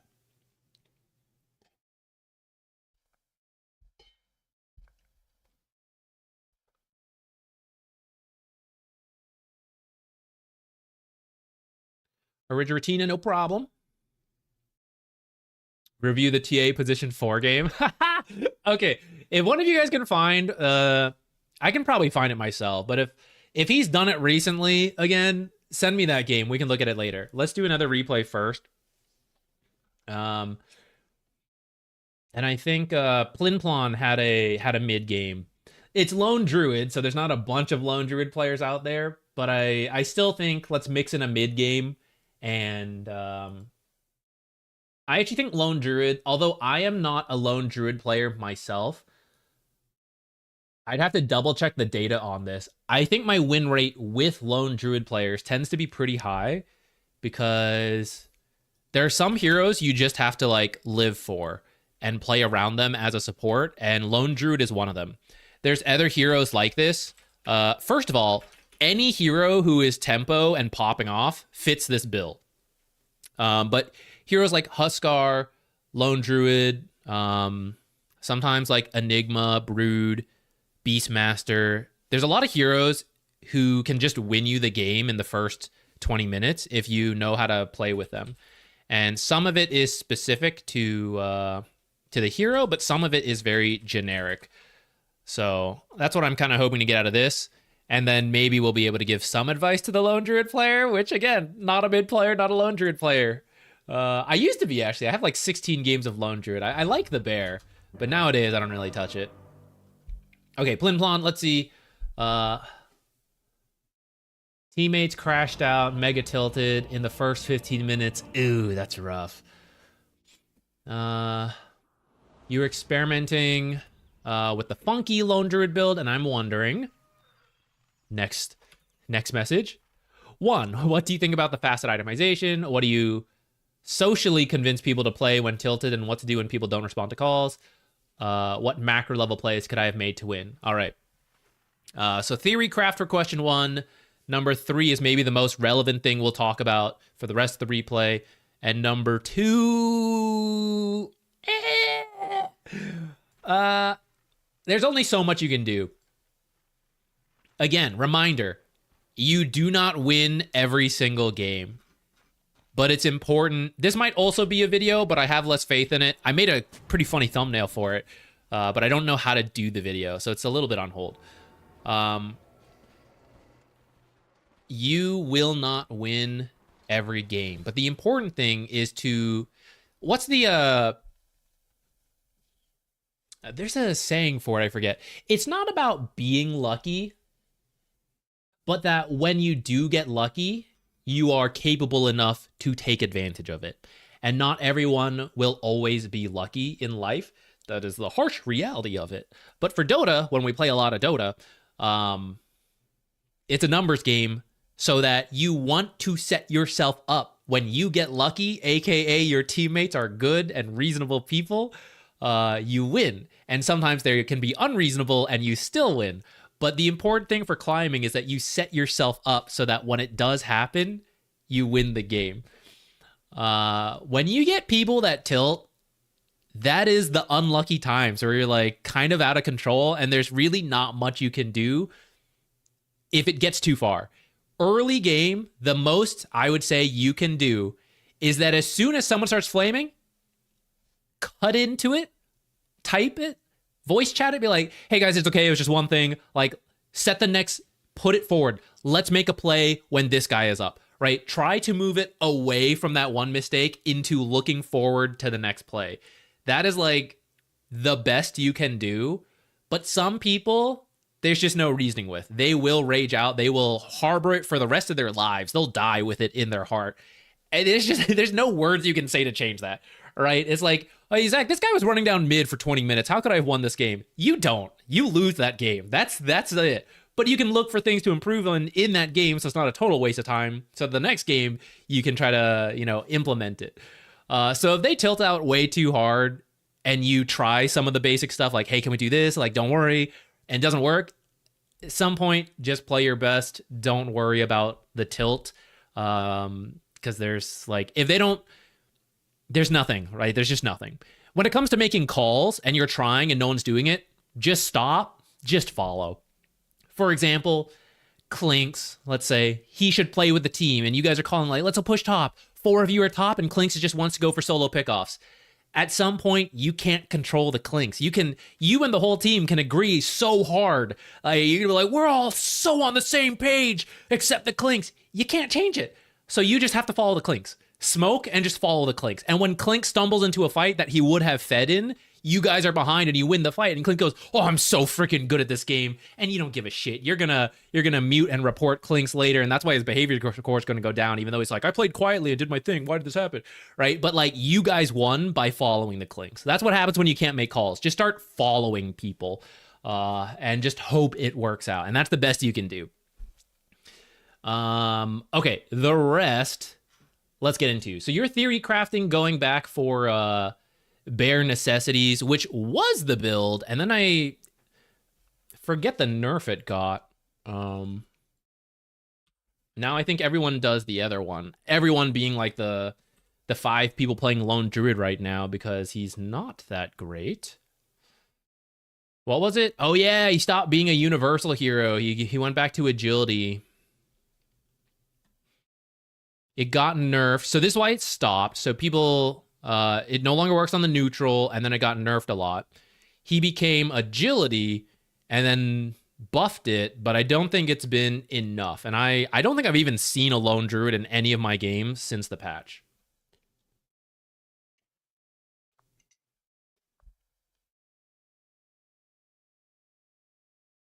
A satirical piece about winning every game actually sounds funny, Joy K. Maybe that's a good April Fool's video for next year, 11 months from now.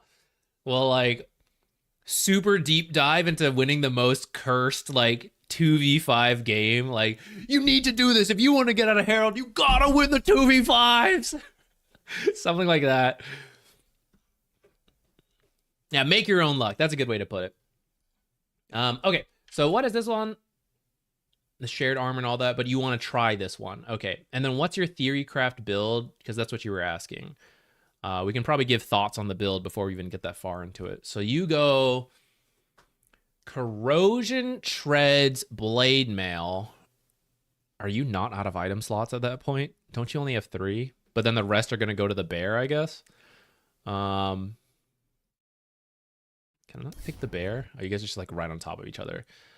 Okay, the bear has the normal slots and you have the ones that have to be shared. Okay. So I guess you're giving the bear, we'll see it in a moment, but you're probably giving him the corrosion. You can share the boots back and forth later once you're done with it.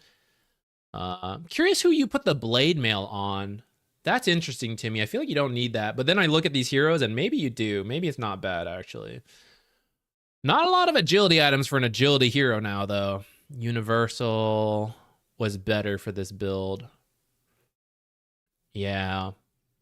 I feel like if you're gonna try bare necessities, we somehow have to work in more. Well, the bear is the bear unit. How does the bear's damage work? Can the bear get stat damage nowadays? I don't think so. It never worked that way in the past, but maybe now. Oh, the bear is still universal? Oh. I didn't realize this. Huh. Let me think on this.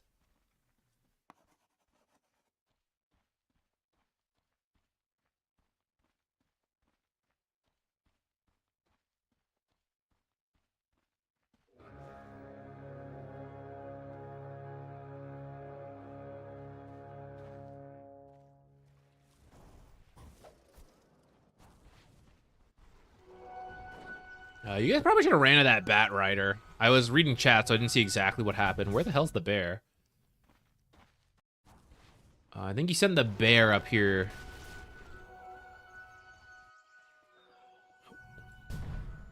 Why did I lose? Why can I not? Oh, here.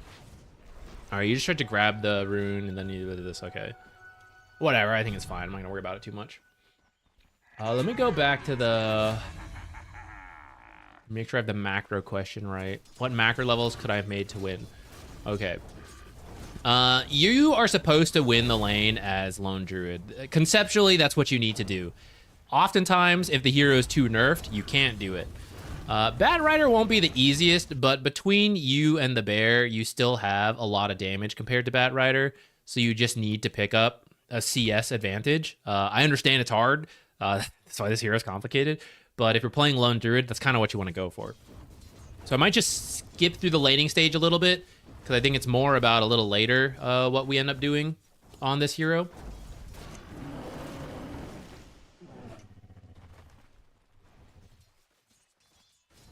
The idea is that if I harpoon my druid into someone with blade mail and ulti active, they can't kill me, and I root them and ruin their life. I don't like the idea. But at the same time, should you not just pick targets where you won't need the blade mail? I know this is a really good blade mail game, so don't get me wrong on that front. But like, I don't think you pick Lone Druid to be a tank, you know? To feel like, oh, I gotta go in and survive. I think you get a lead so no one can kill you, and then you just kill whoever shows up. And if they can kill you because they have enough heroes, I don't think you show up. That's kind of my gut feeling on it. Now you harpoon them, and I don't know, maybe we root them, but are we doing enough damage with a blade mail compared to a diffusal? These are my questions. I'm not trying to sound like I'm flaming you. Like, these are literally my thoughts on the build of like why it maybe will or will not work out.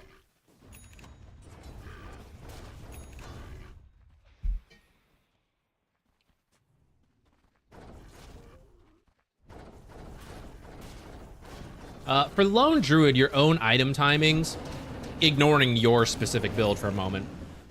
Lone Druid usually wants to win his lane, and then he reaches the point where he can kill the enemy mid laner, or whatever lane he's in, actually. And because of that, they leave the lane, and then you take the tower early.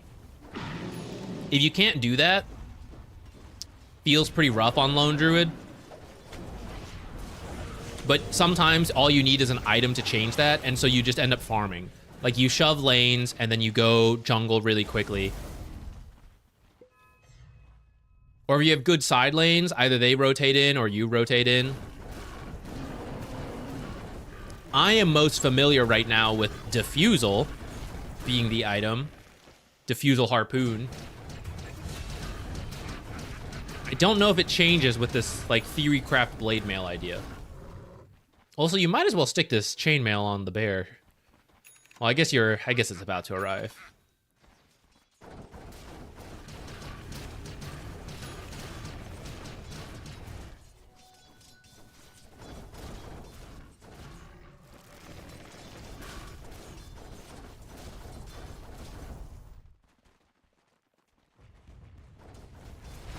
So, like, if you had a Diffusal right now, I'm pretty sure you could literally A-click Ancient Apparition with the bear, Diffusal him, and he would die. I am a little worried about other heroes being here, but just, like, the benefit of Diffusal versus Blade Mail. In this situation, let's say Ancient was a little further up. Let's just pretend we knew the other heroes were not here. I don't think you can kill him with the Blade Mail, but with the Diffusal, it's 100%. And it's just, you get close enough, you Diffusal, and that's it. That's the kill. Like Blade Mail, maybe once you get close, and then maybe if he he tries to TP out, maybe you still have enough damage to kill him. But the Diffusal, I feel, definitely has enough damage to at least completely threaten him from getting anywhere close to you. And I think that's why I like the Diffusal.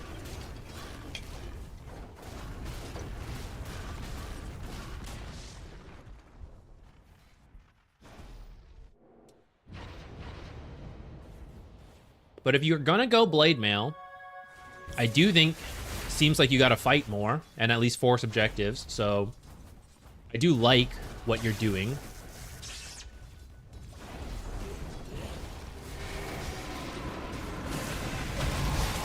Rip Bear. GG's. Undying is not a fan of this build.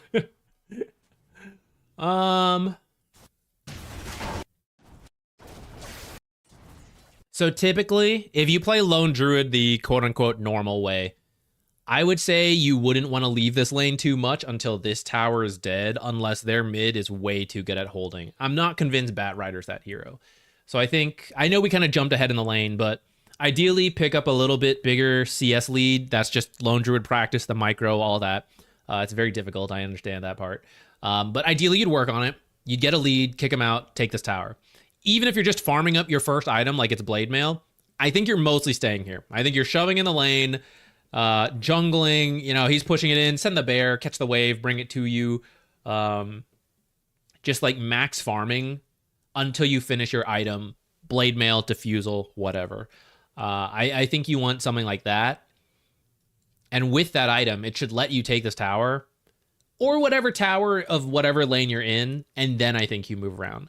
We're moving around. We did take top, and we're like trying to take bottom. So I do like that. But I think your mid tower or whatever tower you start in should be killed as part of getting to your first major item. And then here is where some downsides to the Blade Mail. So I think Diffusal would go on the bear, right? The bear, love the bear. I call him Alfredo. You've got him as Walter White here. Love the bear.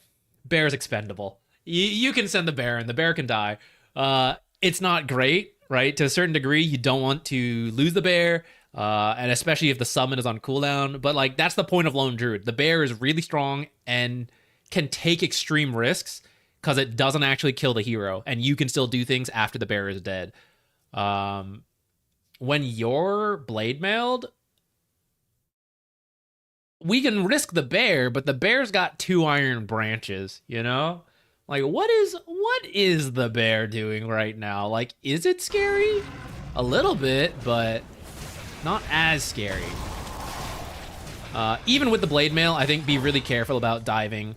Always be worried about diving against certain heroes, and heroes like Batrider, Clockwork, Ancient Apparition with the Ice Vortex spam and the Ice Blast can be very scary. So I think there's like a multifaceted thing there.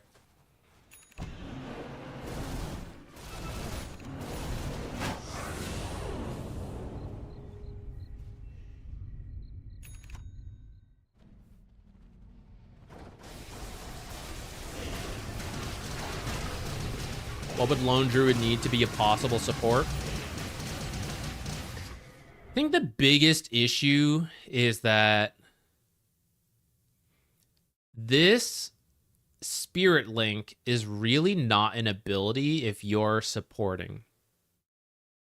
And I think the idea of Lone Druid is that you reach high levels quickly as a core, and because you're denying so much with the bear, so the bear levels up quickly and becomes relatively strong. Lone Druid is actually not a very good late game hero. Many people think, oh, he's got 12 slots, you know, in this case 9. He's like, oh, ultra late game hero. Ultra late game, maybe. But the late game, Lone Druid actually drops off really hard after the mid game until you maybe reach that like 12 slotted moment. But you almost never see that. Because once the bear is killable, the hero is done. A hero like PA, level 7, yeah, that bear is scary as shit. You get to 12 to 18, 20, 25, like you stop caring about the bear. You know, you'll just kill the bear. Core Lone Druid works as a tempo hero so that you hopefully never reach that point. Support Lone Druid will just inherently get slower levels of the bear. And so the level 1 bear needs to be so good. The level 1 bear, or you have to change the abilities in some way that the Lone Druid brings more value in other elements. Otherwise, I think support Lone Druid just really misses the mark of what this hero does and the power spike it has. He has 2 fears. Don't you need the shard, though?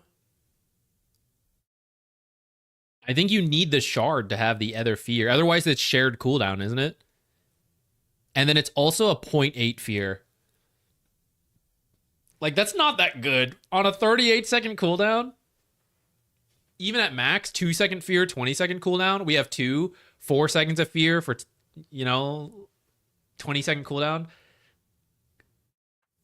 Mirana can launch her arrow at a lower cooldown. You could throw 2 Jakiro stuns in that time, right? It's just like,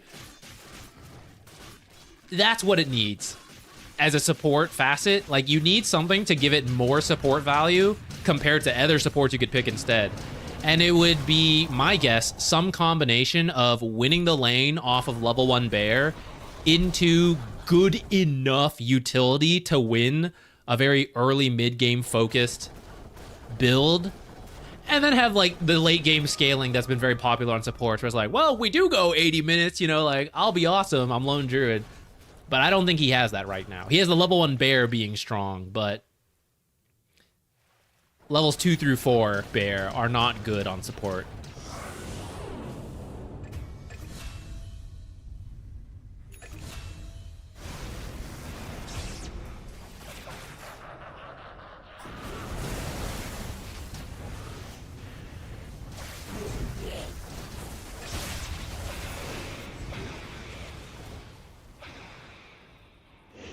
Right now, I'm kind of wondering what the difference is if you put these items on the bear, if your hero would be really any different. Right? The way that fight broke out. Especially because Echo only works on melee, so if you're not in Lone Druid form, this Echo wasn't even doing anything.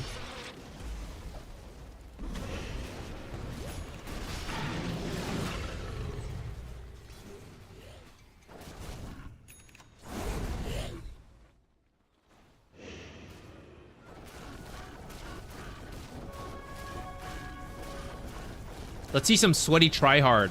Switch that Echo to the bear while you're farming, and you're not in true form.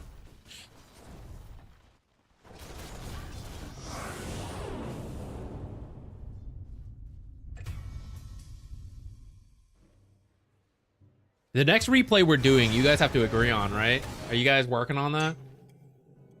Have you guys picked out a replay together? Who's being put forward?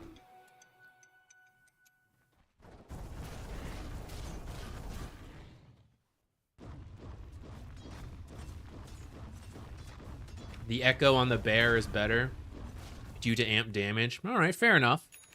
But what about the sweaty tryhard, pass the Echo, get the double hit, pass it back? How about that?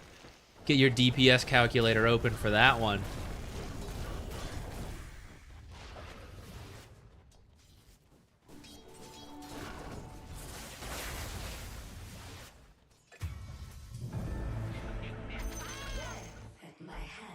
Just as a random example, he's got a shield rune, so maybe we're not doing it. Well, that was kind of wacky. But if the bear is strong, because you're putting items on the bear, you can send the bear at this razor, whack him a little bit, and Razor might hit back a little bit. You fear, unless this guy's going to BKB to kill the bear. Probably not. But he would BKB to kill the hero. So you send the bear in, whack him away. You get some of his health. The bear gets low, fear him away. You can send the bear back while the main hero farms. You can summon a new bear, right? Yeah, I don't know. That's where I'm feeling. Feeling like maybe just still the classic bear be strong is better than this. We need a polling mechanism between Twitch and YouTube too. I forgot about that.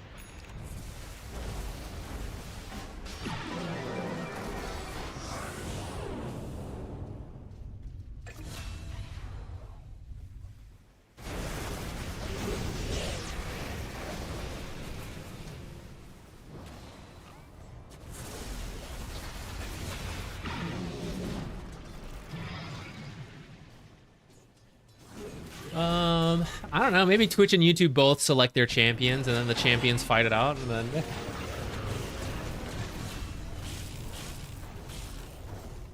All right. There's actually a slight consensus on Twitch, so.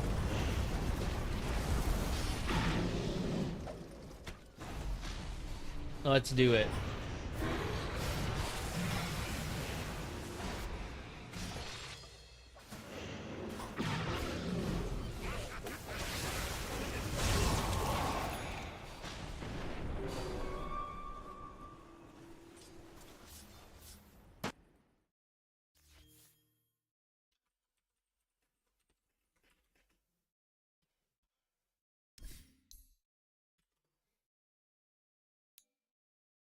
Okay, this is a Monkey King Crusader Position 1 game.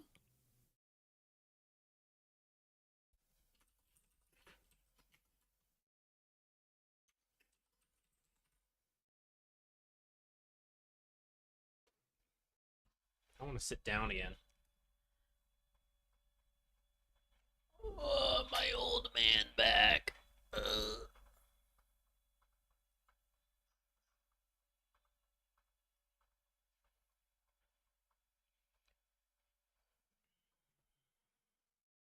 Okay.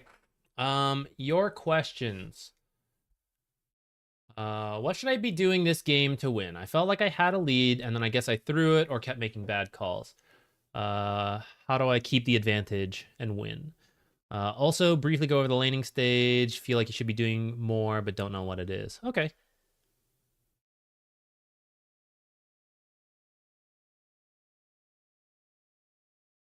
All right, that sounds good. Monkey King is a bit of a tricky hero. So who are we? We're safe lane with Oracle, and we're against what?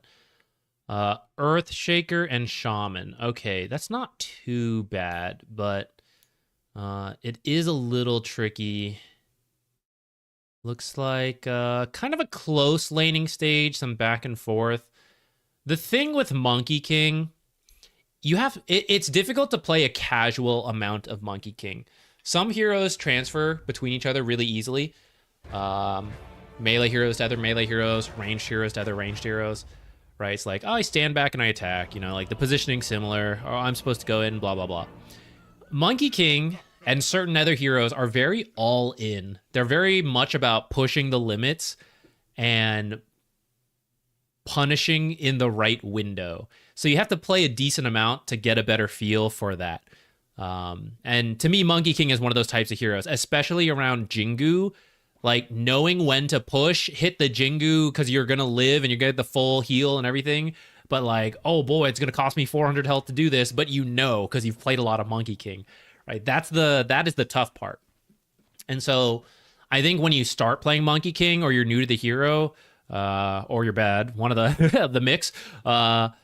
If the lane is really easy, then you don't really notice it. You know, it's like, they left me alone, I farmed, or like, I got killed with Jingu, is easy. But the times to know, like, I'm going to jump in here, I'm going to lose 2/3 of my health, and then I'm going to kill him, and I'm going to full heal, right? Like, that's difficult, and that's scary, but that is playing the hero. This is kind of risky based on what's happening. I don't know if we want to be doing this. This kind of move forward is either super scary or really good. And when you don't have vision, this is kind of bugged. You don't see these guys on the mini map. I was just double checking. Either, okay, we're killing natures, or they're killing us. He's coming in aggressively. He's coming in with such confidence, right? Like, you got to respect that. And so you guys kind of like back up for a little bit, but then also kind of go in. But like, if his team was actually with him, you would have died really quickly right here. And then they kind of shuffle in. It's like not the smoothest, but then they eventually do get the kill. Level 1 bounty rune fights, no individual bounty is worth dying over. So just play it cautious.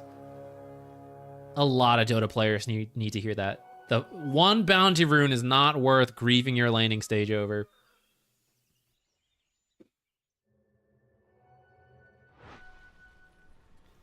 You are against an Earth Shaker, so he's melee, but he has Totem, so it's not that bad of a matchup for the Earth Shaker. You didn't take Jingu yet. That's fine. A lot of people do start with Q to secure CS. You kind of lost some of these creeps here. So he came into creep aggro, but then you hit him first, actually, so you aggroed first. So be careful of this. So you see how you aggro first, and then he aggroes away, and then they're like losing focus because you've already used yours. It doesn't really matter. You got to do it again and pull them forward, because if these guys walk under tower, Monkey King wants to bounce the lane here and then kind of eventually posture in a way where you're like standing here and melee heroes have to walk through you to get to the creeps. If it's in front of their tower, you can't do that. So you got to try to maintain the equilibrium. And when these creeps go under tower, you lose it. So you need to draw aggro again and pull them forward. We've kind of really slipped up this level 1, this very first wave because of that. He didn't hold it there that well, though, so kind of getting some back anyways. I appreciate you playing it safe there while Oracle was gone. So that's really good. Let me bump that up a little bit from 85% to 100%. So Oracle's doing this stuff. So we know Shadow Shaman is in this area, and he's going to do one of two things, most likely. Either he's going to go towards the Oracle and mess with the Oracle, in which case we're fine. Maybe we even want to come over and kill him, potentially. At level 1, maybe not. The other thing he's going to do is maybe look to mess with us. Or just, like, deny creeps, whatever. He's going to come back into the lane. So you see how you're, like, far back this way? It's safe. It's near the tower. But what's it not near? This range creep. And you took Boundless Strike to secure range creeps. So when you're back here, it will become very obvious. If you are thinking about this range creep, like, oh shit, it's low, you'll have to walk back in a direct line, and that's where Shadow Shaman can come in and push you off again, or they'll make you pay a heavy price for it. But if you stand on this right side, you will also be safe from the Shadow Shaman, because you know he's over here, and you're much closer to the range creep. If you do have to run, you can still run. You have multiple paths. This way, this way, this way, right? But when they start trying to kill this range creep, you will be there with the Boundless Strike. And you can also aggro these creeps now to the right. And when you see Shadow Shaman coming in, you go, okay, I'm gone. You know, like run through the trees, get out. And by that time, Oracle should be back. I think we're going to lose this range creep. Okay, they didn't do it. They should have denied this range creep, but you get it for free now. This is why, like, some of the things we do aren't punished. But I think you should be able to... You should have secured this range creep via positioning. And while you're waiting for this last hit, walk up. Because they totally left this lane. I don't know why. I don't know what they're doing. Hard camp's blocked. If you leave 2 range creeps for a long time, it'll make it really difficult to bounce this wave. So go ahead and kill this range creep, and then start working on another melee creep. You got to do some manual balancing here. Nice.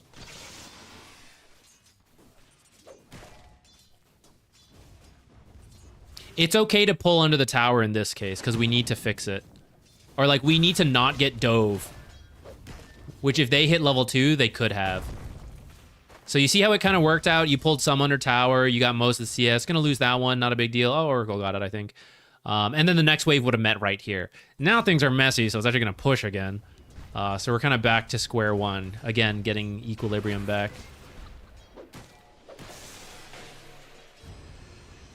You can just get denies there. There were two melee creeps you could have denied right there. I recommend shift queuing this stuff earlier, especially during the bounty runes, so that you don't have to be like looking for items now and you can just spend your money as it comes in.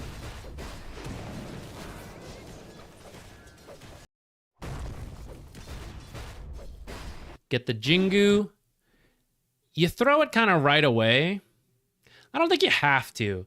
You're not going to kill him right now. I think you can reposition, like whack Shadow Shaman twice, back up, stun the whole creep wave to get, 1, a better heal.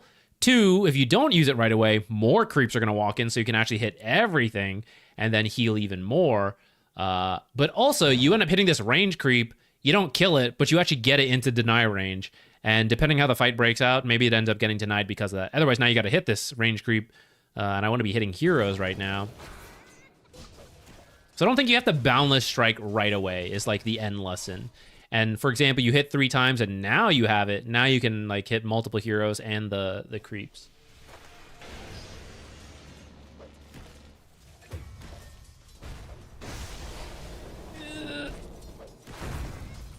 I think if you Fairy Fire, you might live long enough to get the kill. I don't really mind when stuff like this happens. I mentioned earlier, right? I think it's part of playing Monkey King is learning how to push your limits. So you're gonna have to go through fights like that to learn those limits. Don't want to miss too much CS for it. This is the other thing about Monkey King. Your level 1 is not that amazing because it's just like Boundless Strike usually. Level 2 with Jingu is not bad, but you also notice like you queued 2 heroes and a range creep and it's like, wait, I didn't heal that much because level 1 Jingu is just 30 bonus damage and 20 bonus lifesteal. Level 3 things start getting a lot better because now we have the bonus damage up to 75, more than double the value. And then lifesteal is literally doubled as well. So the level 3 with 2 points in Jingu is much stronger. You don't always have to do it. Sometimes you actually take like a Primal Spring level 3, so you can like jump to stuff. Like that's fine. Either way, right? Level 3 is going to be better depending on your matchup, like what exactly you do. You're also more likely to have farmed up the Orb of Corrosion at that point, so people can't run away. Because that's how you deal with Monkey King. He gets to like 2 hits on someone and they start backing away. You get the 3rd hit and then you just disengage. You give up health on Monkey King, but you don't get the health back because you didn't get the 4 Jingu stacks. So that's how enemies should deal with you. And that's why you don't want to commit too hard when it's the hardest to get the Jingu early. You don't have boots, you don't have Orb of Corrosion, you don't have anything. So usually the first few levels mostly focus on CS. Do some punishing in that time, but like you'll be stronger as you pick up level 3, level 4, Orb of Corrosion, stuff like that. And so when we're like chasing for these kills instead of just getting the CS, I don't know, that's where it gets it can get a little dicey, and sometimes they won't pan out. This time, it looks like it does.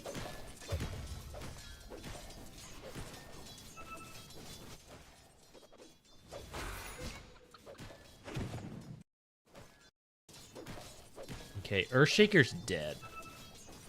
What does this guy think he's doing? Earthshaker, 3 seconds. He'll respawn. He'll spawn in 3 seconds, and he's going to walk in the lane. So even if we're playing it safe, you got 5 seconds to mess this guy up. You're level 4 Monkey King. He's level 3 Shadow Shaman. If you run at him, what is he going to do? He's going to Ether Shock, Shackle, Chicken Fingers you, maybe? Like, why can't you just run this guy down for a little bit if Oracle is nearby? Now, Oracle's kind of far, but I think you should be able to like punch this guy a little bit and get him out. You just can't chase too far because then he'll shackle you and then Earthshaker will come in and then maybe we have an issue. But I don't think, look, like you're respecting this Shadow Shaman where you now come positioned to the other side. This is the line of creeps and you're on this side and he's on this side. Monkey King and other aggressive carries want to reach the point where they can stand on this side because then enemy heroes have to stand back here and they're in XP range but not last hit range. Now against Earthshaker and both of them, I maybe still respect it and I'm standing over here.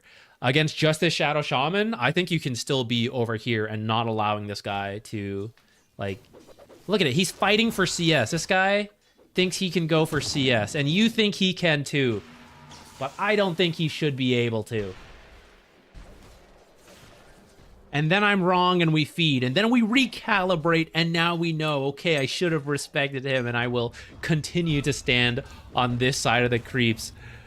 But next time I'll try it when I have the full Orb of Corrosion and boots, and then I will do it, and it worked that time, so now I know my limits a little better, right? Like, that's the Monkey King learning curve. That's the Huskar learning curve. Who else? Lone Druid with the bear is similar, right? Like what the tower dive you can do. Brood Mother maybe. Certain spider ganks. Okay. I think that's enough talk about the laning stage because we did mention some other stuff. Let's see. 10. Your farm's okay. Medusa's is faster. What did we build this game? Did go Diffusal. Oh, but very late. But you went Maelstrom first.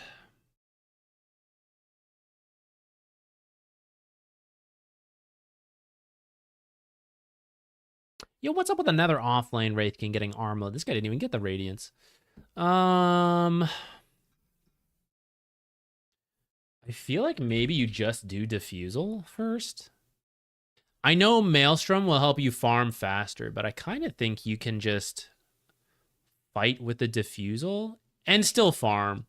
But I also don't mind the Maelstrom into Diffusal, but then you're pretty squishy, so then I'm like, maybe I do mind. This is where I'm not fully sure. I think I like the idea of just going straight Diffusal. I'm willing to take the greedy route of Maelstrom into Diffusal for a pub.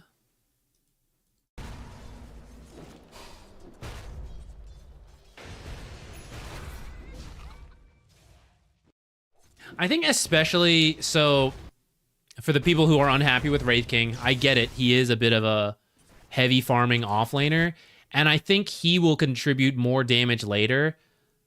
I also see this Darkseer who's going to farm a lot. Oh, I just realized it's a... What the fuck? Oh, it's position 4 Darkseer. Oh, God. Wait, I'm reevaluating again. I was going to say Wraith King. I just, like, put the pieces together. I was going to say Wraith King is, like, a greedier hero. So, like, okay, we'll go less greed on the carry. And that's okay. It can work, right? So we'll go more fighting-oriented Diffusal, and that guy's farming up a Radiance. And it works out as a team.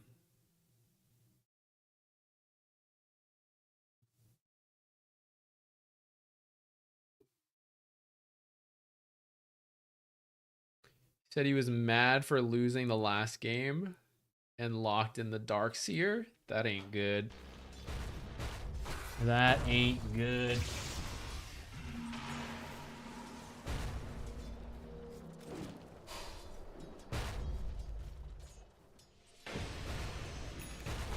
I mean, Port, if we were watching a pro game, I would kind of agree. But this is Crusader. You know, Monkey King carry is going to be okay. The draft is bad, though, but I think Monkey King carry's fine here.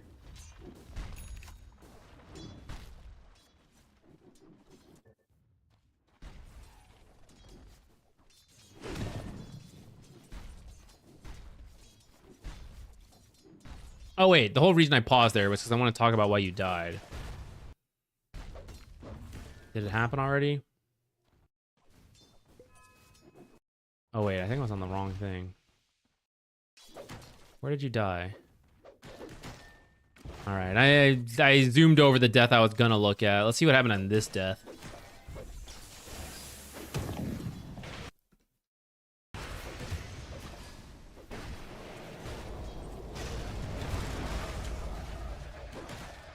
I feel like that's a limit learning moment right there. I think if you were having a better game, you would be able to just kill the Shadow Shaman right away. I actually think you walk up, channel the ultimate. Sorry, Oracle. You were trying to save the Oracle. Oracle dead. You're getting a kill. You know, channel the ult and then stun him in it, I think would be better. I also think if you were having a better game, you could have Treads, Orb of Corrosion already, and you'd have a stronger slow. It's just a little bit, but like enough to actually close out some of these kills. I don't think you have to max Jingu either, by the way. I think if it's a really good game for it, you can. Usually 2 to 3 points is enough for the lane, and then once you can win the lane and they stop playing the lane because like you're beating the shit out of them, the 4th point ends up being overkill, and so you'll see people pivot to maxing. I would say usually Tree Dance because it's your like farming tool. I think I've seen some max Qs. I can't say I fully know when to do one or the other.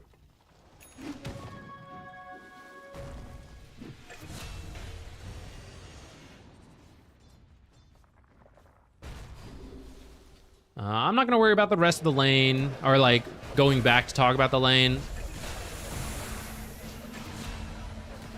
We'll just go from here. Talk about the macro game stuff. So that's a kill with a diffusal. You may not have the diffusal at this point. It's kind of close. Though with slightly better farming, I think you could, because 5k at 13-ish minutes is pretty fine for this bracket.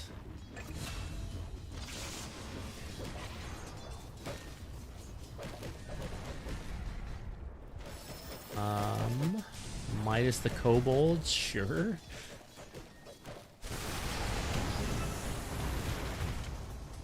All right. Bottom lane's starting to be a mess. They keep killing us down here. Okay, they just took the tower anyways. But I was gonna say, I think we should stop engaging. You know, like, shove out the lane and go farm.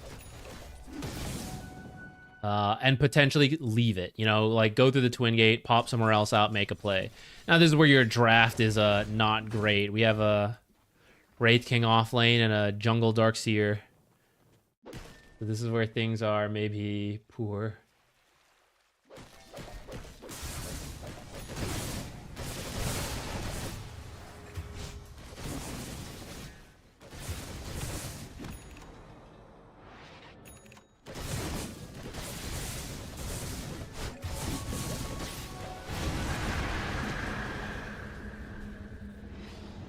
Just realized it's not showing.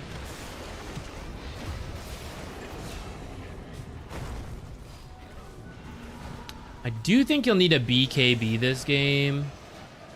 I think depending on your style, Diffusal BKB, along with being bloodlusted by Ogre Magi, would have been a really good fighting build. If you don't want to go straight BKB, you could maybe do Sanj and Yasha.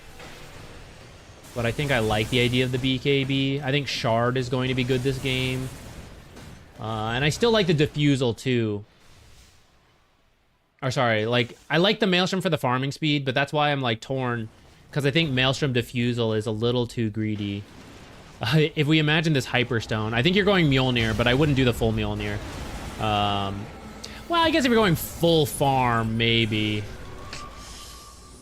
But I think you can fight. But maybe not with your team.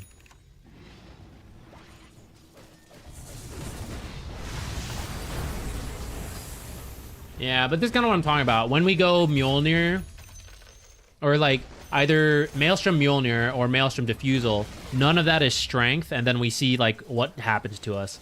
We're taking so much chunks of damage, and you need to live on Monkey King to get the Jingu going. So I think both is like tough this game. That's why I like the Diffusal into BKB. You could technically do Maelstrom into BKB or Maelstrom into Sanj and Yasha.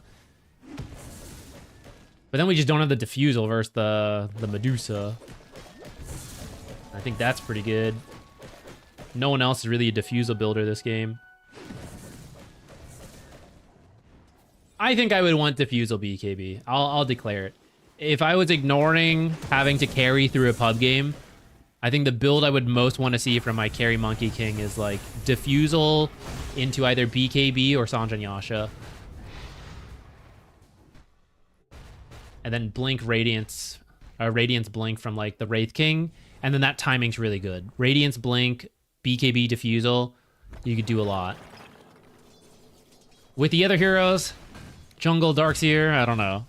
I don't know. That's where things are weird.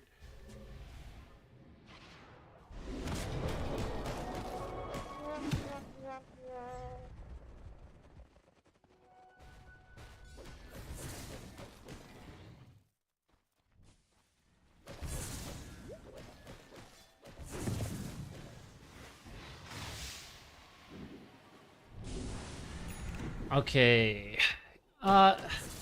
Listen, Camellia, you're getting a little negative here. I'm saying little, but like, you can't just call people bad and like, that's the problem. It's not gonna be helpful. That's why we're here at a replay stream to improve. Everyone's bad. We're all bad on this blessed Dota game.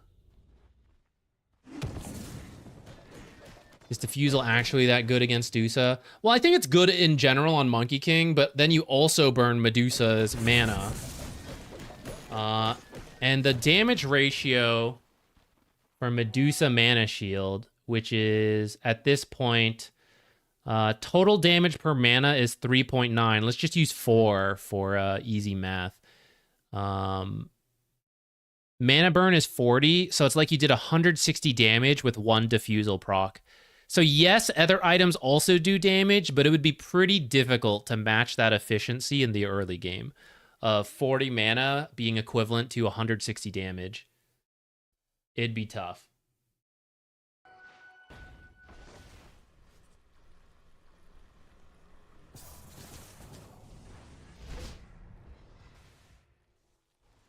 If you're really not a good Diffusal builder, though, then you probably just skip it and it's fine.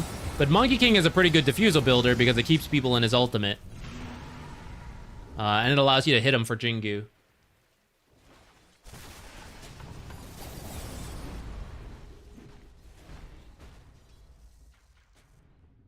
Do you play other games? Yeah. I've been playing a lot of Age of Empires 2 lately. I think we're going to start trying to play Elden Ring. Because I realize Night Reigns, which is like a 3-player ARPG, I think. I know very little about that game, but I know it's related to the Elden Ring world. And it's going to come out. And Ricky and I were thinking we would play that on stream together and maybe grab a third person. I don't know. Again, don't know much about the game. Don't know if it would be like worth it or not to try to get someone else. But I thought that could be fun, both as a casting team bonding experience, but also variety Twitch content type thing. But to do that, I feel like we need to play Elden Ring first. And I've been meaning to play Elden Ring for ages. So I actually think we have a lot of casting coming up. And it might start Friday, honestly. I haven't fully thought it through yet. But we might start playing Elden Ring and just really rush through. I say rush through it. I'm going to play it, take my time. But we're not going to do like Dota streams for a little bit. We might just play Elden Ring to get it done. So that I don't forget everything, and that we finish it before Night Rain comes out. First Soulsborne game. I've played some of the others. I really like Dark Souls 1. We played Dark Souls 3 on stream. I didn't do all the DLC, but I played all the main game. I've tried Bloodborne when I had a PlayStation, or I still have it. I had the PlayStation Network, and so it was free for a little bit, but I got busy and I didn't get that far into it before it like moved on. I tried 2, but I didn't really like 2. I think Dark Souls 1 is one of my favorite map designs of any game. It might be my favorite ever, but I always have difficulty with picking favorites, so I'd have to think hard on that. But I really love that map design.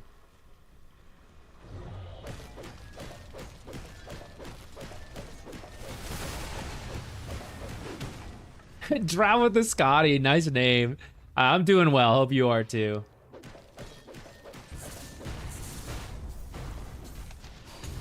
Yeah, I like the Monkey King Arcana too, it's really cool.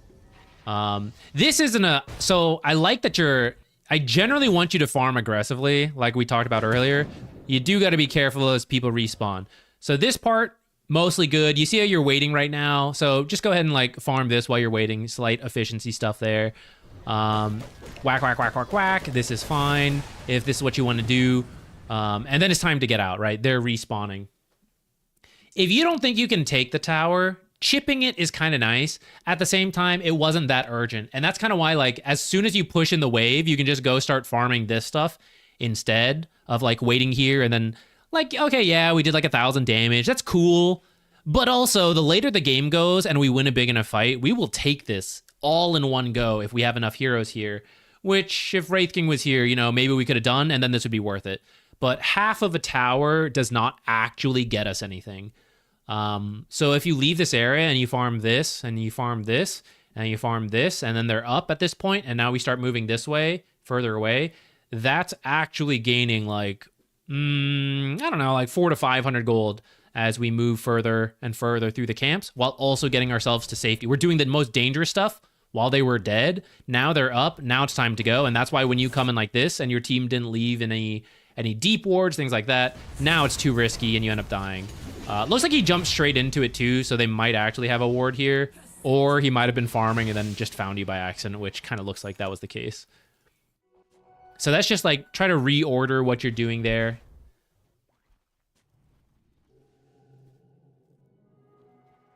I wouldn't mind if they went for Roche after that fight, but like many other Crusader games, he might have, and then they just didn't do it. So, what can you do? I did play Black Myth Wukong. I really liked the world. I don't think the levels were as connected in the way Dark Souls 1 was, which is why I like Dark Souls 1, that map, and how everything connected. But I did really like Black Myth Wukong. A very enjoyable game.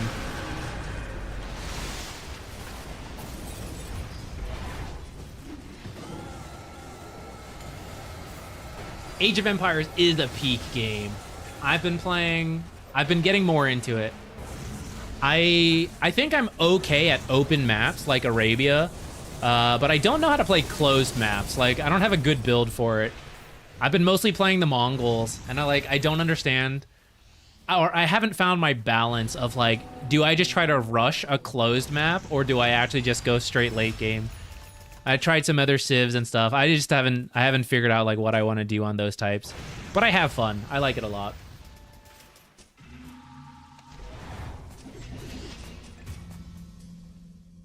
Okay, let me see who else.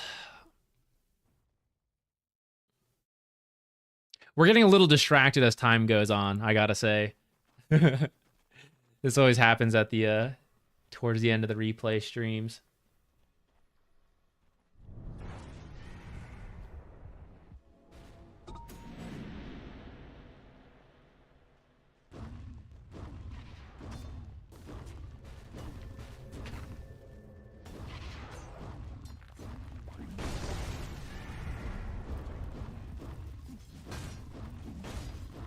Ooh.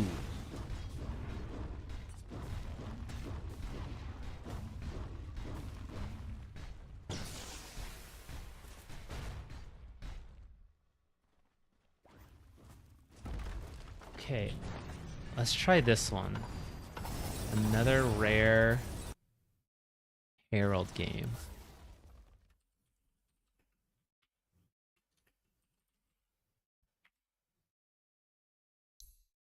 I will say, Herald, the issue with Undying and Herald is that you're going to pick up a lot of early kills, but the hero inherently does not scale that well.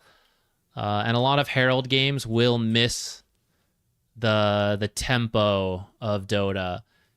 So even though, earlier we had that game where I was like, I don't really recommend you go straight to the late game like this. And I don't. But I also don't recommend a full early game hero like Undying usually. If you like Undying, you will be able to make it work. But that would be some of the issue of Undying in Herald is like, hey, I'm really strong right now. It's time to go. And they don't want to go. So let's take a look. If I had to guess, off of a strong start, you should really just keep that momentum going. Keep trying to play with people and push forward. Not go too crazy, but like play on the enemy's half of the map more than not. And maybe you're just not doing that. Let me take a quick look. You're so rich, actually. Are you the... You said you were support, right? Oh, maybe not, though. No, you said... You didn't say support. Maybe you're off lane. If you're off lane, my advice would actually change a little bit. And I saw you do it. It does say you're hard support, but maybe you guys lane swapped around because there's like some party stuff in here. Is Brewmaster a horrible offlaner, or are you the offlane? A mystery. Let's find out. Actually, the ambiguity in Herald is perfectly fine. In that case, yeah, you can go for support Undying has a drop off, but core Undying with the harpoon type build, like Echo, Rotten Mitts type stuff, I'm more open to this.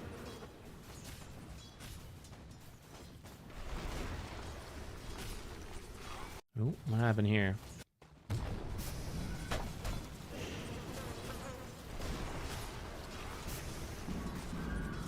I don't know if that was a misclick or what. If you were trying to get a kill, that's kind of an awkward time to do it. Good times to do it are when the lane's back here and you can run people down, especially with a blood grenade, or shove in a big creep wave under tower and then drop the tombstone under the tower so that you can dive. And as they run, your creeps and your catapult are doing a bunch of damage to the tower. So might have been a misclick. Maybe you were like leveling it and accidentally used it.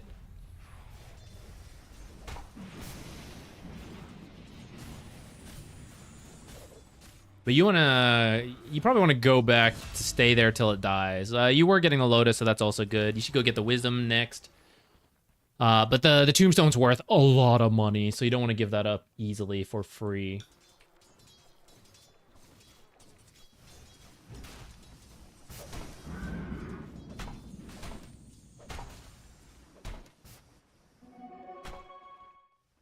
Okay, so relative to Herald 2, this is a decent start.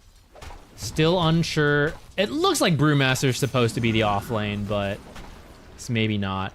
Okay, so this one's overly ambitious. So you want a couple things before you go for the kill.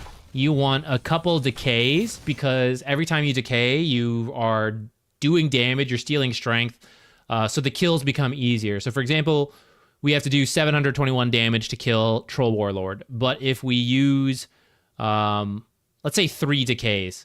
At this point, level 3, so 300 damage has been dealt, base damage, great. But we've also stolen 12 strength, which is going to be... is it still 22 health?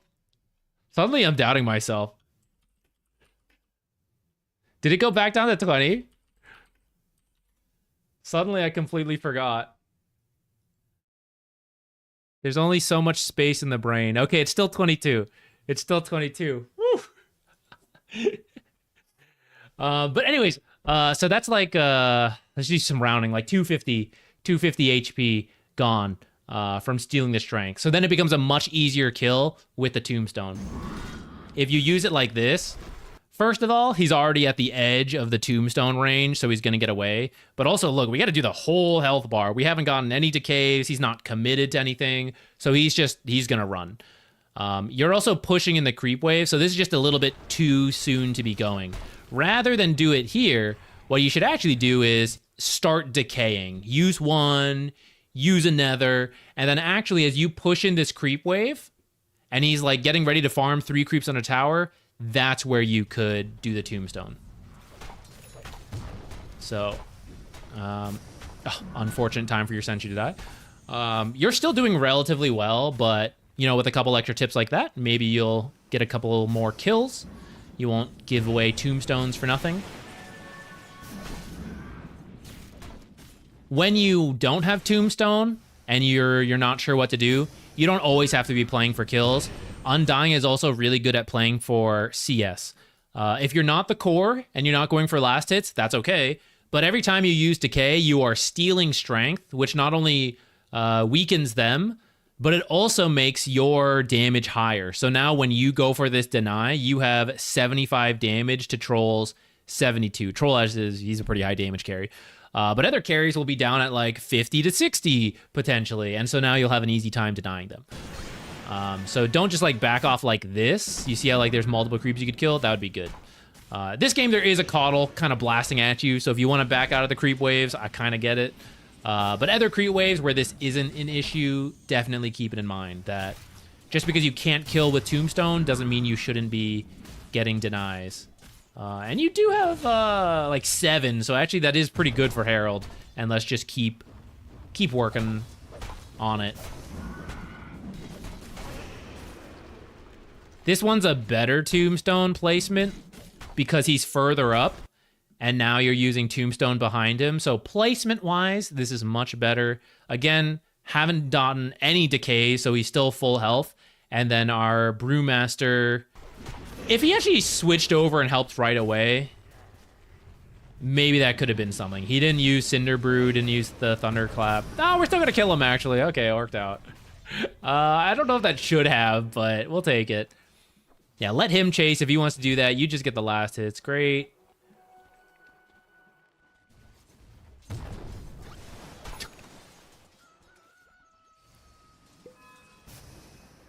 Okay, so we are having a strong start.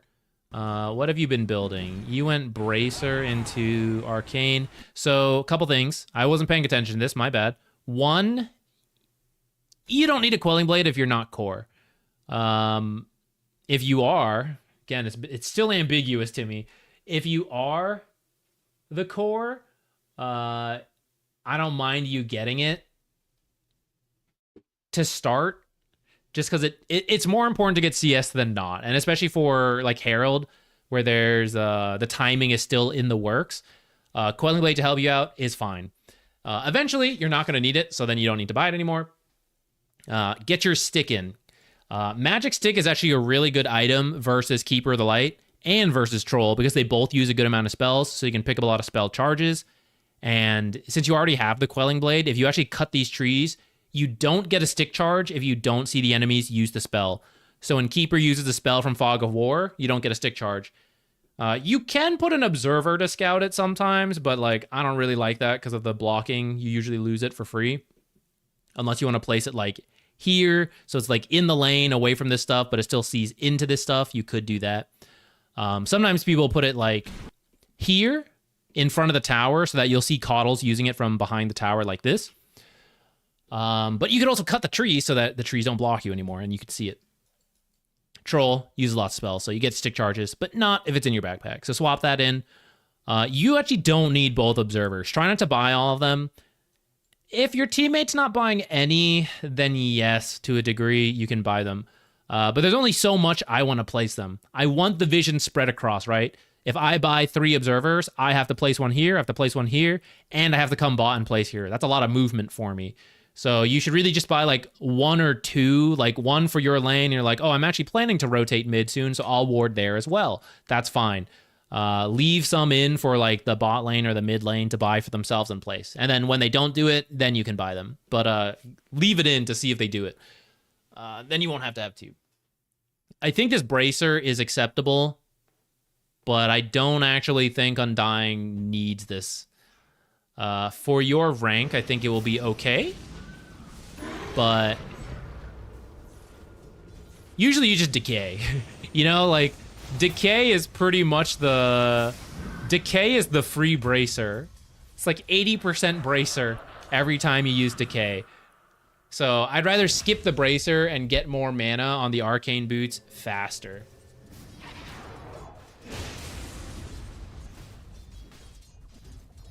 And then if we're trying to scale, I'm okay with the Echo. I also think auras could be really good. This game, Crimson Guard is pretty good.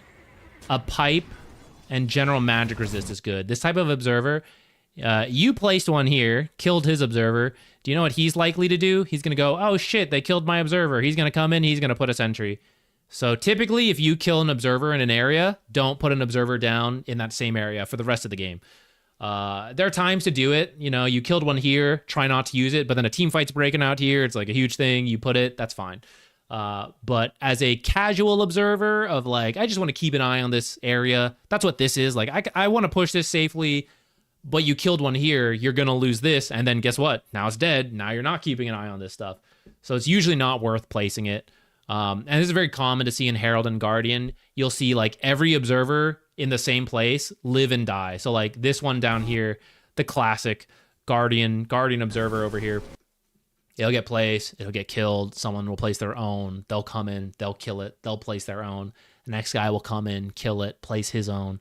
It just goes back and forth forever. You see it a lot in this rank. I recommend not doing that.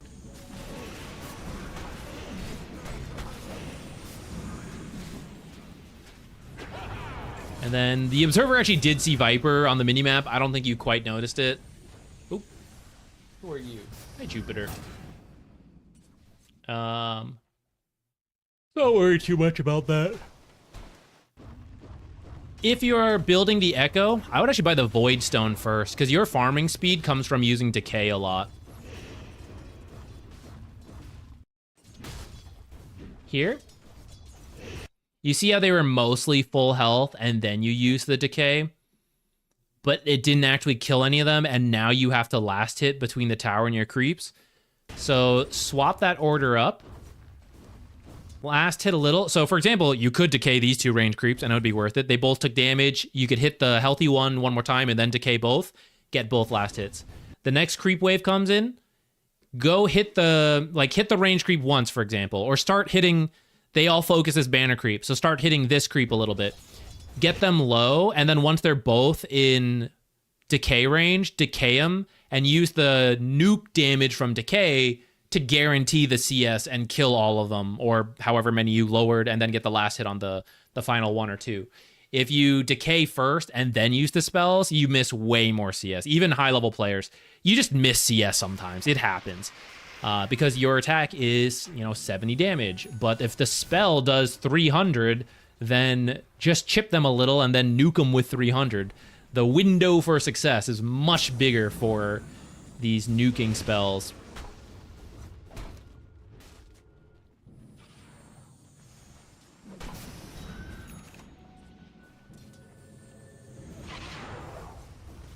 It's a Dota Plus recommended spot. Pay to lose right there, guys. Dota, what are you doing to Heralds? Tell them to put these types of wards.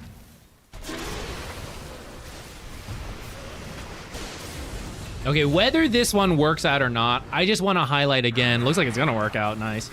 Notice how many fights you start as Undying where you're just full committing straight from the start. Tombstone right away. But Undying really wants to get a couple decays down. Mid to late game, especially as more teammates show up, you kind of do just commit and you just drop the Tombstone for vision and you fight. But especially in the lane, try to get... Let's set a rule for you. Let's say you have to have one decay, and then when you have the second decay ready to go, so that you can decay Tombstone or Tombstone decay, and then hopefully you get the third decay as they're running, like, that's when you're allowed to use it. But if you haven't decayed once, try not to just Tombstone off the bat. It will generally improve your success rate. There will be times to adapt from that, but it's generally true. Right there was a banner creep and a regular creep. The banner creeps are worth the most. It goes banner creep, range creep, regular creeps. So try to prioritize whatever's the most important anytime it looks close. Okay, I see all of them mid and bottom, so rather than jungle right now, I want to hit this tower. And this is a really advanced strat for Herald, but what you can actually do... Let's go back. So here we're hitting the tower because I see them all on the minimap. I see these two, these three. And whenever you're farming, try to build the habit to glance at the minimap. I know it's hard to start, but it's the habit building that'll carry you forever. So try to glance over, and so now we see 2 mid, 3 here, so I feel safe hitting this tower. Come hit this tower, and then when the next creep wave walks in, meet that creep wave and either kill them here or drag them to this small camp like you're doing a pull for the enemy, and then you can farm both at the same time in a safer location rather than farm it back here, and you won't have to tank as much because they'll be hitting each other. This way, your next creep wave coming in, instead of fighting the creeps here that you caught, they'll just focus on the tower. So it's a way you can safely take towers slowly while farming yourself. Or you can full commit to the tower and hit it yourself, and that'll be the fastest tower, but slower farm. It didn't actually... The tag is wrong in the end. It wasn't hard support. It ended up being like 4/3 Undying. It was vague. Brewmaster, I think, is actually the off lane, but he's not very good. So our Undying is a lot of farm up here. I actually think it's fine. I think this is the way you should expect Herald games to go. This is really... I can't believe you made that work. You don't... Okay, first, a couple things. One, this is actually how you should expect to play support in Herald. You should expect a good amount of games where you end up quite farmed. And that's actually why I would potentially move away from Undying and consider other supports who scale more. I know we're talking about this Echo Saber build and it will work on Undying, but there are heroes where the scaling is more natural, such as Spirit Breaker or Night Stalker and Weaver and, you know, these type of supports that are easier to scale up. Undying is like tricky but doable. This camp, decay is 4 seconds. You don't have to right click. I know you could, but just decay, back up, and you'll do this safely over time without losing your entire health bar. But another trick when it comes to jungling, if you just stand and attack a creep camp, it will hit you at max efficiency because they don't have to move. They just attack you off cooldown. You should at least attack, back up a little bit, and then turn around and attack again, and then back up a little bit and attack again. As you play more, you get a feeling for the speed and the cooldown of it. But that way, the range creeps will hit you nonstop because they're ranged, but the melee creeps will bump into each other a little bit as they walk forward to hit you, and you'll actually reduce the amount of damage you take, especially if you drag it far enough from the camp. They won't chase you forever. They'll eventually turn around and nothing stops their desire to go home once they do it. And you can walk in and punch them in the face in that few seconds and they won't stop. They'll be like, yes, please keep punching me in the face, but I must go home. And that way you'll reduce the damage you take. So for example, come, decay, Echo Saber hit, back up to here, decay, and then like hit them as they run back and then just like repeat that. You'll save yourself like half your health bar rather than stand here and tank all of them like this. Undying, if you're trying to scale up, especially as Tombstone stops being good versus the enemy team as much, and you see they have a big stack, feel free to use Tombstone to farm. So put Tombstone like here, and then it will spawn on these creeps and on these creeps, and then you'll also take pretty much no damage. I wouldn't do it for a single camp, but as soon as there are multiple stacks, like I would say 2 Ancients is the minimum. And then especially if there's a second camp nearby that the Tombstone will also hit, I'd say it's worth it. Especially in passive games, which are common in Herald and Guardian.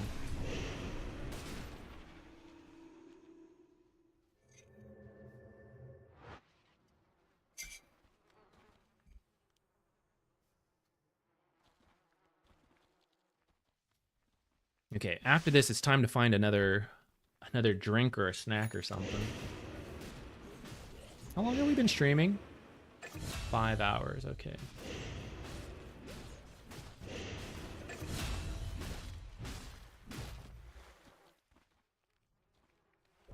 Wyvern... Actually, Wyvern scaling might be more straightforward than Undying's. But maybe not that much more. Because Wyvern has like this old right-click build that's like kind of good, but... not only that, but the Blink ult is insanely powerful due to the bad group. For example, see all these guys clumped up? You like blink in ult. That's pretty good on Wyvern. Situations like this, by the way. So I think you went home and then you went back out to farm. But if your team is grouping, try to join them. So if you had a teleport... I don't actually want you guys to fight back here. This is too deep.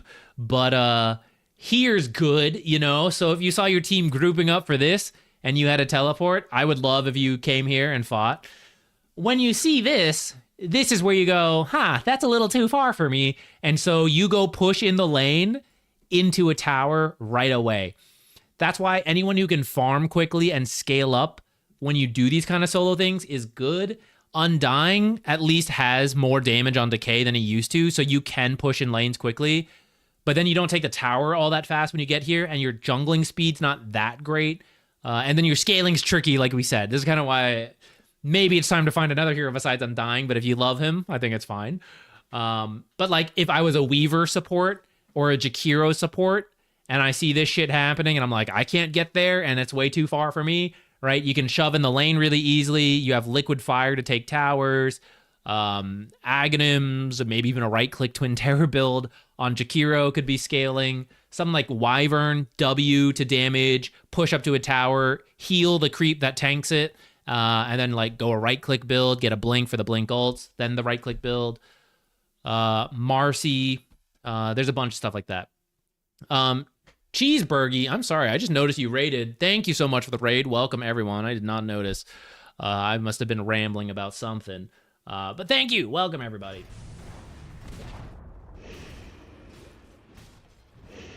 We're doing replay reviews. If you want to join the chaos, this is what we need. The match IDs, who you're playing, and any questions you got. Nick support. That one will work. There's a part of me that's like, you're not making your life easy with these picks, but actually I think Nick's will work. It just got worse, though. It used to be better, and then I would be full-hearted on board with the pick. But it got worse in the 7.38, I think. By the way, I just want to finish our thought there. You see how that whole fight broke out, and then you never quite made it to the enemy's half, so it's like, okay, they got kills, and I didn't really punish them or make use of the fact that I wasn't with the team. Now we're back to jungling on our own half, but there's still action going on mid, and as soon as you see that, you either have to join or you have to push another lane.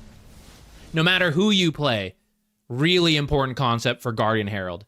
If you see a lot of heroes grouping, either join or push aggressively, but try your best unless you have... You know, I'm going to take it out, because if you're in Guardian Herald, you're not going to know the situation to do this. Just go, right? Like, if there's a bunch of heroes mid and you're a bottom and you're at this camp, stop. Leave the camp and either beeline it for the fight or go to this lane and push it in if no one's here. You know, you're top... You were starting to back off here. You notice suddenly 5 heroes show mid, show bot. You go, okay, turn around, push this tower. And then you don't have to sit and hit the tower, but I don't want you to TP home right away. I want you to push the lane in all the way to the tower.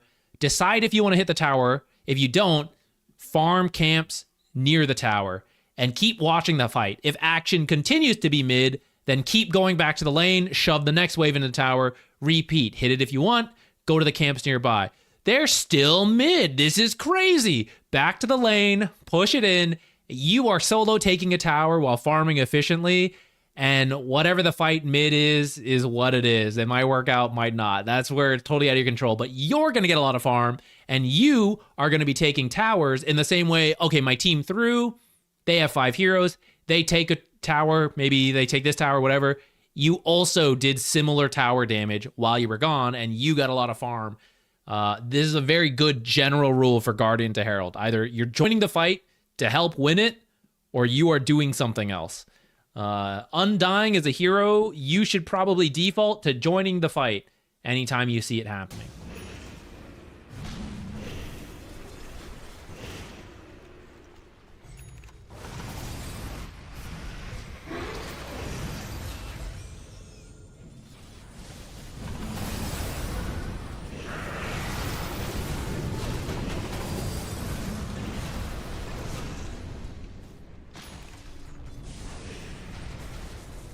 What rank starts using Quick Cast? Oh, that's an interesting question. I have no idea. I don't think you have to use Quick Cast. Personally, I do, and I think it's better, but in the end, I think it's preference, and as long as you can execute consistently and relatively quickly, I think it doesn't matter. You got pro players using all sorts of shit. Legacy keys, which is like so inefficient if you think about it at all. But they're like, I'm used to it. I'm just gonna keep doing it. I can't change. I'm 20 and I can't change anymore. Okay, whatever. But like, you know, they do it and they play at the top level. CS players playing on box screens, you know. So in the end, it doesn't really matter. You just have to be really good at whatever you choose to do.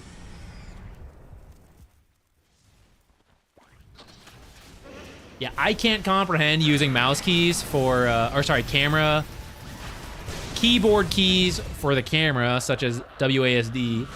But there are people who do, and they're very comfortable with it, and it works. And I say, okay, you can do it.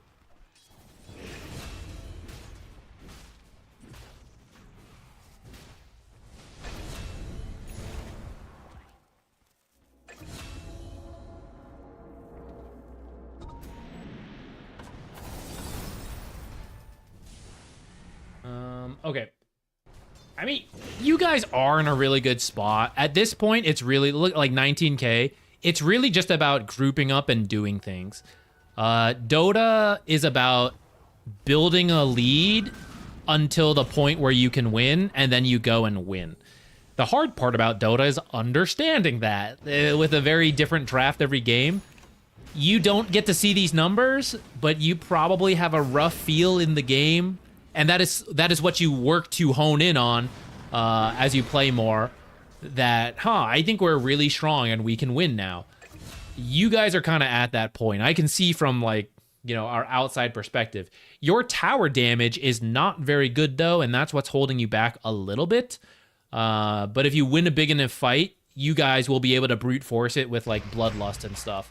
So you guys could win. If nothing else, you just want to keep farming aggressively on their half of the map without feeding kills. And if you guys end up losing, that's my guess. Either big overcommitment or you just get picked off. But I see you guys getting kills in front of their base. If I see this Faceless Void leave, this is the problem. All of you should just hit this tower and the game will be ending soon. This guy, he's getting scared. He's like, I'm going to die to who? A bunch of dead bodies? All right, there's a couple heroes alive. So if he wants to lifesteal real quick, fine. And then get back in here.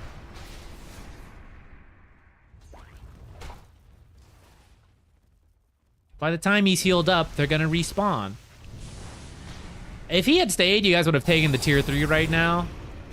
And I think you'd have time to take a tower. Now comes the point where we talked about overcommitting. This might be you guys. You guys used abilities to get those kills. Now they're respawning, and you guys might end up sticking in here too long. You guys are hitting different buildings. Should just focus one building and get out. Going under the tier 4s. There goes the Brewmaster. Brewmaster should have ulted to just hit the buildings, actually.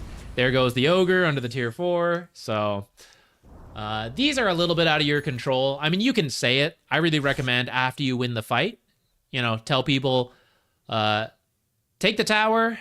Let's back out when they respawn. Set it ahead of time rather than in the middle of the action. That tends to help. But at this point, it's just like, just group up and go. And don't get picked off. Don't solo split push with no vision, stuff like that. I see them mostly mid and bottom, so you can push top for a little. But understand that they could TP in top to fight it, so we don't want to be here too much on our own. So earlier I was saying, like, just push the wave in, and then that's good enough. Like, even without you hitting this tower, this amount of creeps will do, like, half of this tower's health. And if someone comes to defend it and you're farming here, you're going to live, and that's going to give you information, and you can decide as a team, do we kill this guy, or do we go kill someone else? If you're here, though, you could be killed when they TP 3 heroes and they jump you. So just push in the lanes, and then usually just go jungle is fine if you don't have a lot of information. If you do, then you can hit the tower, and that's okay.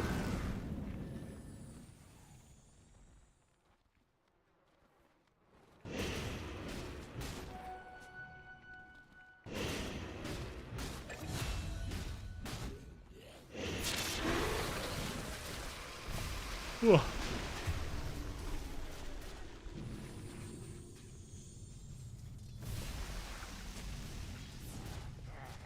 Ultimate Herald tip, buy Meteor Hammer on every support, question mark? I'm a little open to it if you have no tower damage, but I would personally just pick supports who have some innate tower damage, like Jakiro or Shadow Shaman is a classic with his ultimate, you know, something like that. People who right-click scale, potentially, could be another option. as long as you have wave clear, you can push. The creeps will do a lot of damage to buildings over time. And in the same way your team is bad at pushing, the enemy team will be bad at defending every single creep wave you push in. So even if you're not a tower taker, if you learn how to sit in the tree line, use a spell on a creep wave, and then hide, if you just repeat that over the course of 40 minutes, probably at minimum 50% of the creep waves you push in against a Herald to Guardian team will go unnoticed, and it will whittle down towers over time, and you will get very farmed, even if you don't want to play a tower damage hero. I am open to Meme Hammer, but it's not very good on supports right now. Maybe if it gets buffed. A lot of times pros draft according to comfort rather than counter. How about you? And what is your comfort hero? I will clarify. I do think that's only true to an extent. I think they do tend to go for, like, especially in elimination, comfort over perfect counter. But they also don't pick, like, a bad hero, you know? So there's a little bit of nuance to it. By the way, for heroes like Zeus who have an escape, but only one escape, don't use the harpoon to initiate or any other gap closer. You need to walk up to them, and then when they use the escape, harpoon to kill them. Well, Zach, when they see me walking in, they just walk away. That's okay. That's pushing them away from whatever you're doing. That's good enough. And if they stick around, then you can kill them. They jump, harpoon them back. That's the kill. If you harpoon in first, you'll never get the kill. But if you walk in, sometimes you will get the kill. And that's the difference.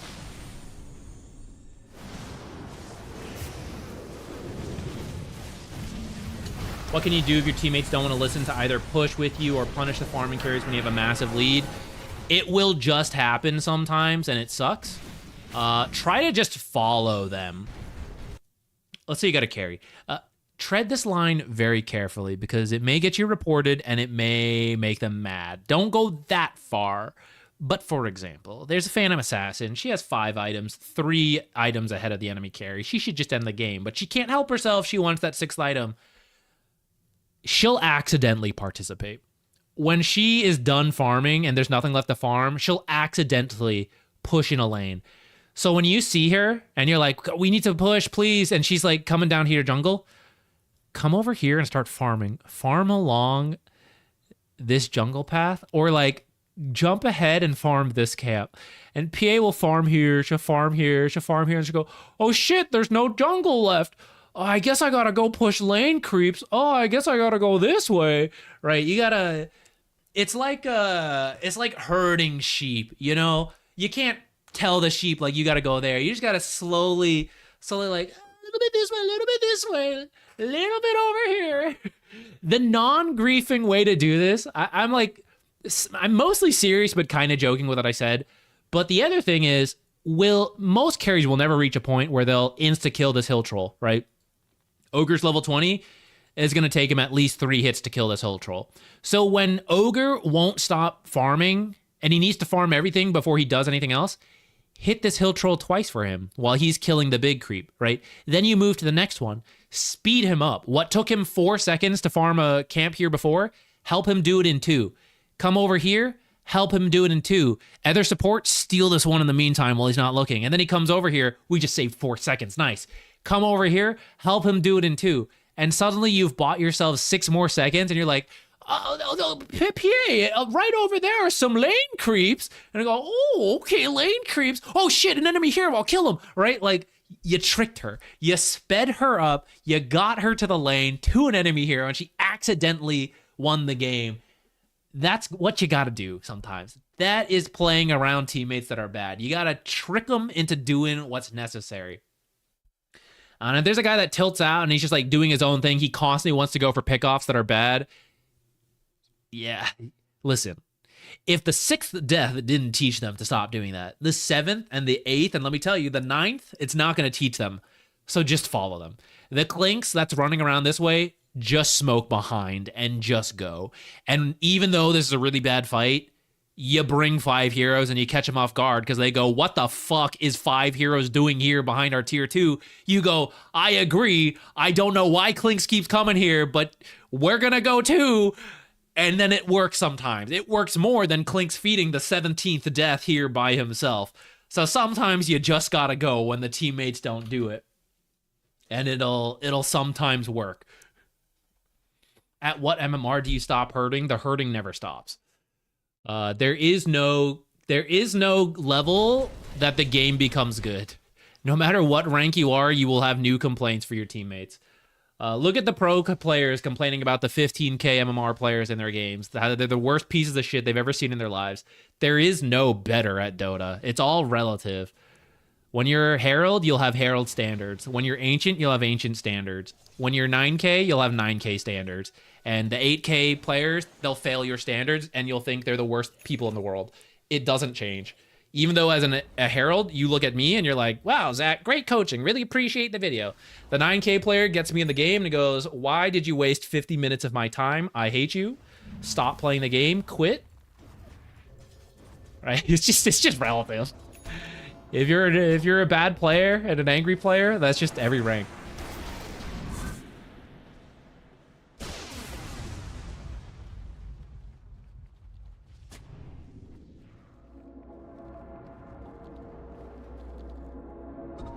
Hey guys, what's Undying been up to? I've been rambling. I've barely been paying attention.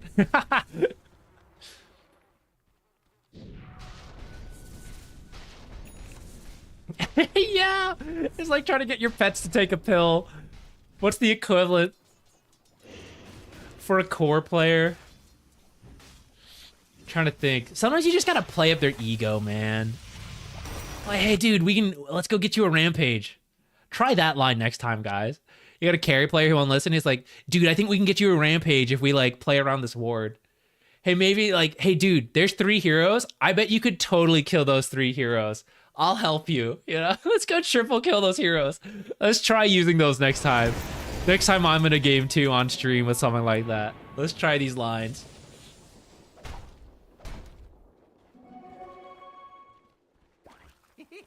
BKB. I mean, you wouldn't usually get it on Undying. If you're trying to scale up, I'm kind of open to it.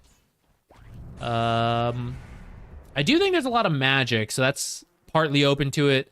I think if you were playing a more team-oriented way, you would get a pipe, so your whole team gets the buff. If you are playing for yourself, I am sort of open to the BKB. This game, for example, if you're playing for your team, it's Faceless Void you have to help. He will do the damage. Chronosphere is the best spell in this game. So you got to keep him alive. You got to be near him. You got to initiate for him. Right? Depending who you're playing, that's how you do it. That's without scaling and becoming a core, Zach, I don't want to play that way. Right? Let's say you're an ogre support. You follow this guy. You bloodlust. When he jumps into a stupid fight, you solar glimmer, force him away from the troll, stun the troll, right? Like, you make him good. That's what Crystal Maiden's got to do this game. Never mind. She's going, like, full BKB, you know, Ags shit. But, like, if you want to play that way, that's what you got to do. You got to make the right heroes look good. The game-winning heroes.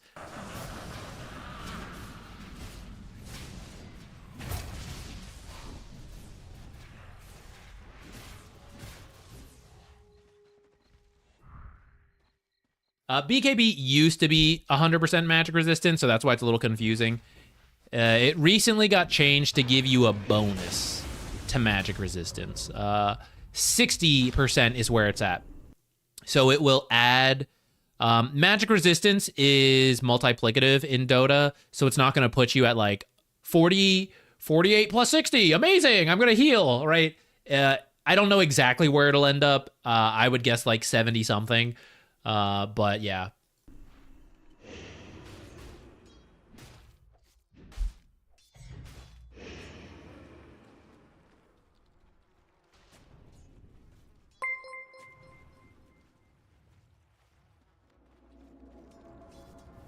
High five your core when they do something good.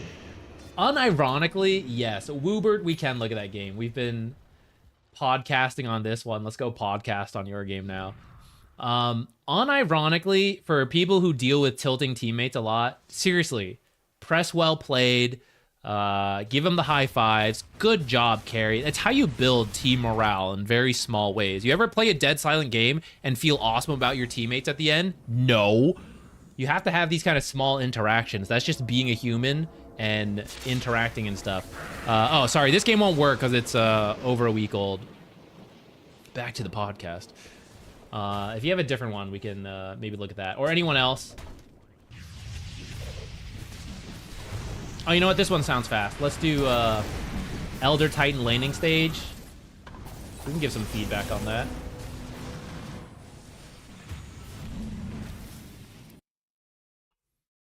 Was the Drow a Smurf? Ooh, that's a good question. Let's take a look at that one next. We love looking at Smurf accounts or not. Okay, let's do this one first. This is a laning stage question for this Elder Titan. Soft support, Archon. Elder Titan 4. Okay, once done downloading. Was Blade Mail my only option against Viper? It's unconventional, but a 4-staff is pretty good versus Viper too. Viper is only scary once he auto-attacks you a couple times.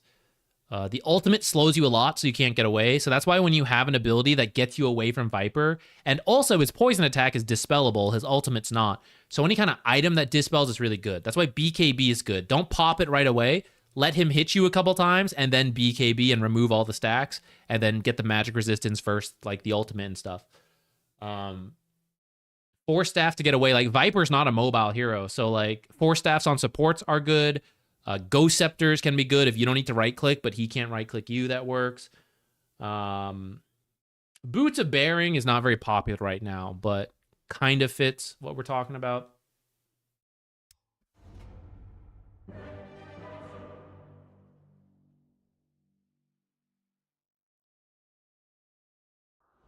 No, I didn't get to play the Viper support when it was a thing. Yeah, Lotus Orb's pretty good. As long as there's anyone else who also has a single target, that one's not bad. Personal favorite Chen aura creeps. Magic resistance is boring, but always a really good one. What else?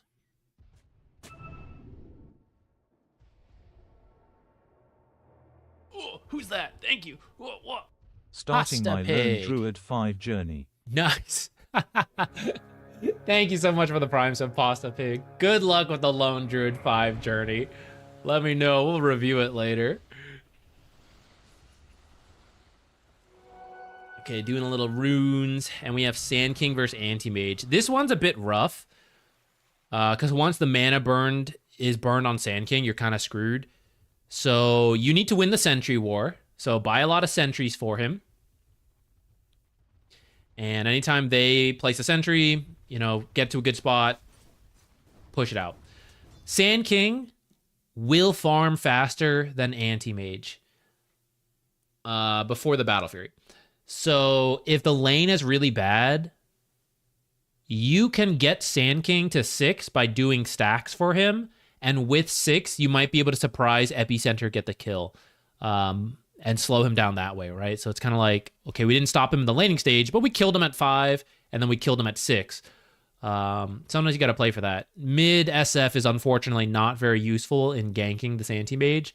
So this is a pretty tough game to slow down anti-mage to start. Later, Troll versus anti-mage is really good. You will have the blink stun from Sand King to at least start it and hopefully surprise him.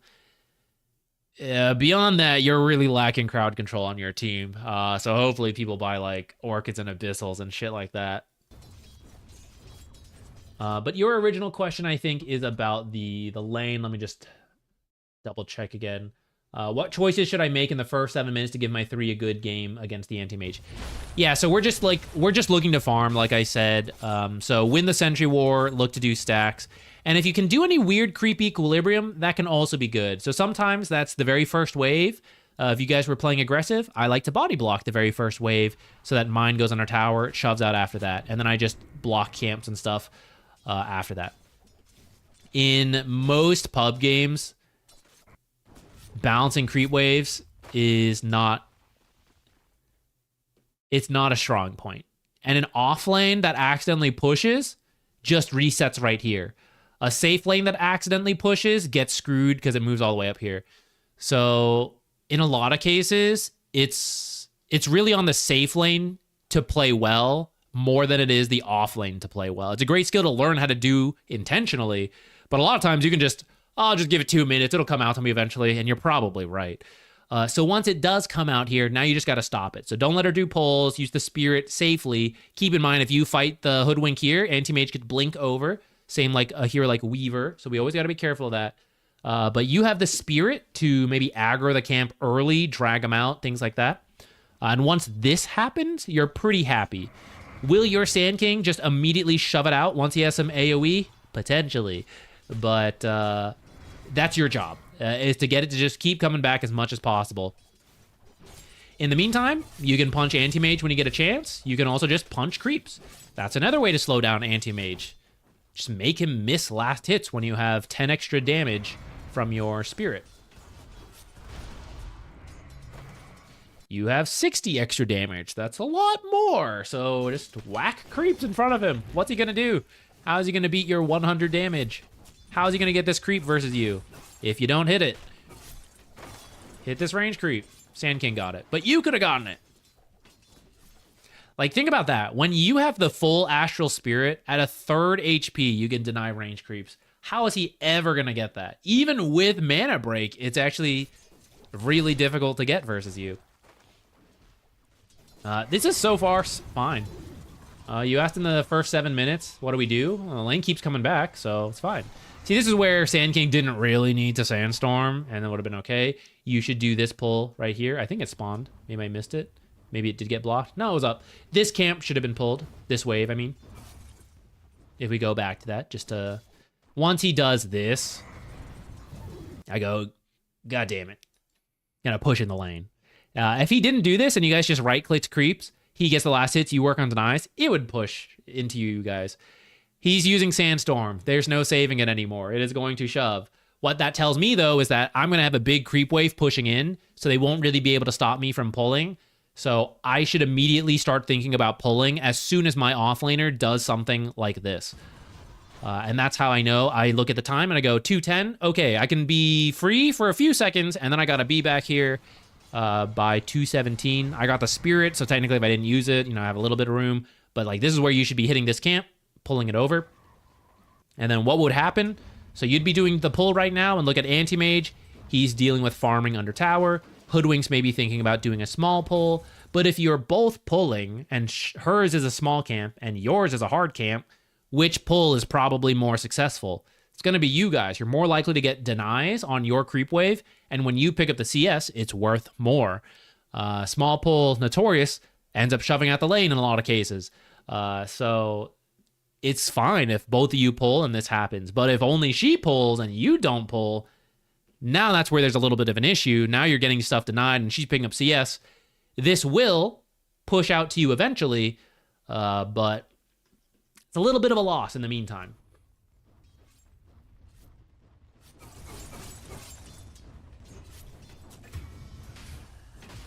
Be very careful. See how you did this behind the tree? Oh, you're actually just... Okay, this is not what I thought this was. If you're going to put a sentry in this area, you might as well block the camp. And I would move it to like here-ish, so that way you check this corner, because this is actually a good observer spot to use. And I think if you put your sentry like here, you'll get it. If you're going to put it here, you might as well block the camp, especially because you had it blocked earlier, which means I know she has a sentry here that I'm going to have to kill. So I might as well, get the value of blocking it. Turns out you actually also get an observer, which is nice. Maybe this is what you were looking for, but I think you should put it in the camp. What I was going to say originally, though, is that when you come to block the camp again, make sure you're in position to kill her sentry, because you know she put one. And if there are creeps here right now, it's actually dangerous. Her sentry's here, but what if it was back here? If there are creeps, going back here is almost a death sentence. So this is like kind of the wrong time to do this, especially because you maybe can just body block at 3 minutes. Oh, I don't want to be here at 3 minutes. I want to go for the Lotus. Then maybe we got to put our sentry like in a more difficult spot to get than like right here in the open.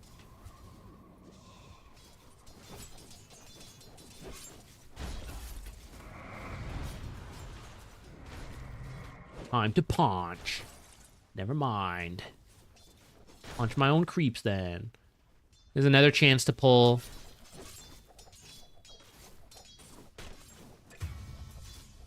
If you do some of these pulls, you'll also get mana, or sorry, money. So the mangoes. And so you'll have your boots faster. If there's not much you can do in the lane, get your boots so that you can be faster on stacking. You end up getting mangoes. That is generally good to get versus anti-mage, that when he burns your mana, you can do stuff. But you don't actually need to do that much. I mean, you're like an ET, you know? Your spells are not that critical. Maybe you could use it on Sand King, but I don't know. I kind of think you just need the boots.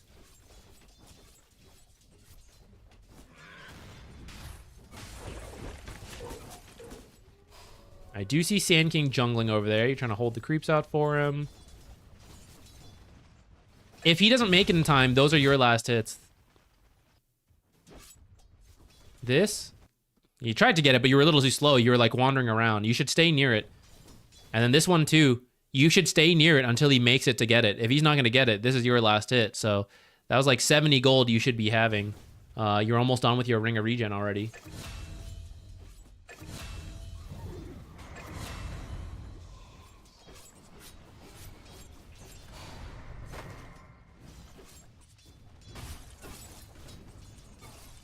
I was expecting a lot worse based on your question. This is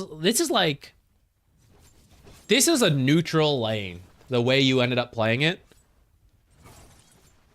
And I think if you adjust some of the stuff we talked about, like doing the pull when I mentioned, and then we didn't really have a bunch of windows to stack because the lane keeps coming here, and because Sand King pushed out the lane once we did get it to come back. But when you do these pulls and you get the lane to come back, that's when we can then go, okay, now I got 30 seconds. Let's look at the time. Oh, I can come over here and double stack for Sand King. If Sand King keeps leaving the jungle and we keep having to come here to like get the lane back, it becomes much harder to stack.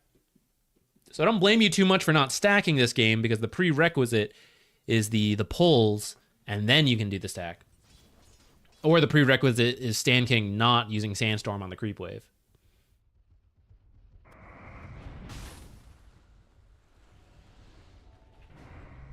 Blind luck on the observer. I gotcha. Sometimes you get lucky like that.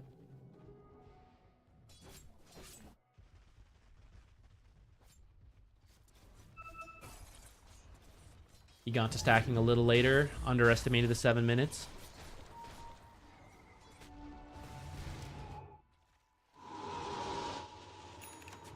Hey, Jupiter. Jupiter doesn't usually hang around me, especially when I stream. But fiance's on a business trip. He's lonely.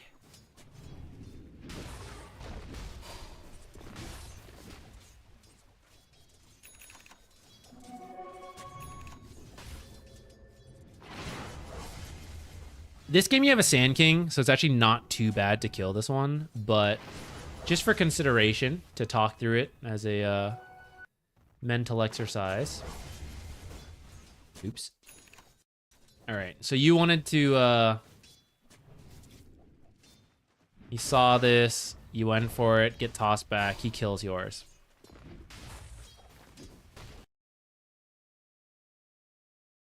What, does this sentry matter? Shadow Fiend's not an invis hero. So the thing is, if your observer's on the bottom half, they might now have an idea because they put a sentry on the top half and they don't see anything. But like, as long as your sentry, your observer's alive, that's the thing that matters. Now, if you think they have an observer in the mid lane here, then that's fine to go look for. But when you put your sentry like on this cliff, you're like, ooh, I don't want them to get this. I'm gonna put it here. You kill this sentry, you check this area, but we don't check this area, which is actually the higher likelihood of the mid observer being on his own defensive side rather than offensively over here. So at that case, it feels like we're placing it mostly to kill this sentry, but then what does that sentry matter? My observer is actually on the bottom half, and because it lived on the bottom half, I'm going to put another one on the bottom half because they apparently only check the top half. And eventually they'll check the bottom half and we'll get it. But like, it's not like I'm going to kill this sentry and then go, okay, now I'm going to place my top observer. Now they don't see my observer. They're going to come and kill your sentry top eventually. They're going to put another one here. So top is already dead to me in terms of placing my own observer. If you think they have their observer, that's fine, but you need to put your sentry in the mid lane when there is a chance to check the top half. If it's too scary to do it, then just leave it. Just come back later. Look, this guy placed it down here. This is actually... It's like, okay, he did the sentry, but... I feel like they're going to come and put another... another one, get a double kill later.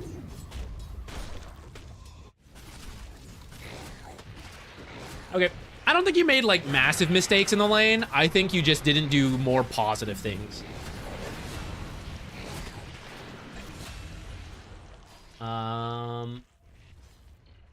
Okay, there was... What were we gonna do?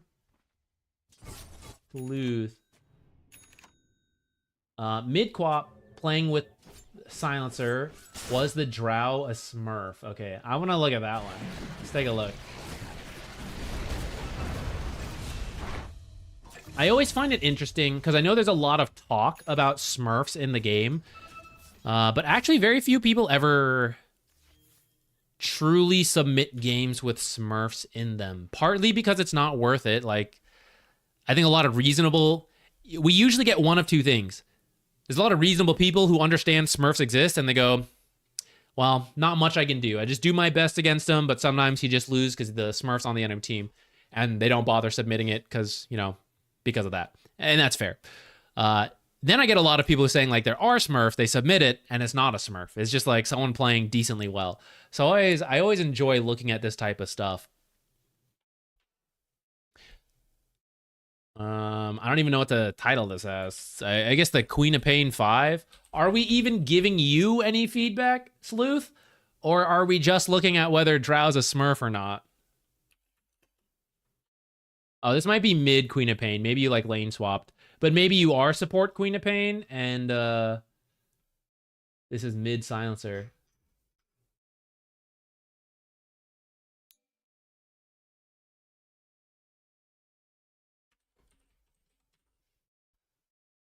That was mid Queen of Pain? Dang. Alright, that's better. We'll get some mid feedback because of that. Mid Crusader. Okay.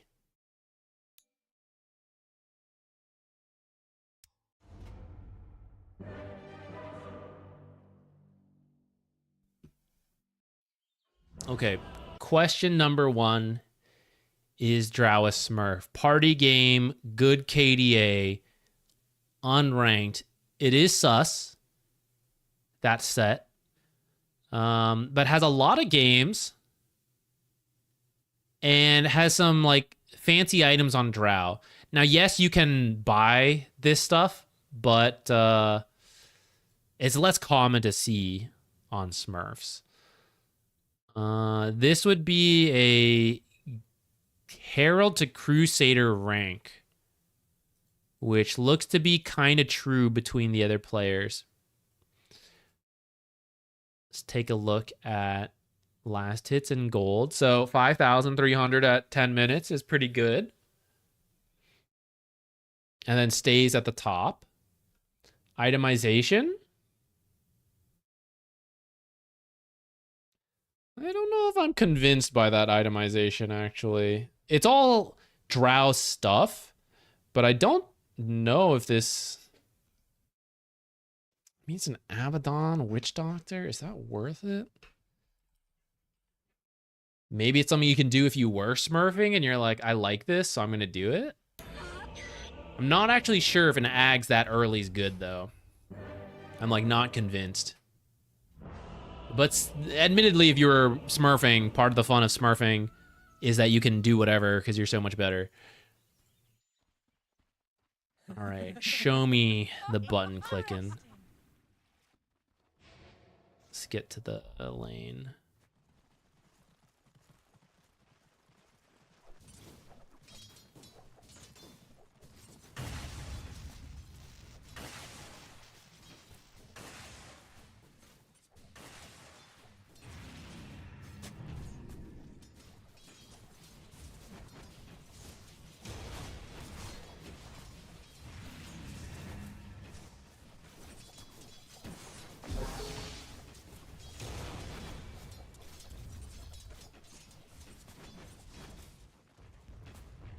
CS is solid.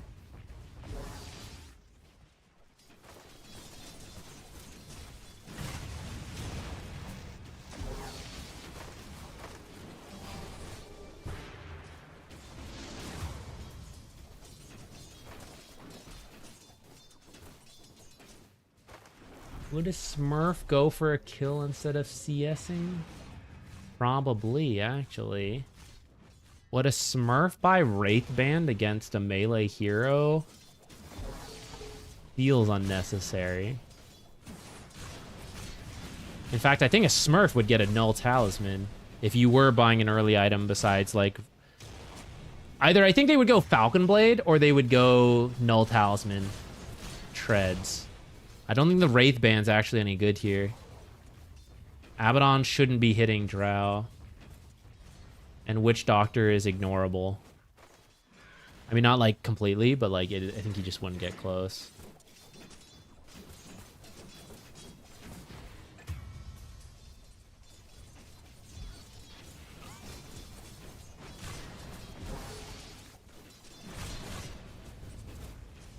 All right, let's jump ahead. You know what? Actually, we'll come back to her later. The laning stage, I'm not fully sold, though I think it was pretty solid for, let's say, Crusader.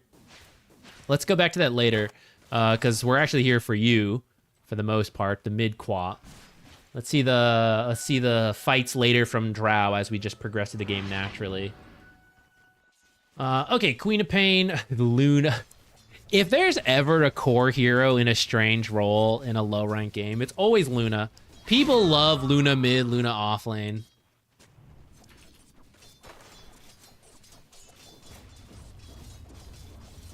Was there anything in particular about your game that we're looking at?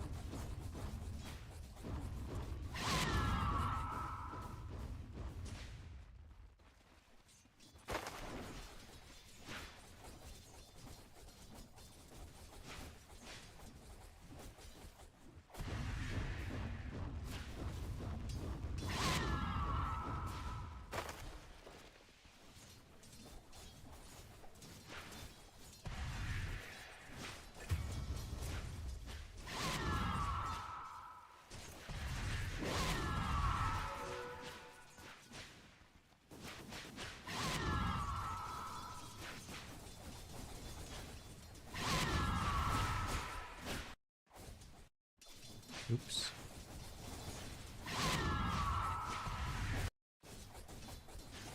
Are you just using this for farm here? I guess so. I think you're just a little late on that one.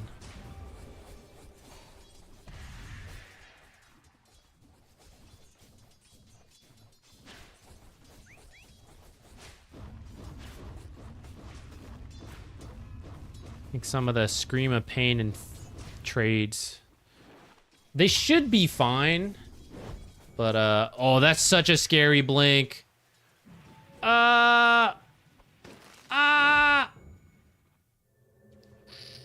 Yeah, that's scary, man. That is very scary. You gotta be careful about that. Against non-traditional mids, a lot of the times their lanes might be good, but the scaling and utility of the hero later is not good. So if you're unsure I mean, just like play your own game and do your own things, and their mid will have a weakness. If you think it's not a mid because it's a shit laner, then try to punish it. But like, you'll notice Luna Glaives, her damage, her Q, it's all pretty solid for actually playing the mid lane. The issue is that the mid game, the early to mid game, is not very useful as a mid hero. So like in those kind of situations, you don't have to try to like zone her out, like, oh, I'm gonna stop her from farming. Right? She's just gonna jungle, like this stuff, right? The thing she can't do is that she can't go to other lanes, or when you hit the ultimate, yours works in the mid lane and hers doesn't. So good solo kill there. Come immediately top. You stepped up too far though. Let's say you want to gank top. What are some common top lane observers? On this side, anywhere along here, here, and like over here. So as you're healing up and you're like walking in, you should actually like, I'd say like you should be further back until you're ready to like just run in and go. You don't want to be waiting here where maybe there's an observer on top of you or somewhere in lane, and you're waiting now for blink to come up. You should like wait out, then go and just immediately blink in. It'll increase your odds of success in case there is an observer, but they're human, so they won't notice you always do it immediately.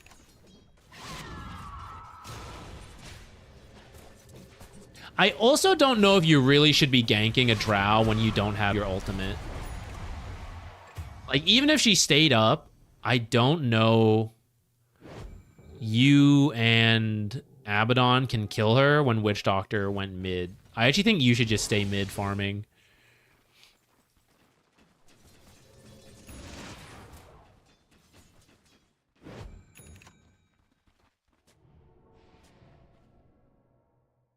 Can we do a stack or two?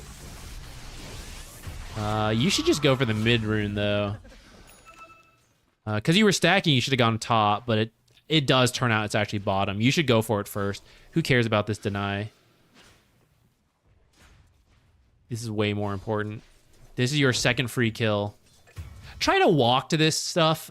If you can tell no one's there, try to just walk there. If they didn't get it already after being mid, they probably don't have vision of it.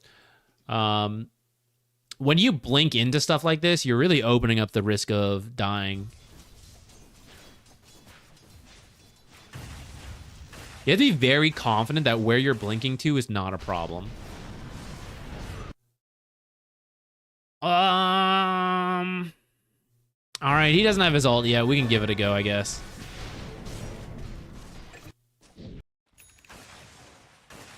I just think between these two targets, Drow in front of the tower and Wraith King Wind Ranger, I think Drow at half health, you solo kill with your ultimate and your stuff. That's a solo kill, and it's the enemy carry. This is an offlaner who is 5, but man, I don't know. What if he just randomly hits 6 from a creep dying or something? I don't know. Sometimes it's like dicey as you get close to these 5 to 6 timings.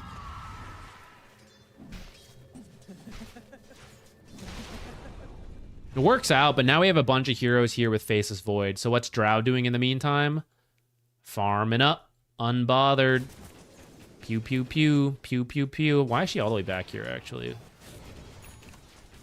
she TP home? Oh, because she walked in her tower. Kind of understandable.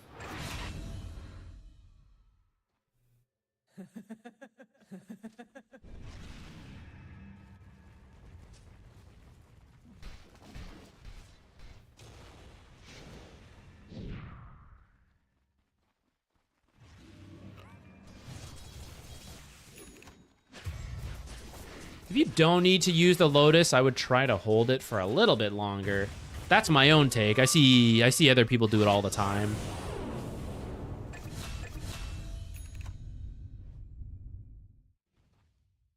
Okay, we're getting active, but it's really sacrificed our farm. Notice the last hit difference.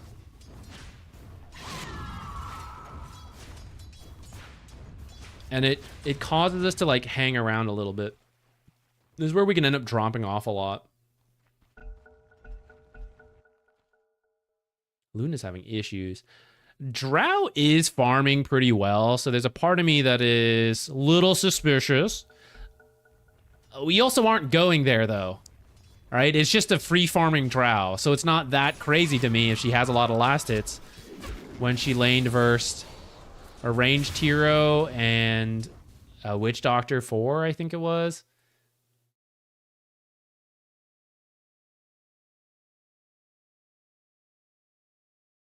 Let's jump ahead. Let's jump ahead one more time. Right, we're back. Happening over here. Respawn. Go for the Wraith King.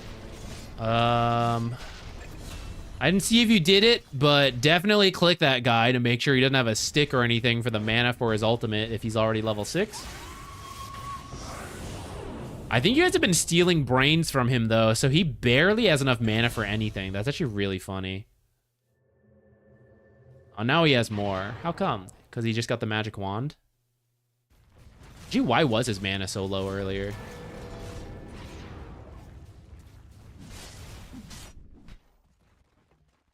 Oh.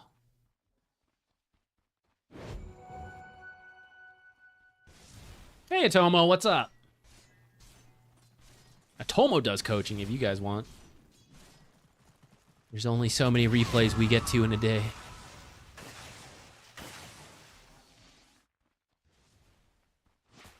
Are we still submitting replays? We might be at the end, towards the end of the stream.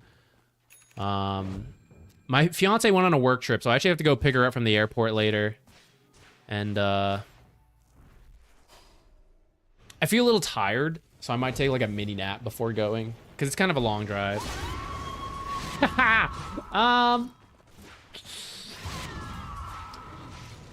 If you line this up to scream both Ancients and Hard Camp, I'm more open to it. I think you don't need to, though. I think you just keep using Scream of Pain and you'll work it down.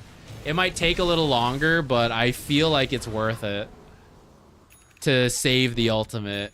I could be wrong, though. I don't watch enough co-op gameplay to have seen if she ults any big stacks like that.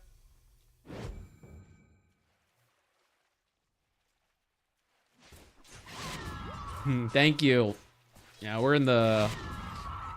I say we're in wedding planning, but I've not done much.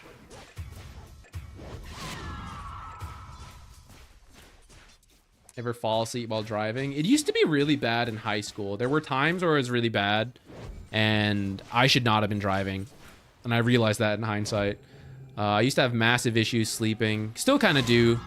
But in high school, it was really bad, because not only did I have trouble sleeping, but then I would regularly have to get to school early.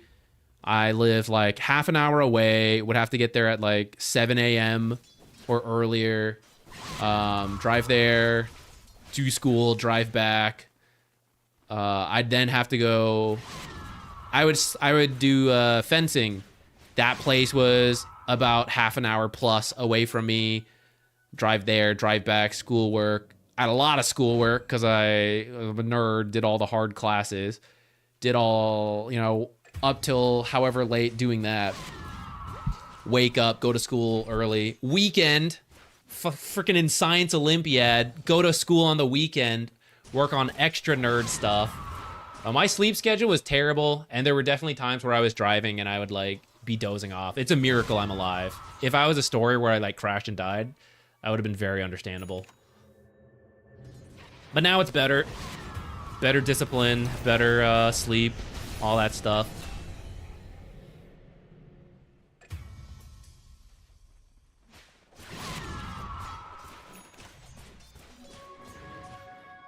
Yeah, the safety naps. That's how. That's another way to deal with it. Interesting.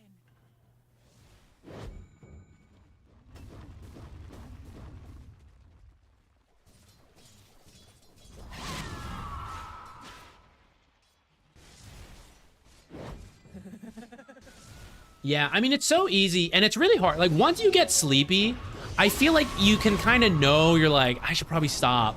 But you're in this weird state, and you don't a lot of the times, for a lot of people that experience this. I think the worst I felt though was like, I think I was driving my little sister somewhere and it happened to me. Like where I kind of like felt like I dozed off for a bit. And I feel like that was a big failing as an older brother. Like if I die, it's fine. You know, like I'm depressed anyways. I'm ready. But I shouldn't have any like my family there. Least of all my little sister.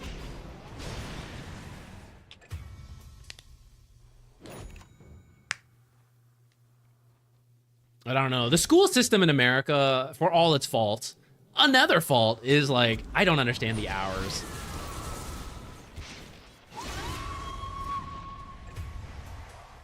For the natural state of growth for most kids to then have to wake up at really odd hours, especially if you like take the bus. Maybe you're up at like 6 a.m. if you're like on a really far bus stop from your school.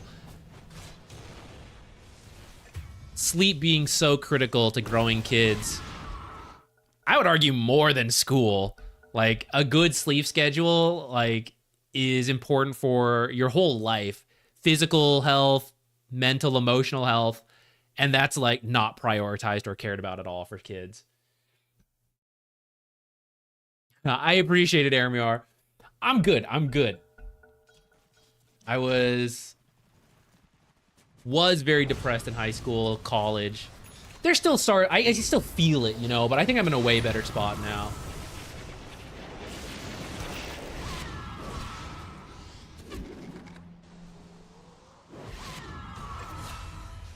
I mean, school's definitely necessary. School's definitely necessary, don't get me wrong. But there's some things in the school system where just like, it doesn't make sense. Like, why are you doing it like this? I will say this drow has really good farming efficiency compared to the rank. Like, you can see double the last hits. Let's watch drow for a little bit. Let's see if we feel drow as a smurf. It may not be a smurf. It could just be someone who used to be high ranked and then stopped. Something like, this sounds bad. Neff used to be a really high ranked player. Many of you maybe don't know him. He used to cast. He does like team management stuff, and he was really high ranked at one point. And then he kind of stopped taking it so seriously because he was doing other stuff, and he dropped down to ancient. And that might sound crazy, like how can you be a top level player and then be an ancient player?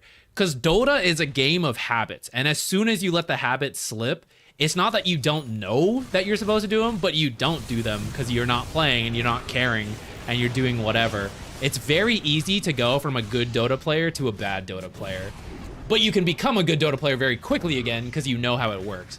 So Drow could be like that. I don't know if it's like an actual Smurf, bot account, whatever. Could just be someone stopped playing for a while.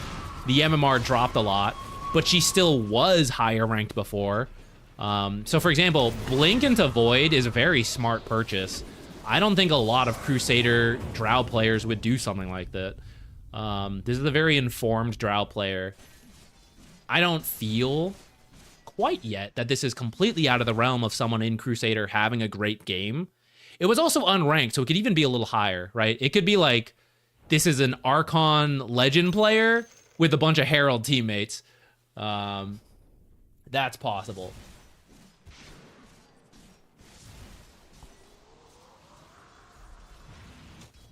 What kept me going through those years? Pure spite of the world. I think it was just my own mentality. I think I was resigned to the fact that like I might live the rest of my life that way. It was pretty severe depression. I might live the rest of my life that way, but if it was going to change, I would need to be alive to see it change. So I reached the point where I was mentally prepared to live till over 100. I'm going to live to over 100, guys. I am determined to live over 100. I would live that long just completely depressed and like hating everything and whatever. And that's just like the feelings I would always have. But in the chance that it ever changed, I would just stay alive through all that. And so like even when I was really depressed, when I was younger, that spite to live kept me going. I'm lucky in that way because I know a lot of people who suffer don't have that. So it's quite fortunate in a way in that regard. Things are a lot better now. I still feel the genetic, because I don't feel like I went through like a bunch of trauma to get me depressed. I am like a born depressed kind of person where like the brain and chemicals don't work. So I still feel that sometimes. But I can't say I know what changed completely, but there are times it's better. Like it got better. I still feel it at times of like, I don't really care what's going on, you know? But moon jellying, my fiance, helped a lot. We stopped doing stuff I hated, like, as everyone, school and work and stuff. But like, I chose to do things that I cared about, like video games and like all this content creation stuff. That helped.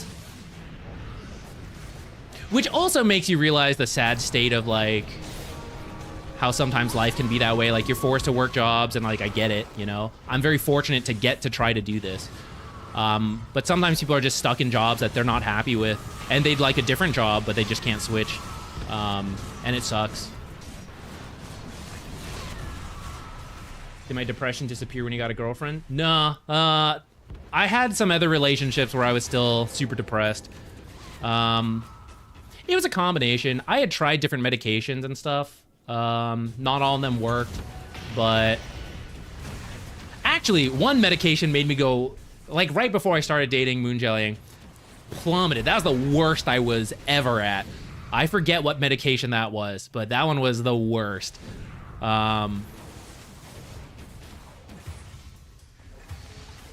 But after that, a combination of like pursuing Dota, the relationship, feeling like I had a point to live for, was the relationship, I guess. Just like a combination of things eventually helped get me in a better spot. I am 30 currently.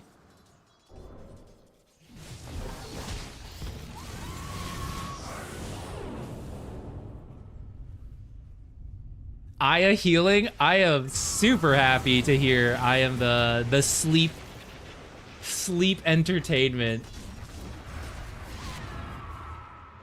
I used to go to sleep that way all the time.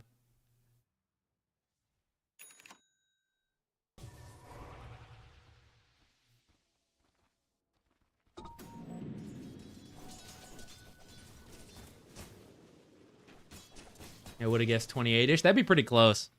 Without knowing me, I look quite young. That's not like a flex. That's just like an Asian genes thing.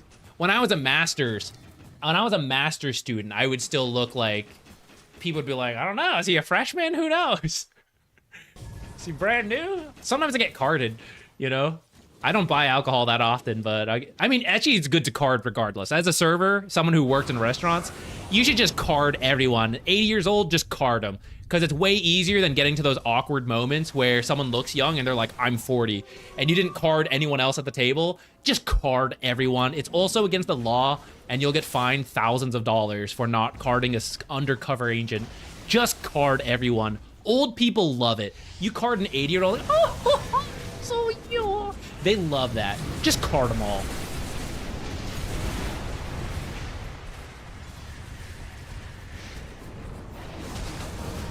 I do look young. It's the Asian genes. When I hit 60, straight down.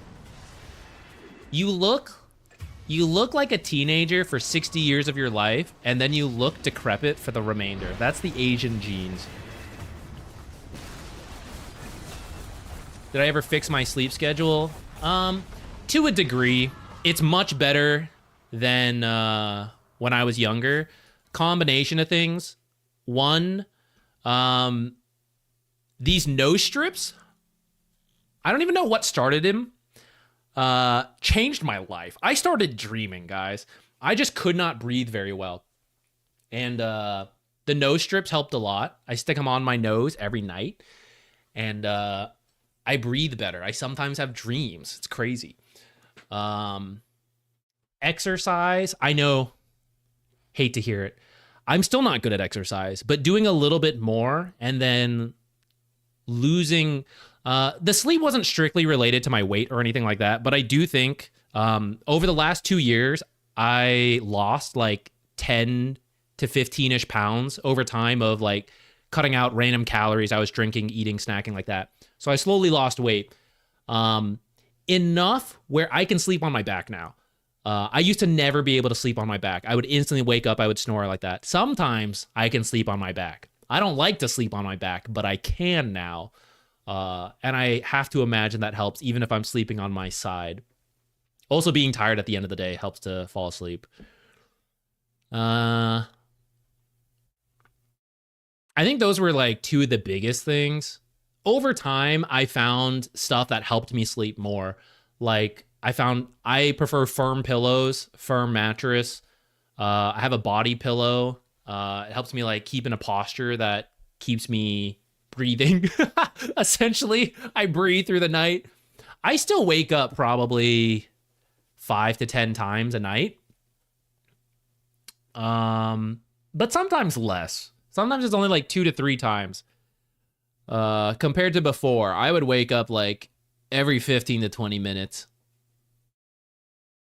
Any more reviews? Let me see. What time is it? 6:18. We can put another one up and we might comment on it a little bit, but we're in podcast mode. We're full podcasting. I feel it. We're full podcast mode. These are just Heralds to Crusaders. Yeah, so that was part of what we were looking at that game for, is Sleuth felt, he's like, is this a Smurf account? Kind of suspicious. And end confirmation, I do kind of agree. I think buying Blink on Drow is not that common for this rank. I think this Drow is much better than Crusader for how they played. Could they be a Crusader having an amazing game and they're very up to date with builds because they're very familiar with Drow? Yes. Off this one game, I wouldn't be like, ban this account, hate them. You know, I'd be suspicious though.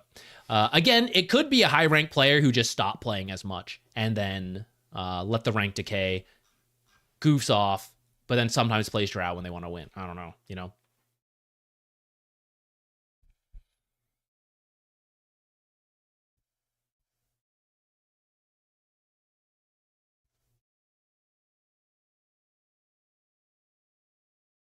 Oh, thank you, Port. I am trying to be, I'll tell you what, that's one of the biggest things I took away from going to ESL Raleigh. I always knew I should be healthy, and I slowly am pushing myself towards it because, like I said, I'm going to live to over 100. A lot of the ESL, or a lot of the talent, like the Dota talent, they're very health-oriented, and I think a lot of people already knew that, but just getting to be exposed to it as well in person of like, you know, we finished the shift, or like it's switching between groups. It's like, I'm going to go to the gym. Like, oh, let's do this. I'm going to go for a walk. I'd like to do this, whatever. Just hearing the talk and you're like, dang, so many people care about their health. It makes me feel like, I need to too.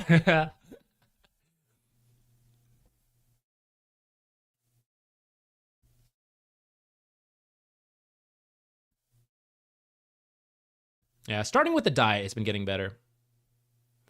I started with a diet because it's easiest and because I studied food science, so I was like a little more informed on that stuff. Just shifting up my diet a little bit.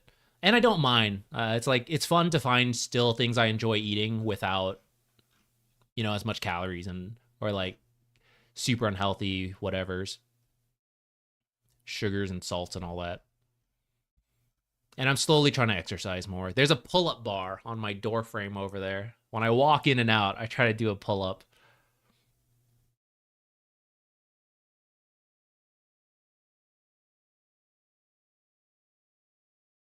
Woobert, didn't I try getting that game earlier? And I think it was too old. I think I tried that one.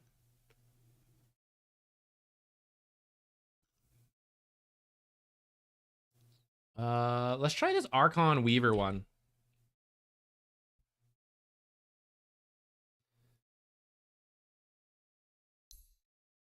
As we might continue this topic, we might not, I don't know.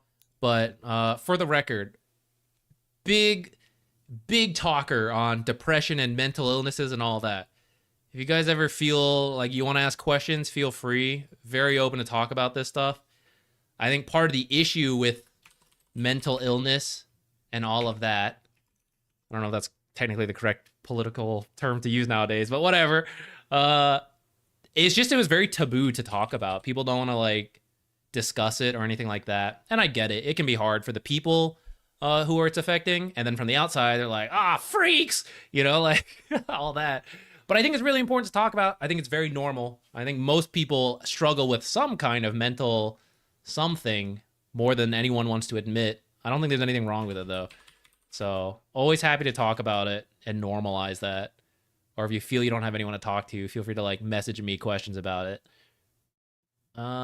Support Archon. Weaver 4.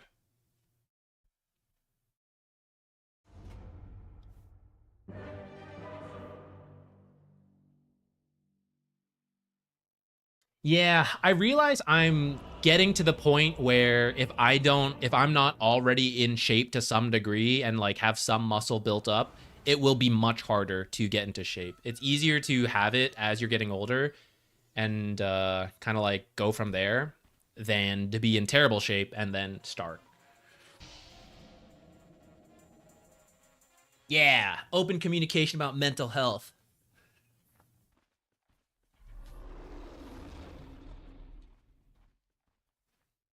Yeah, there's a lot of toxic masculinity stuff of like not wanting to talk about it, but it's actually very manly to open up about your feelings, guys. Nothing's tougher.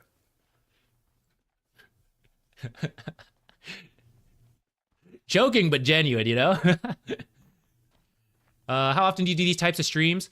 Typically every Wednesday, Dark Templar. Every Wednesday we do these kind of replay streams, and I'll tell you, if you're here at the start, you get the best feedback. Towards the end, you get the podcast on whatever, and the focus is not there. Other days, we typically just play Dota. Might be an exception this upcoming couple weeks because I have a bunch of casting, so I may not do the replay streams. And in fact, we're going to be working on Elden Ring. Let me see how it feels and let me see the exact schedule because I don't know the times yet for the casting. But maybe we could still do the replay streams on Wednesday and just spend the other days on Elden Ring. I haven't fully decided. But yeah. Usually every 30 days. Or sorry, every Wednesday. I'm trying to read chat and talk. Have you ever visited UT before? UT Dallas, I think we checked out when did we come? Funny enough, I never expected to move to Dallas, but I was here before when we were just dating at the time, but my fiance, we are from North Carolina. She went to California to study for her master's. So we did a road trip across so that she could have her car, and we stopped in this area. I think at that time we stopped in Dallas and looked at UT just to see it because her dad went there in the past. Small world. But we happened to pass by, and I think we saw it then. Otherwise, we saw it when we moved here. I don't remember which, but I think it's when we drove through. What else is funny is when we drove through, we had like the day, you know, and we're like, oh, what should we do? You know, look up a list, like top things to do in Dallas. And we pick something. I think it's something in Fort Worth, which is technically not Dallas, but it's like nearby. So we're like, okay, we'll go look. Drive over there, look, whatever. Years down the line, we have to move here for my job now. And we do the same thing. We're like, we're learning the city. What should we do? Go on a date? Like, I don't know, just look up top things to do. It's like, let's go here. I guess that's interesting. Drive there. We're like, hey, I've been here before. What the? What a waste. I just forgot. We like did the exact same thing like 3 years apart. The same like, what should we look? Oh, this looks interesting. We're the same people 3 years apart, but no memory of it. So we ended up going to the exact same place. I use Stream Elements Live to multi-stream right now. And they have a multi-chat feature, so I can see both chats. I know nothing about Elden Ring. No spoilers, please. To some extent, I know I'll get some backseating and spoilers, even unintentionally, just for streaming it. I recognize that's the cost of it, but we're going to do it anyways. But I don't like having any of that stuff. I like to do it blind, and I like to bash my head against the wall. That's fun. Weaver, get in the frickin' lane! This is the jungle! Get in the lane! This comes up a lot. Supports like to fight other supports in the lane, but it's way better to be in the jungle, typically. Especially if you're the weaker lane. Like, Lone Druid versus Slardar is going to be tough for Slardar to start. So you got to be in here, and you got to hit this bear. Whittle this bear down. That's how you deal with it. You got to do it twice. You got to whittle it low enough that Lone Druid resummons it, and then you got to really hone in on it, so then eventually he stops using the bear. The reason Lone Druid is not as popular anymore is that the bear got a lot weaker. So if you're playing Dota for a while and you're like, the bear's impossible, I'm not going to waste my time. It is possible. So hit that bear and get away from Sniper. The Sniper won't do that much. If Sniper's playing in the jungle while you're in the lane, you're doing way more. If Sniper comes to the lane, yeah, we got to do stuff about that. But look at this. You came to the lane, you baited Sniper close. He took down 3/4 of his health. Would we have done that without the bash from Slardar? No.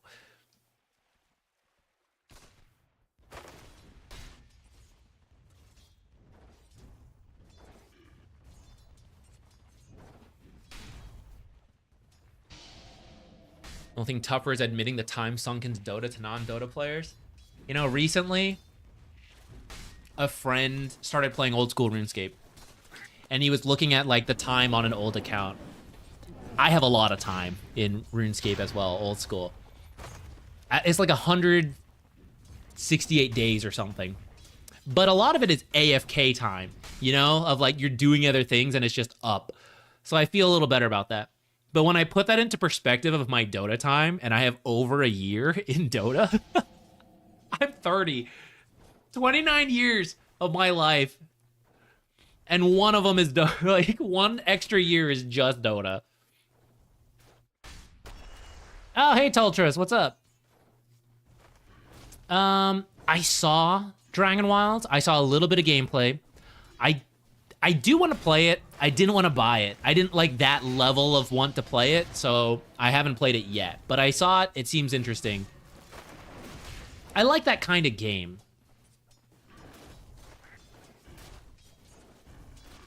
Is that in-game or Steam time? Steam time, but I am not one to usually leave up the game, like, needlessly. It happens inevitably, but I have 14,500 hours, and I would say at most 1,000 is, like, being left open, and I think that's, like, a big overestimation. I agree. I think it doesn't have to be a waste. I think as long as you're happy and you get something out of it, I don't feel bad about, like, you know, playing games or doing whatever too much. As long as I do some other stuff, too. Rookie mistake. Leaving it open lets you hide it. That's true. You get to lie to yourself. Oh, it's mostly AFK time. It's fine. It's okay. Oh, you know what else is a time sink? My friend told me they're making MapleStory Classic servers. I have no idea when that's coming out, but boy, am I tempted. 50 million new games, and I'm just gonna keep playing old games. Gonna play Dota, gonna play RuneScape, gonna play Age of Empires.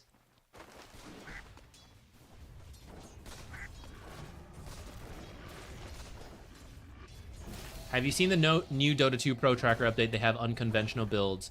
Oh, really? That's interesting. Where is it? Is it on the, like, the main page?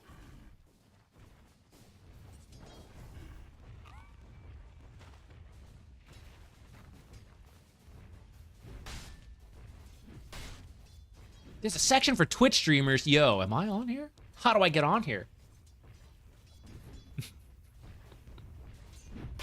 I'm not high enough MMR to get on there.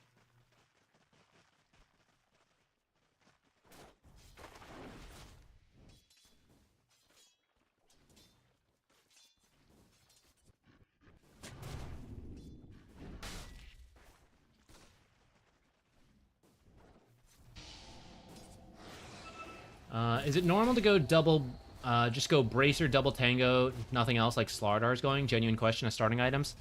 It depends. Bracer used to be better, so you see this. You used to see this more. I wouldn't fully recommend it nowadays to go straight Bracer. I usually think Bracer components like gloves and circlet, tangos, and then fill out the rest with like iron branches and a quelling blade, and then finish the Bracer after that. I think that's a little better. You do sometimes see people just like start Bracer, but I think it's really out of favor now. I would do what I mentioned instead, like buy the components and then buy the small stuff.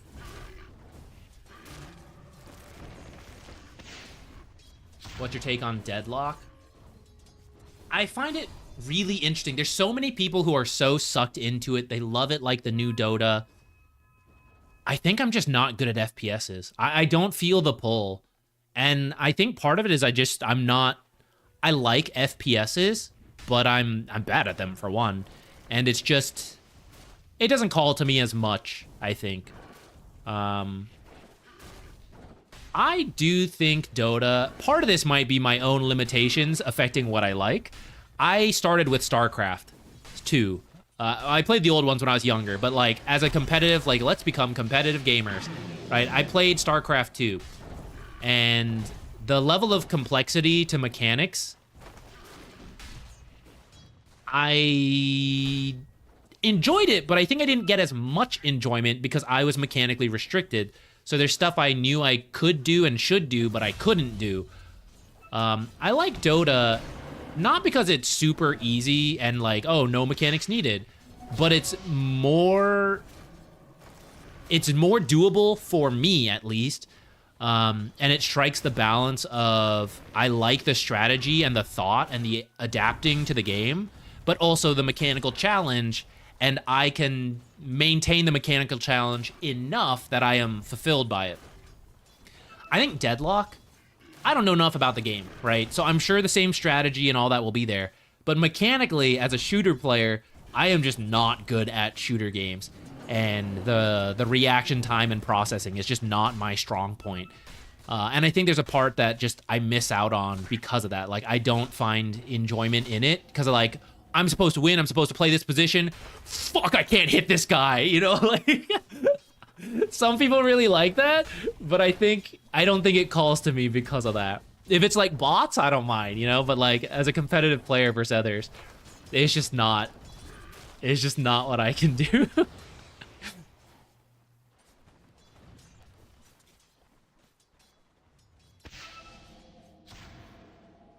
Yeah, I actually need to play Warcraft 3. I never played through the whole thing. It's so influential. I want to play the game.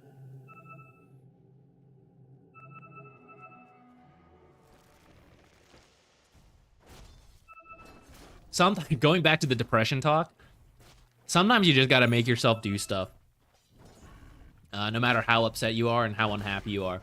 When I'm in one of those modes, and it's like, we just have to do this, I never even played Warcraft 3, but I know the voice line for I think it's the orcs.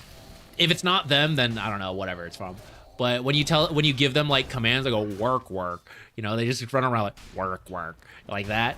I just think that to myself the whole time I'm doing shit I don't want to do. I'm just going around work, work, work, work. That's me. You have a playlist titled Work, Work. And then I just listen to that on repeat while going around doing things. The orc peon? Yeah, that's me. It's peon mode. You just have to do stuff sometimes.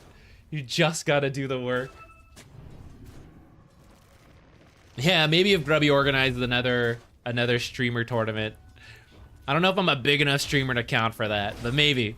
We'll start learning it, and then we'll join in. Pretend you're a sim forced to do things? Pretty much. If I spent the fraction of... I mean, I'm not a Sims player, but like RuneScape, you know? If I took away one of the 99s I had, and I had spent that time doing something else, boy, where would I be?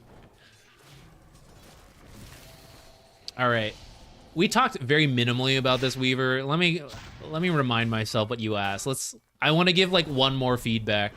I know I said we're in podcast mode, and clearly, mostly am, but okay, how do I die less? And general laning and gameplay improvements. Okay.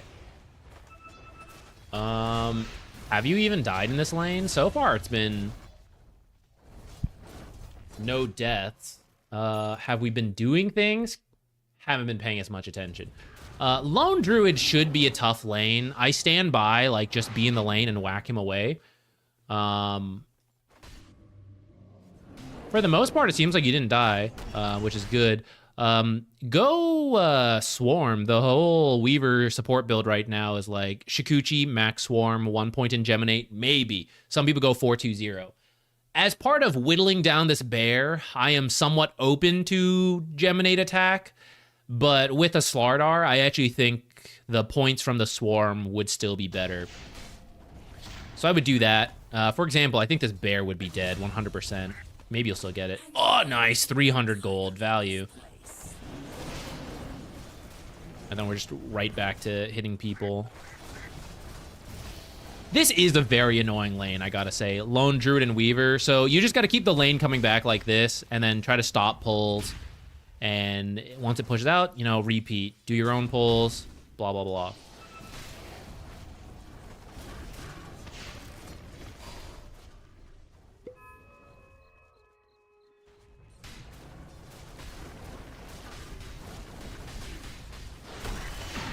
This is a lane where anytime your mid lane is really rough, or sorry, your off lane's rough, or whatever lane you're in, and there's not much you can do, like Lone Druid Sniper is annoying. They're gonna have weaknesses later, but boy, this lane is annoying.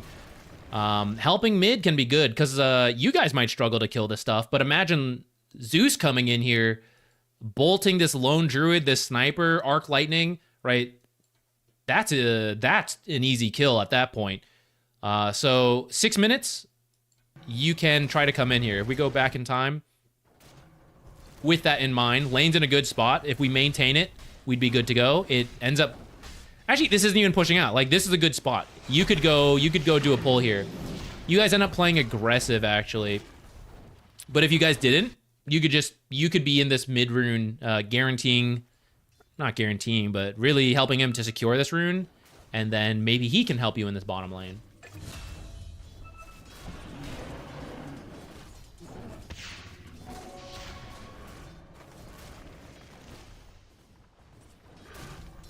Not worth upgrading the wand either.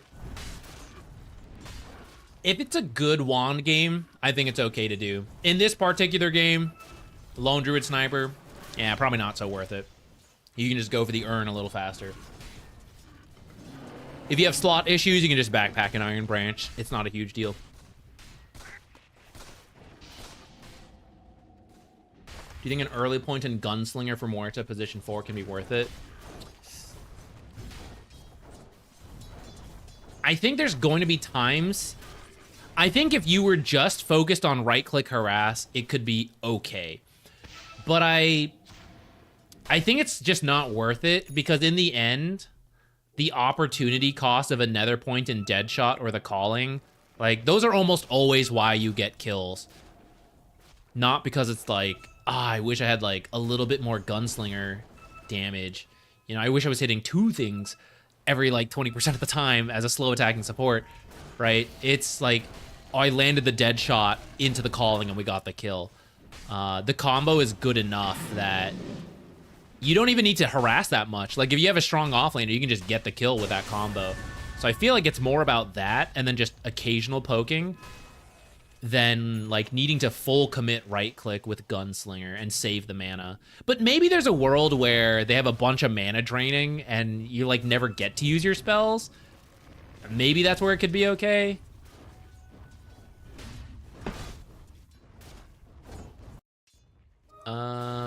Let me jump ahead, because we kind of saw through that and I was playing through it again.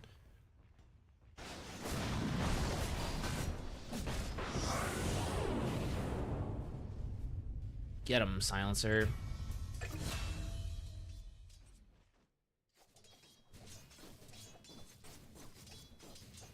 We are Shikuchiing down here.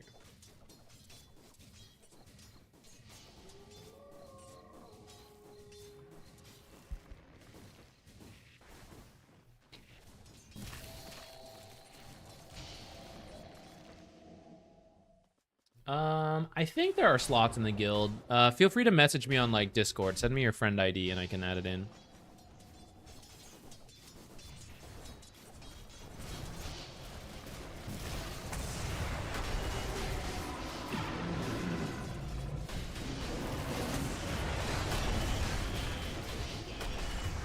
Nice. Good lone druid kill. Quick pause. Pudge, Invoker, Silencer top. So it's just a sniper. Probably not going to die to sniper, especially got time lapse. So either push the tower really hard right here, potentially grab these creeps from the back to pull them into the small camp, or go place a deep ward now. Or both. But I think you need to capitalize on this kill and like 3 heroes showing top.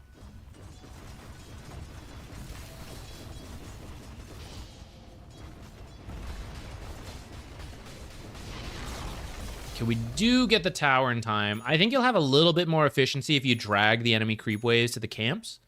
But otherwise, I'm glad you took that tower. Before just running home, though, may I interest you in a deep ward? It's scary now, but all you have to do is Shikuchi in somewhere, place the ward, and then you can TP home. You end up walking back, so you do save the teleport, but I mean, we weigh the cost, right? Of, okay, I can teleport response, which I immediately use to go into the triangle, or I have a deep ward down and I can't rotate for a little bit, but then it'll be back up, right? I think this is an opportunity where it's worth deep warding. Okay, he TP'd out for the rune, so it's an understandable move, and then great kill with Slardar. What can we do off that? Looks like your team wants to push mid. Always a little scary into a Pudge.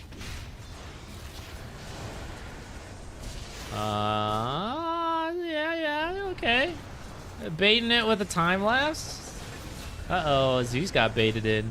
Yeah, that's the scary thing. Always be careful about diving. Like Silencer, Sniper, Pud, these are all heroes very scary to dive into. So I think you just whack that tower, and once they bring in heroes to rotate, to defend it, you just leave.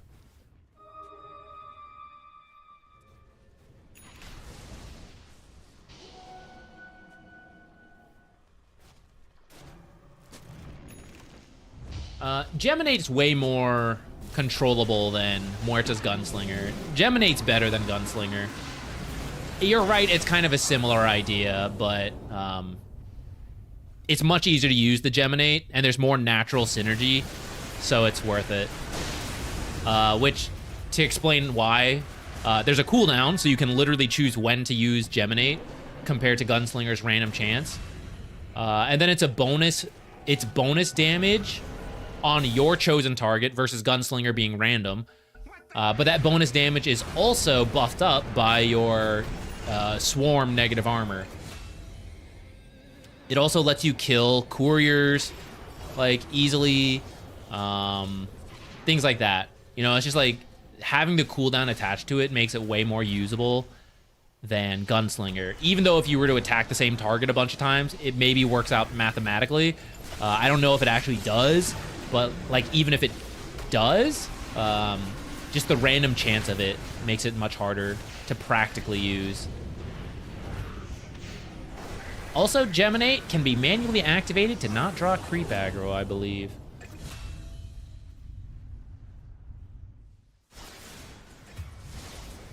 Is it worth warding behind the lanes around the top 2 camps or somewhere in the middle? Like back here? Or this one? The answer is yes, but also depends a little bit on what's happening. Behind the tower, oh, back here, this one I would say yes, but maybe move a little bit more left. The main thing is you just need to see them in this area, and if they're farming this camp, and you know, okay, so let's say they're farming here, and you see them back this way. So I know it's going to be one of these 2 camps. When I come check, I'm like standing here and I can see them farming the ancient or not. So it's like, okay, you know, this is how we do it. Boom, done. So you don't actually need to see them here so much as know they went this way. As you move this way, if you stay along the high ground, technically, yes, you kind of see them before they see you. But at some point, especially as you get over here, I would say you don't. And they might see you coming in before you see them, especially if you're not smoked. So I think an observer more this way, especially one that sees up here, is very useful. Because at that point, you can now see, okay, he went this way, so it's one of these two camps, or he might make his way up this way. Oh, I saw him farm this and go this way. You don't know he's here and here anymore, but if you don't see him in the lane, right, it's probably one of these two camps. So I feel like the transition point in the middle is better than like the edge point. But if the tower was still up and really healthy and you know they've been farming back here or making stacks back here, I do think putting an observer in this area could be good as a combo, gank him while farming, secure myself while taking this tower.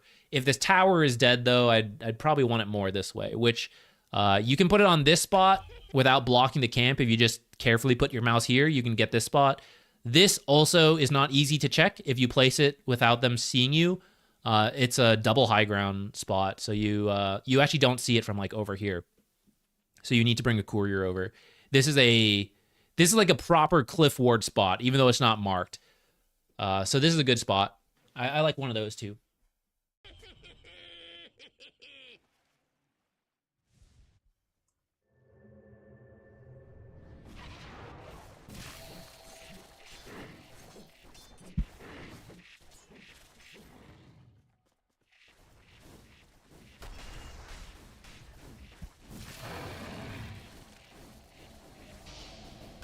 I love openly talking about my depression. One of my top hobbies.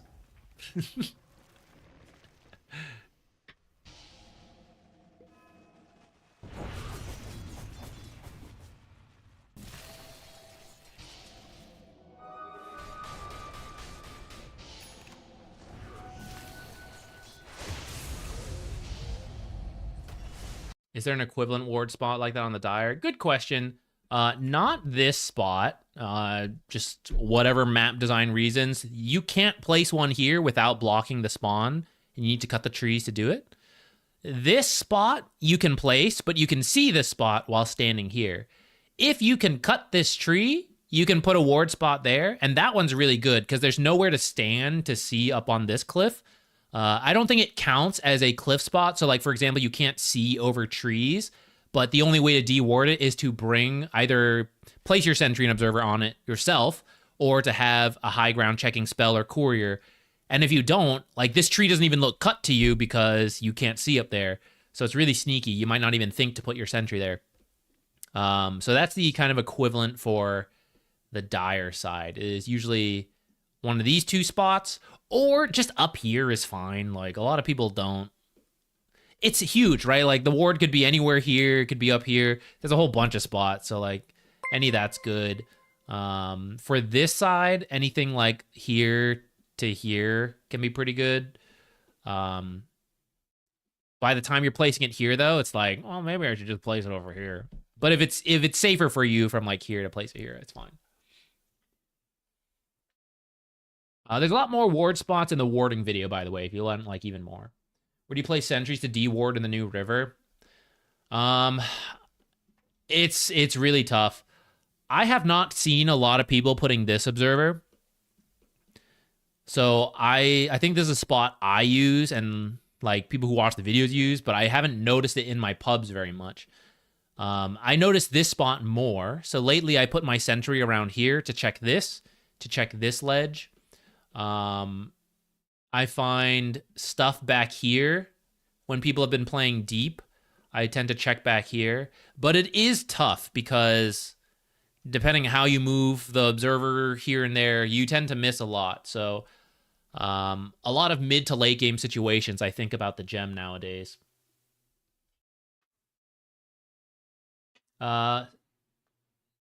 Cinnamon, yes. If they try to put a sentry where the tree is, even though they can't tell it's cut, I'm pretty sure the game will allow them.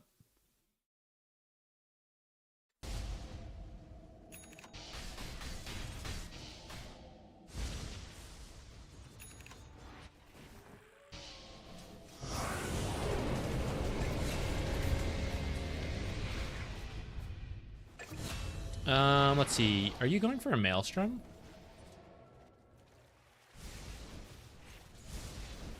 You maybe changed your mind, because I see this, which I would have thought is for the Orchid.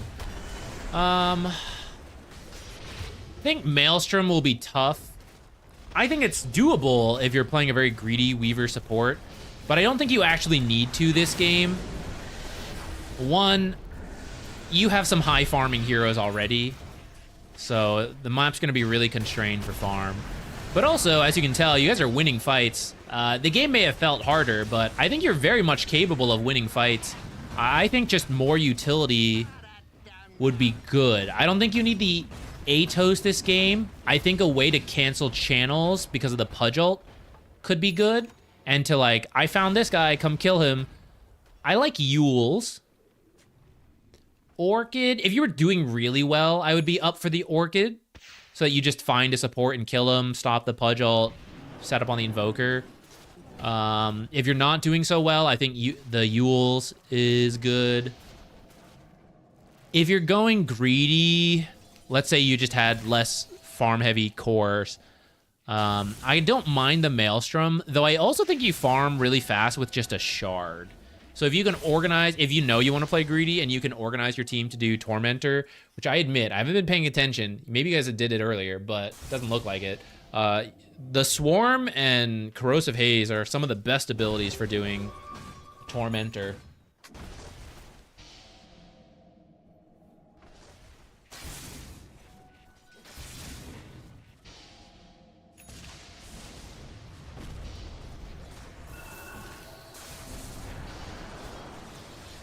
Or changed my mind because I didn't believe in the cores. Understandable. It does happen.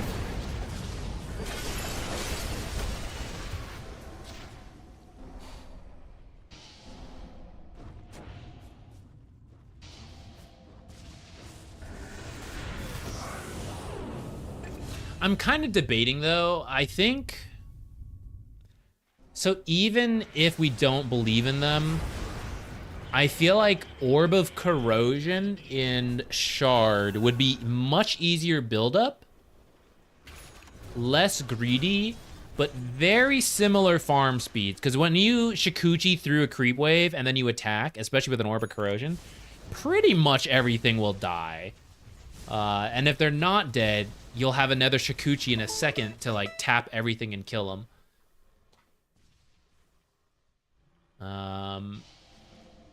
And the Orb of Corrosion will synergize better with the Swarm plus Corrosive Haze and all that stuff. I kind of like the idea of more negative armor rather than Maelstrom.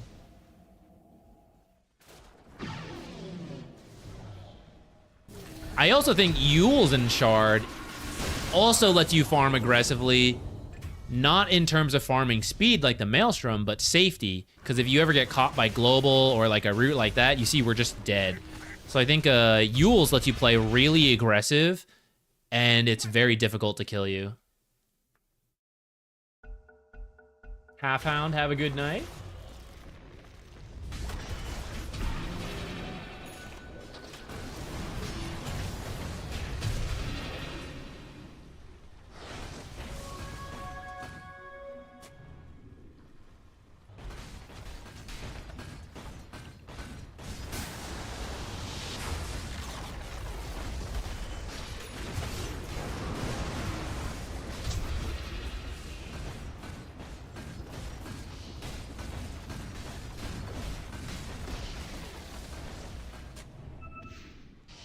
Does the second silence from his global facet wait till act the Yules if you dispel it or countdown? No, it activates right away once the dispel happens. And the nice thing about Yules, usually a negative, arguably, that, you know, you remove the dispel but you're stuck in the air for a little bit. By the time you drop from the Yules, the 2.5 seconds, the reverberating silence, he took irrepressible. The choice. The reverberating silence, even at max duration, is 2 seconds. So it's over by the time you drop. That's the nice thing about Yules versus Silencer.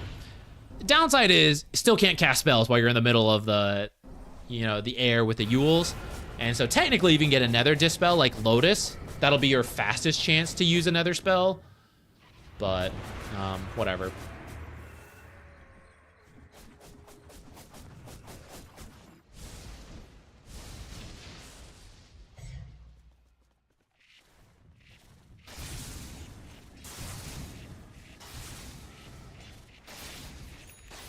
Yeah, Yules can be tricky to use.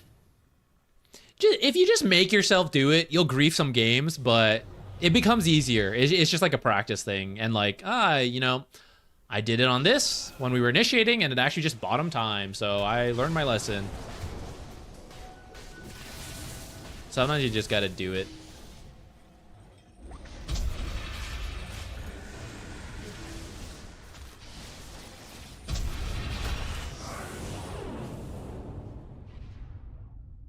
I forgot about mana and curse loss.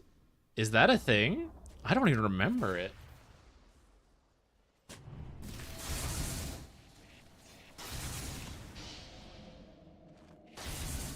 I'm seriously tired of this place. What the?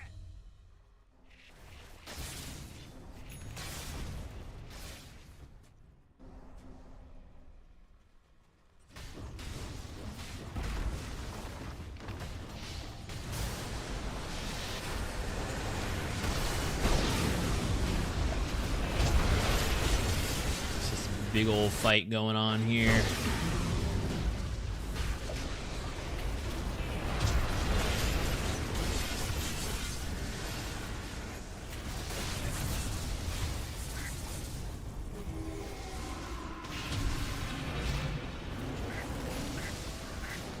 Get him.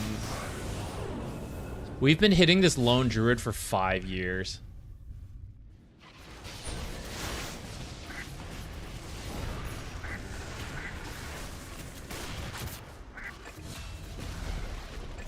No! Dude, this guy's tanky as all hell. Butterfly and Crimson? Holy shit. Weaver was hitting Lone Druid the entire frickin' fight.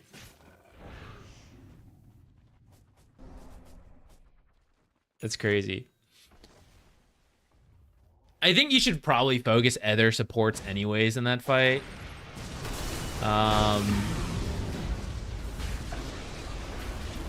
Lone Druid.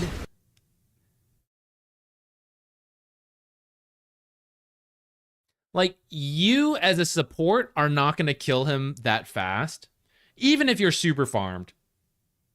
Which, you know, maybe we could be. We are going a more scaling build.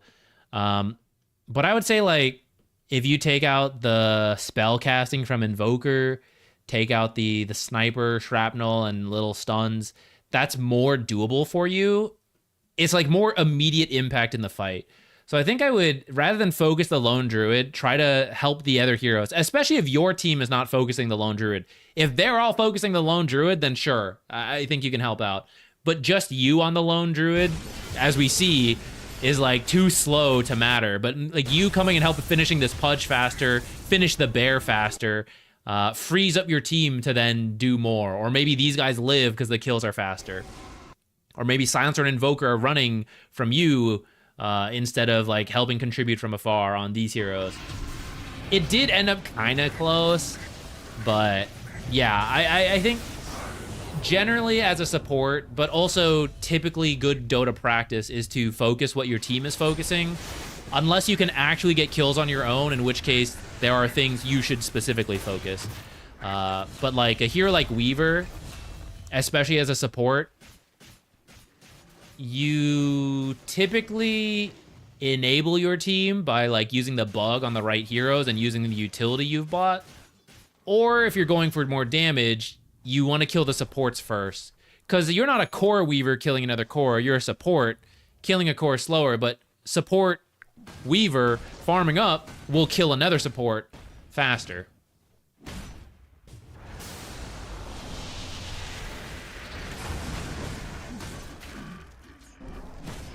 Yeah, when team fights get crazy, it can be really hard to keep track of what's going on.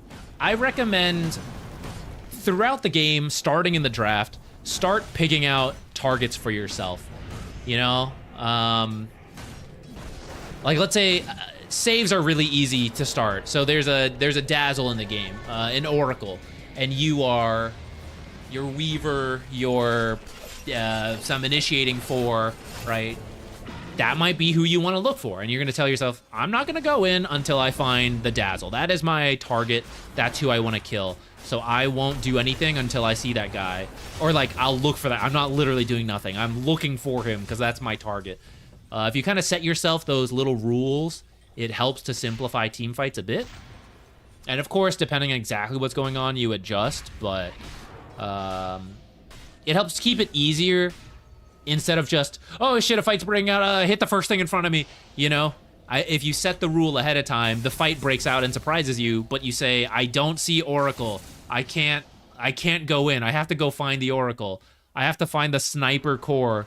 I have to find whoever, whatever you've set up.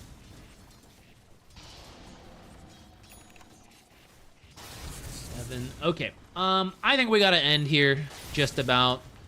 If there's any like last second questions, we can do that real quick, but I think we gotta end, and I gotta go eat and stuff and then go pick up my fiance from the airport. I do want to make a video tomorrow first. I did a bunch of prep and then I had to go to badminton before I could actually record the video, but hopefully a video coming out on, I guess, Friday. You know, I'll make it on Thursday tomorrow. I'll be out on Friday. But hopefully the video doesn't take too long, and if it doesn't, maybe we'll start the stream of Elden Ring. Otherwise, Friday, I need to decide if I want it to be, if I want to just start working on the Elden Ring playthrough, or maybe we want to do a little bit more Dota, some other stuff. I don't know. I haven't decided. Panic mode on. Yeah, Dota is a lot about just slowly limiting panic mode from taking over. It does get more and more chaotic as they add stuff in. There's like absolute chaos in some team fights now. Wait until Phantom Lancer gets buffed and he becomes good again, and everyone is just lagging. It's been a while since that's happened, but just wait for that to come back, guys. Okay. Twitch people, I'm going to start a raid. I'll send you guys to Purge. Thank you so much for hanging around. Most Wednesdays, we do this type of stuff. Like I said, this upcoming Wednesdays, I'm not sure. Might be Elden Ring. Might be nothing if there's casting going on. But once all that's done, you know, it'll be back. Otherwise, Monday, Fridays, we got the usual games, but maybe it'll be Elden Ring coming up.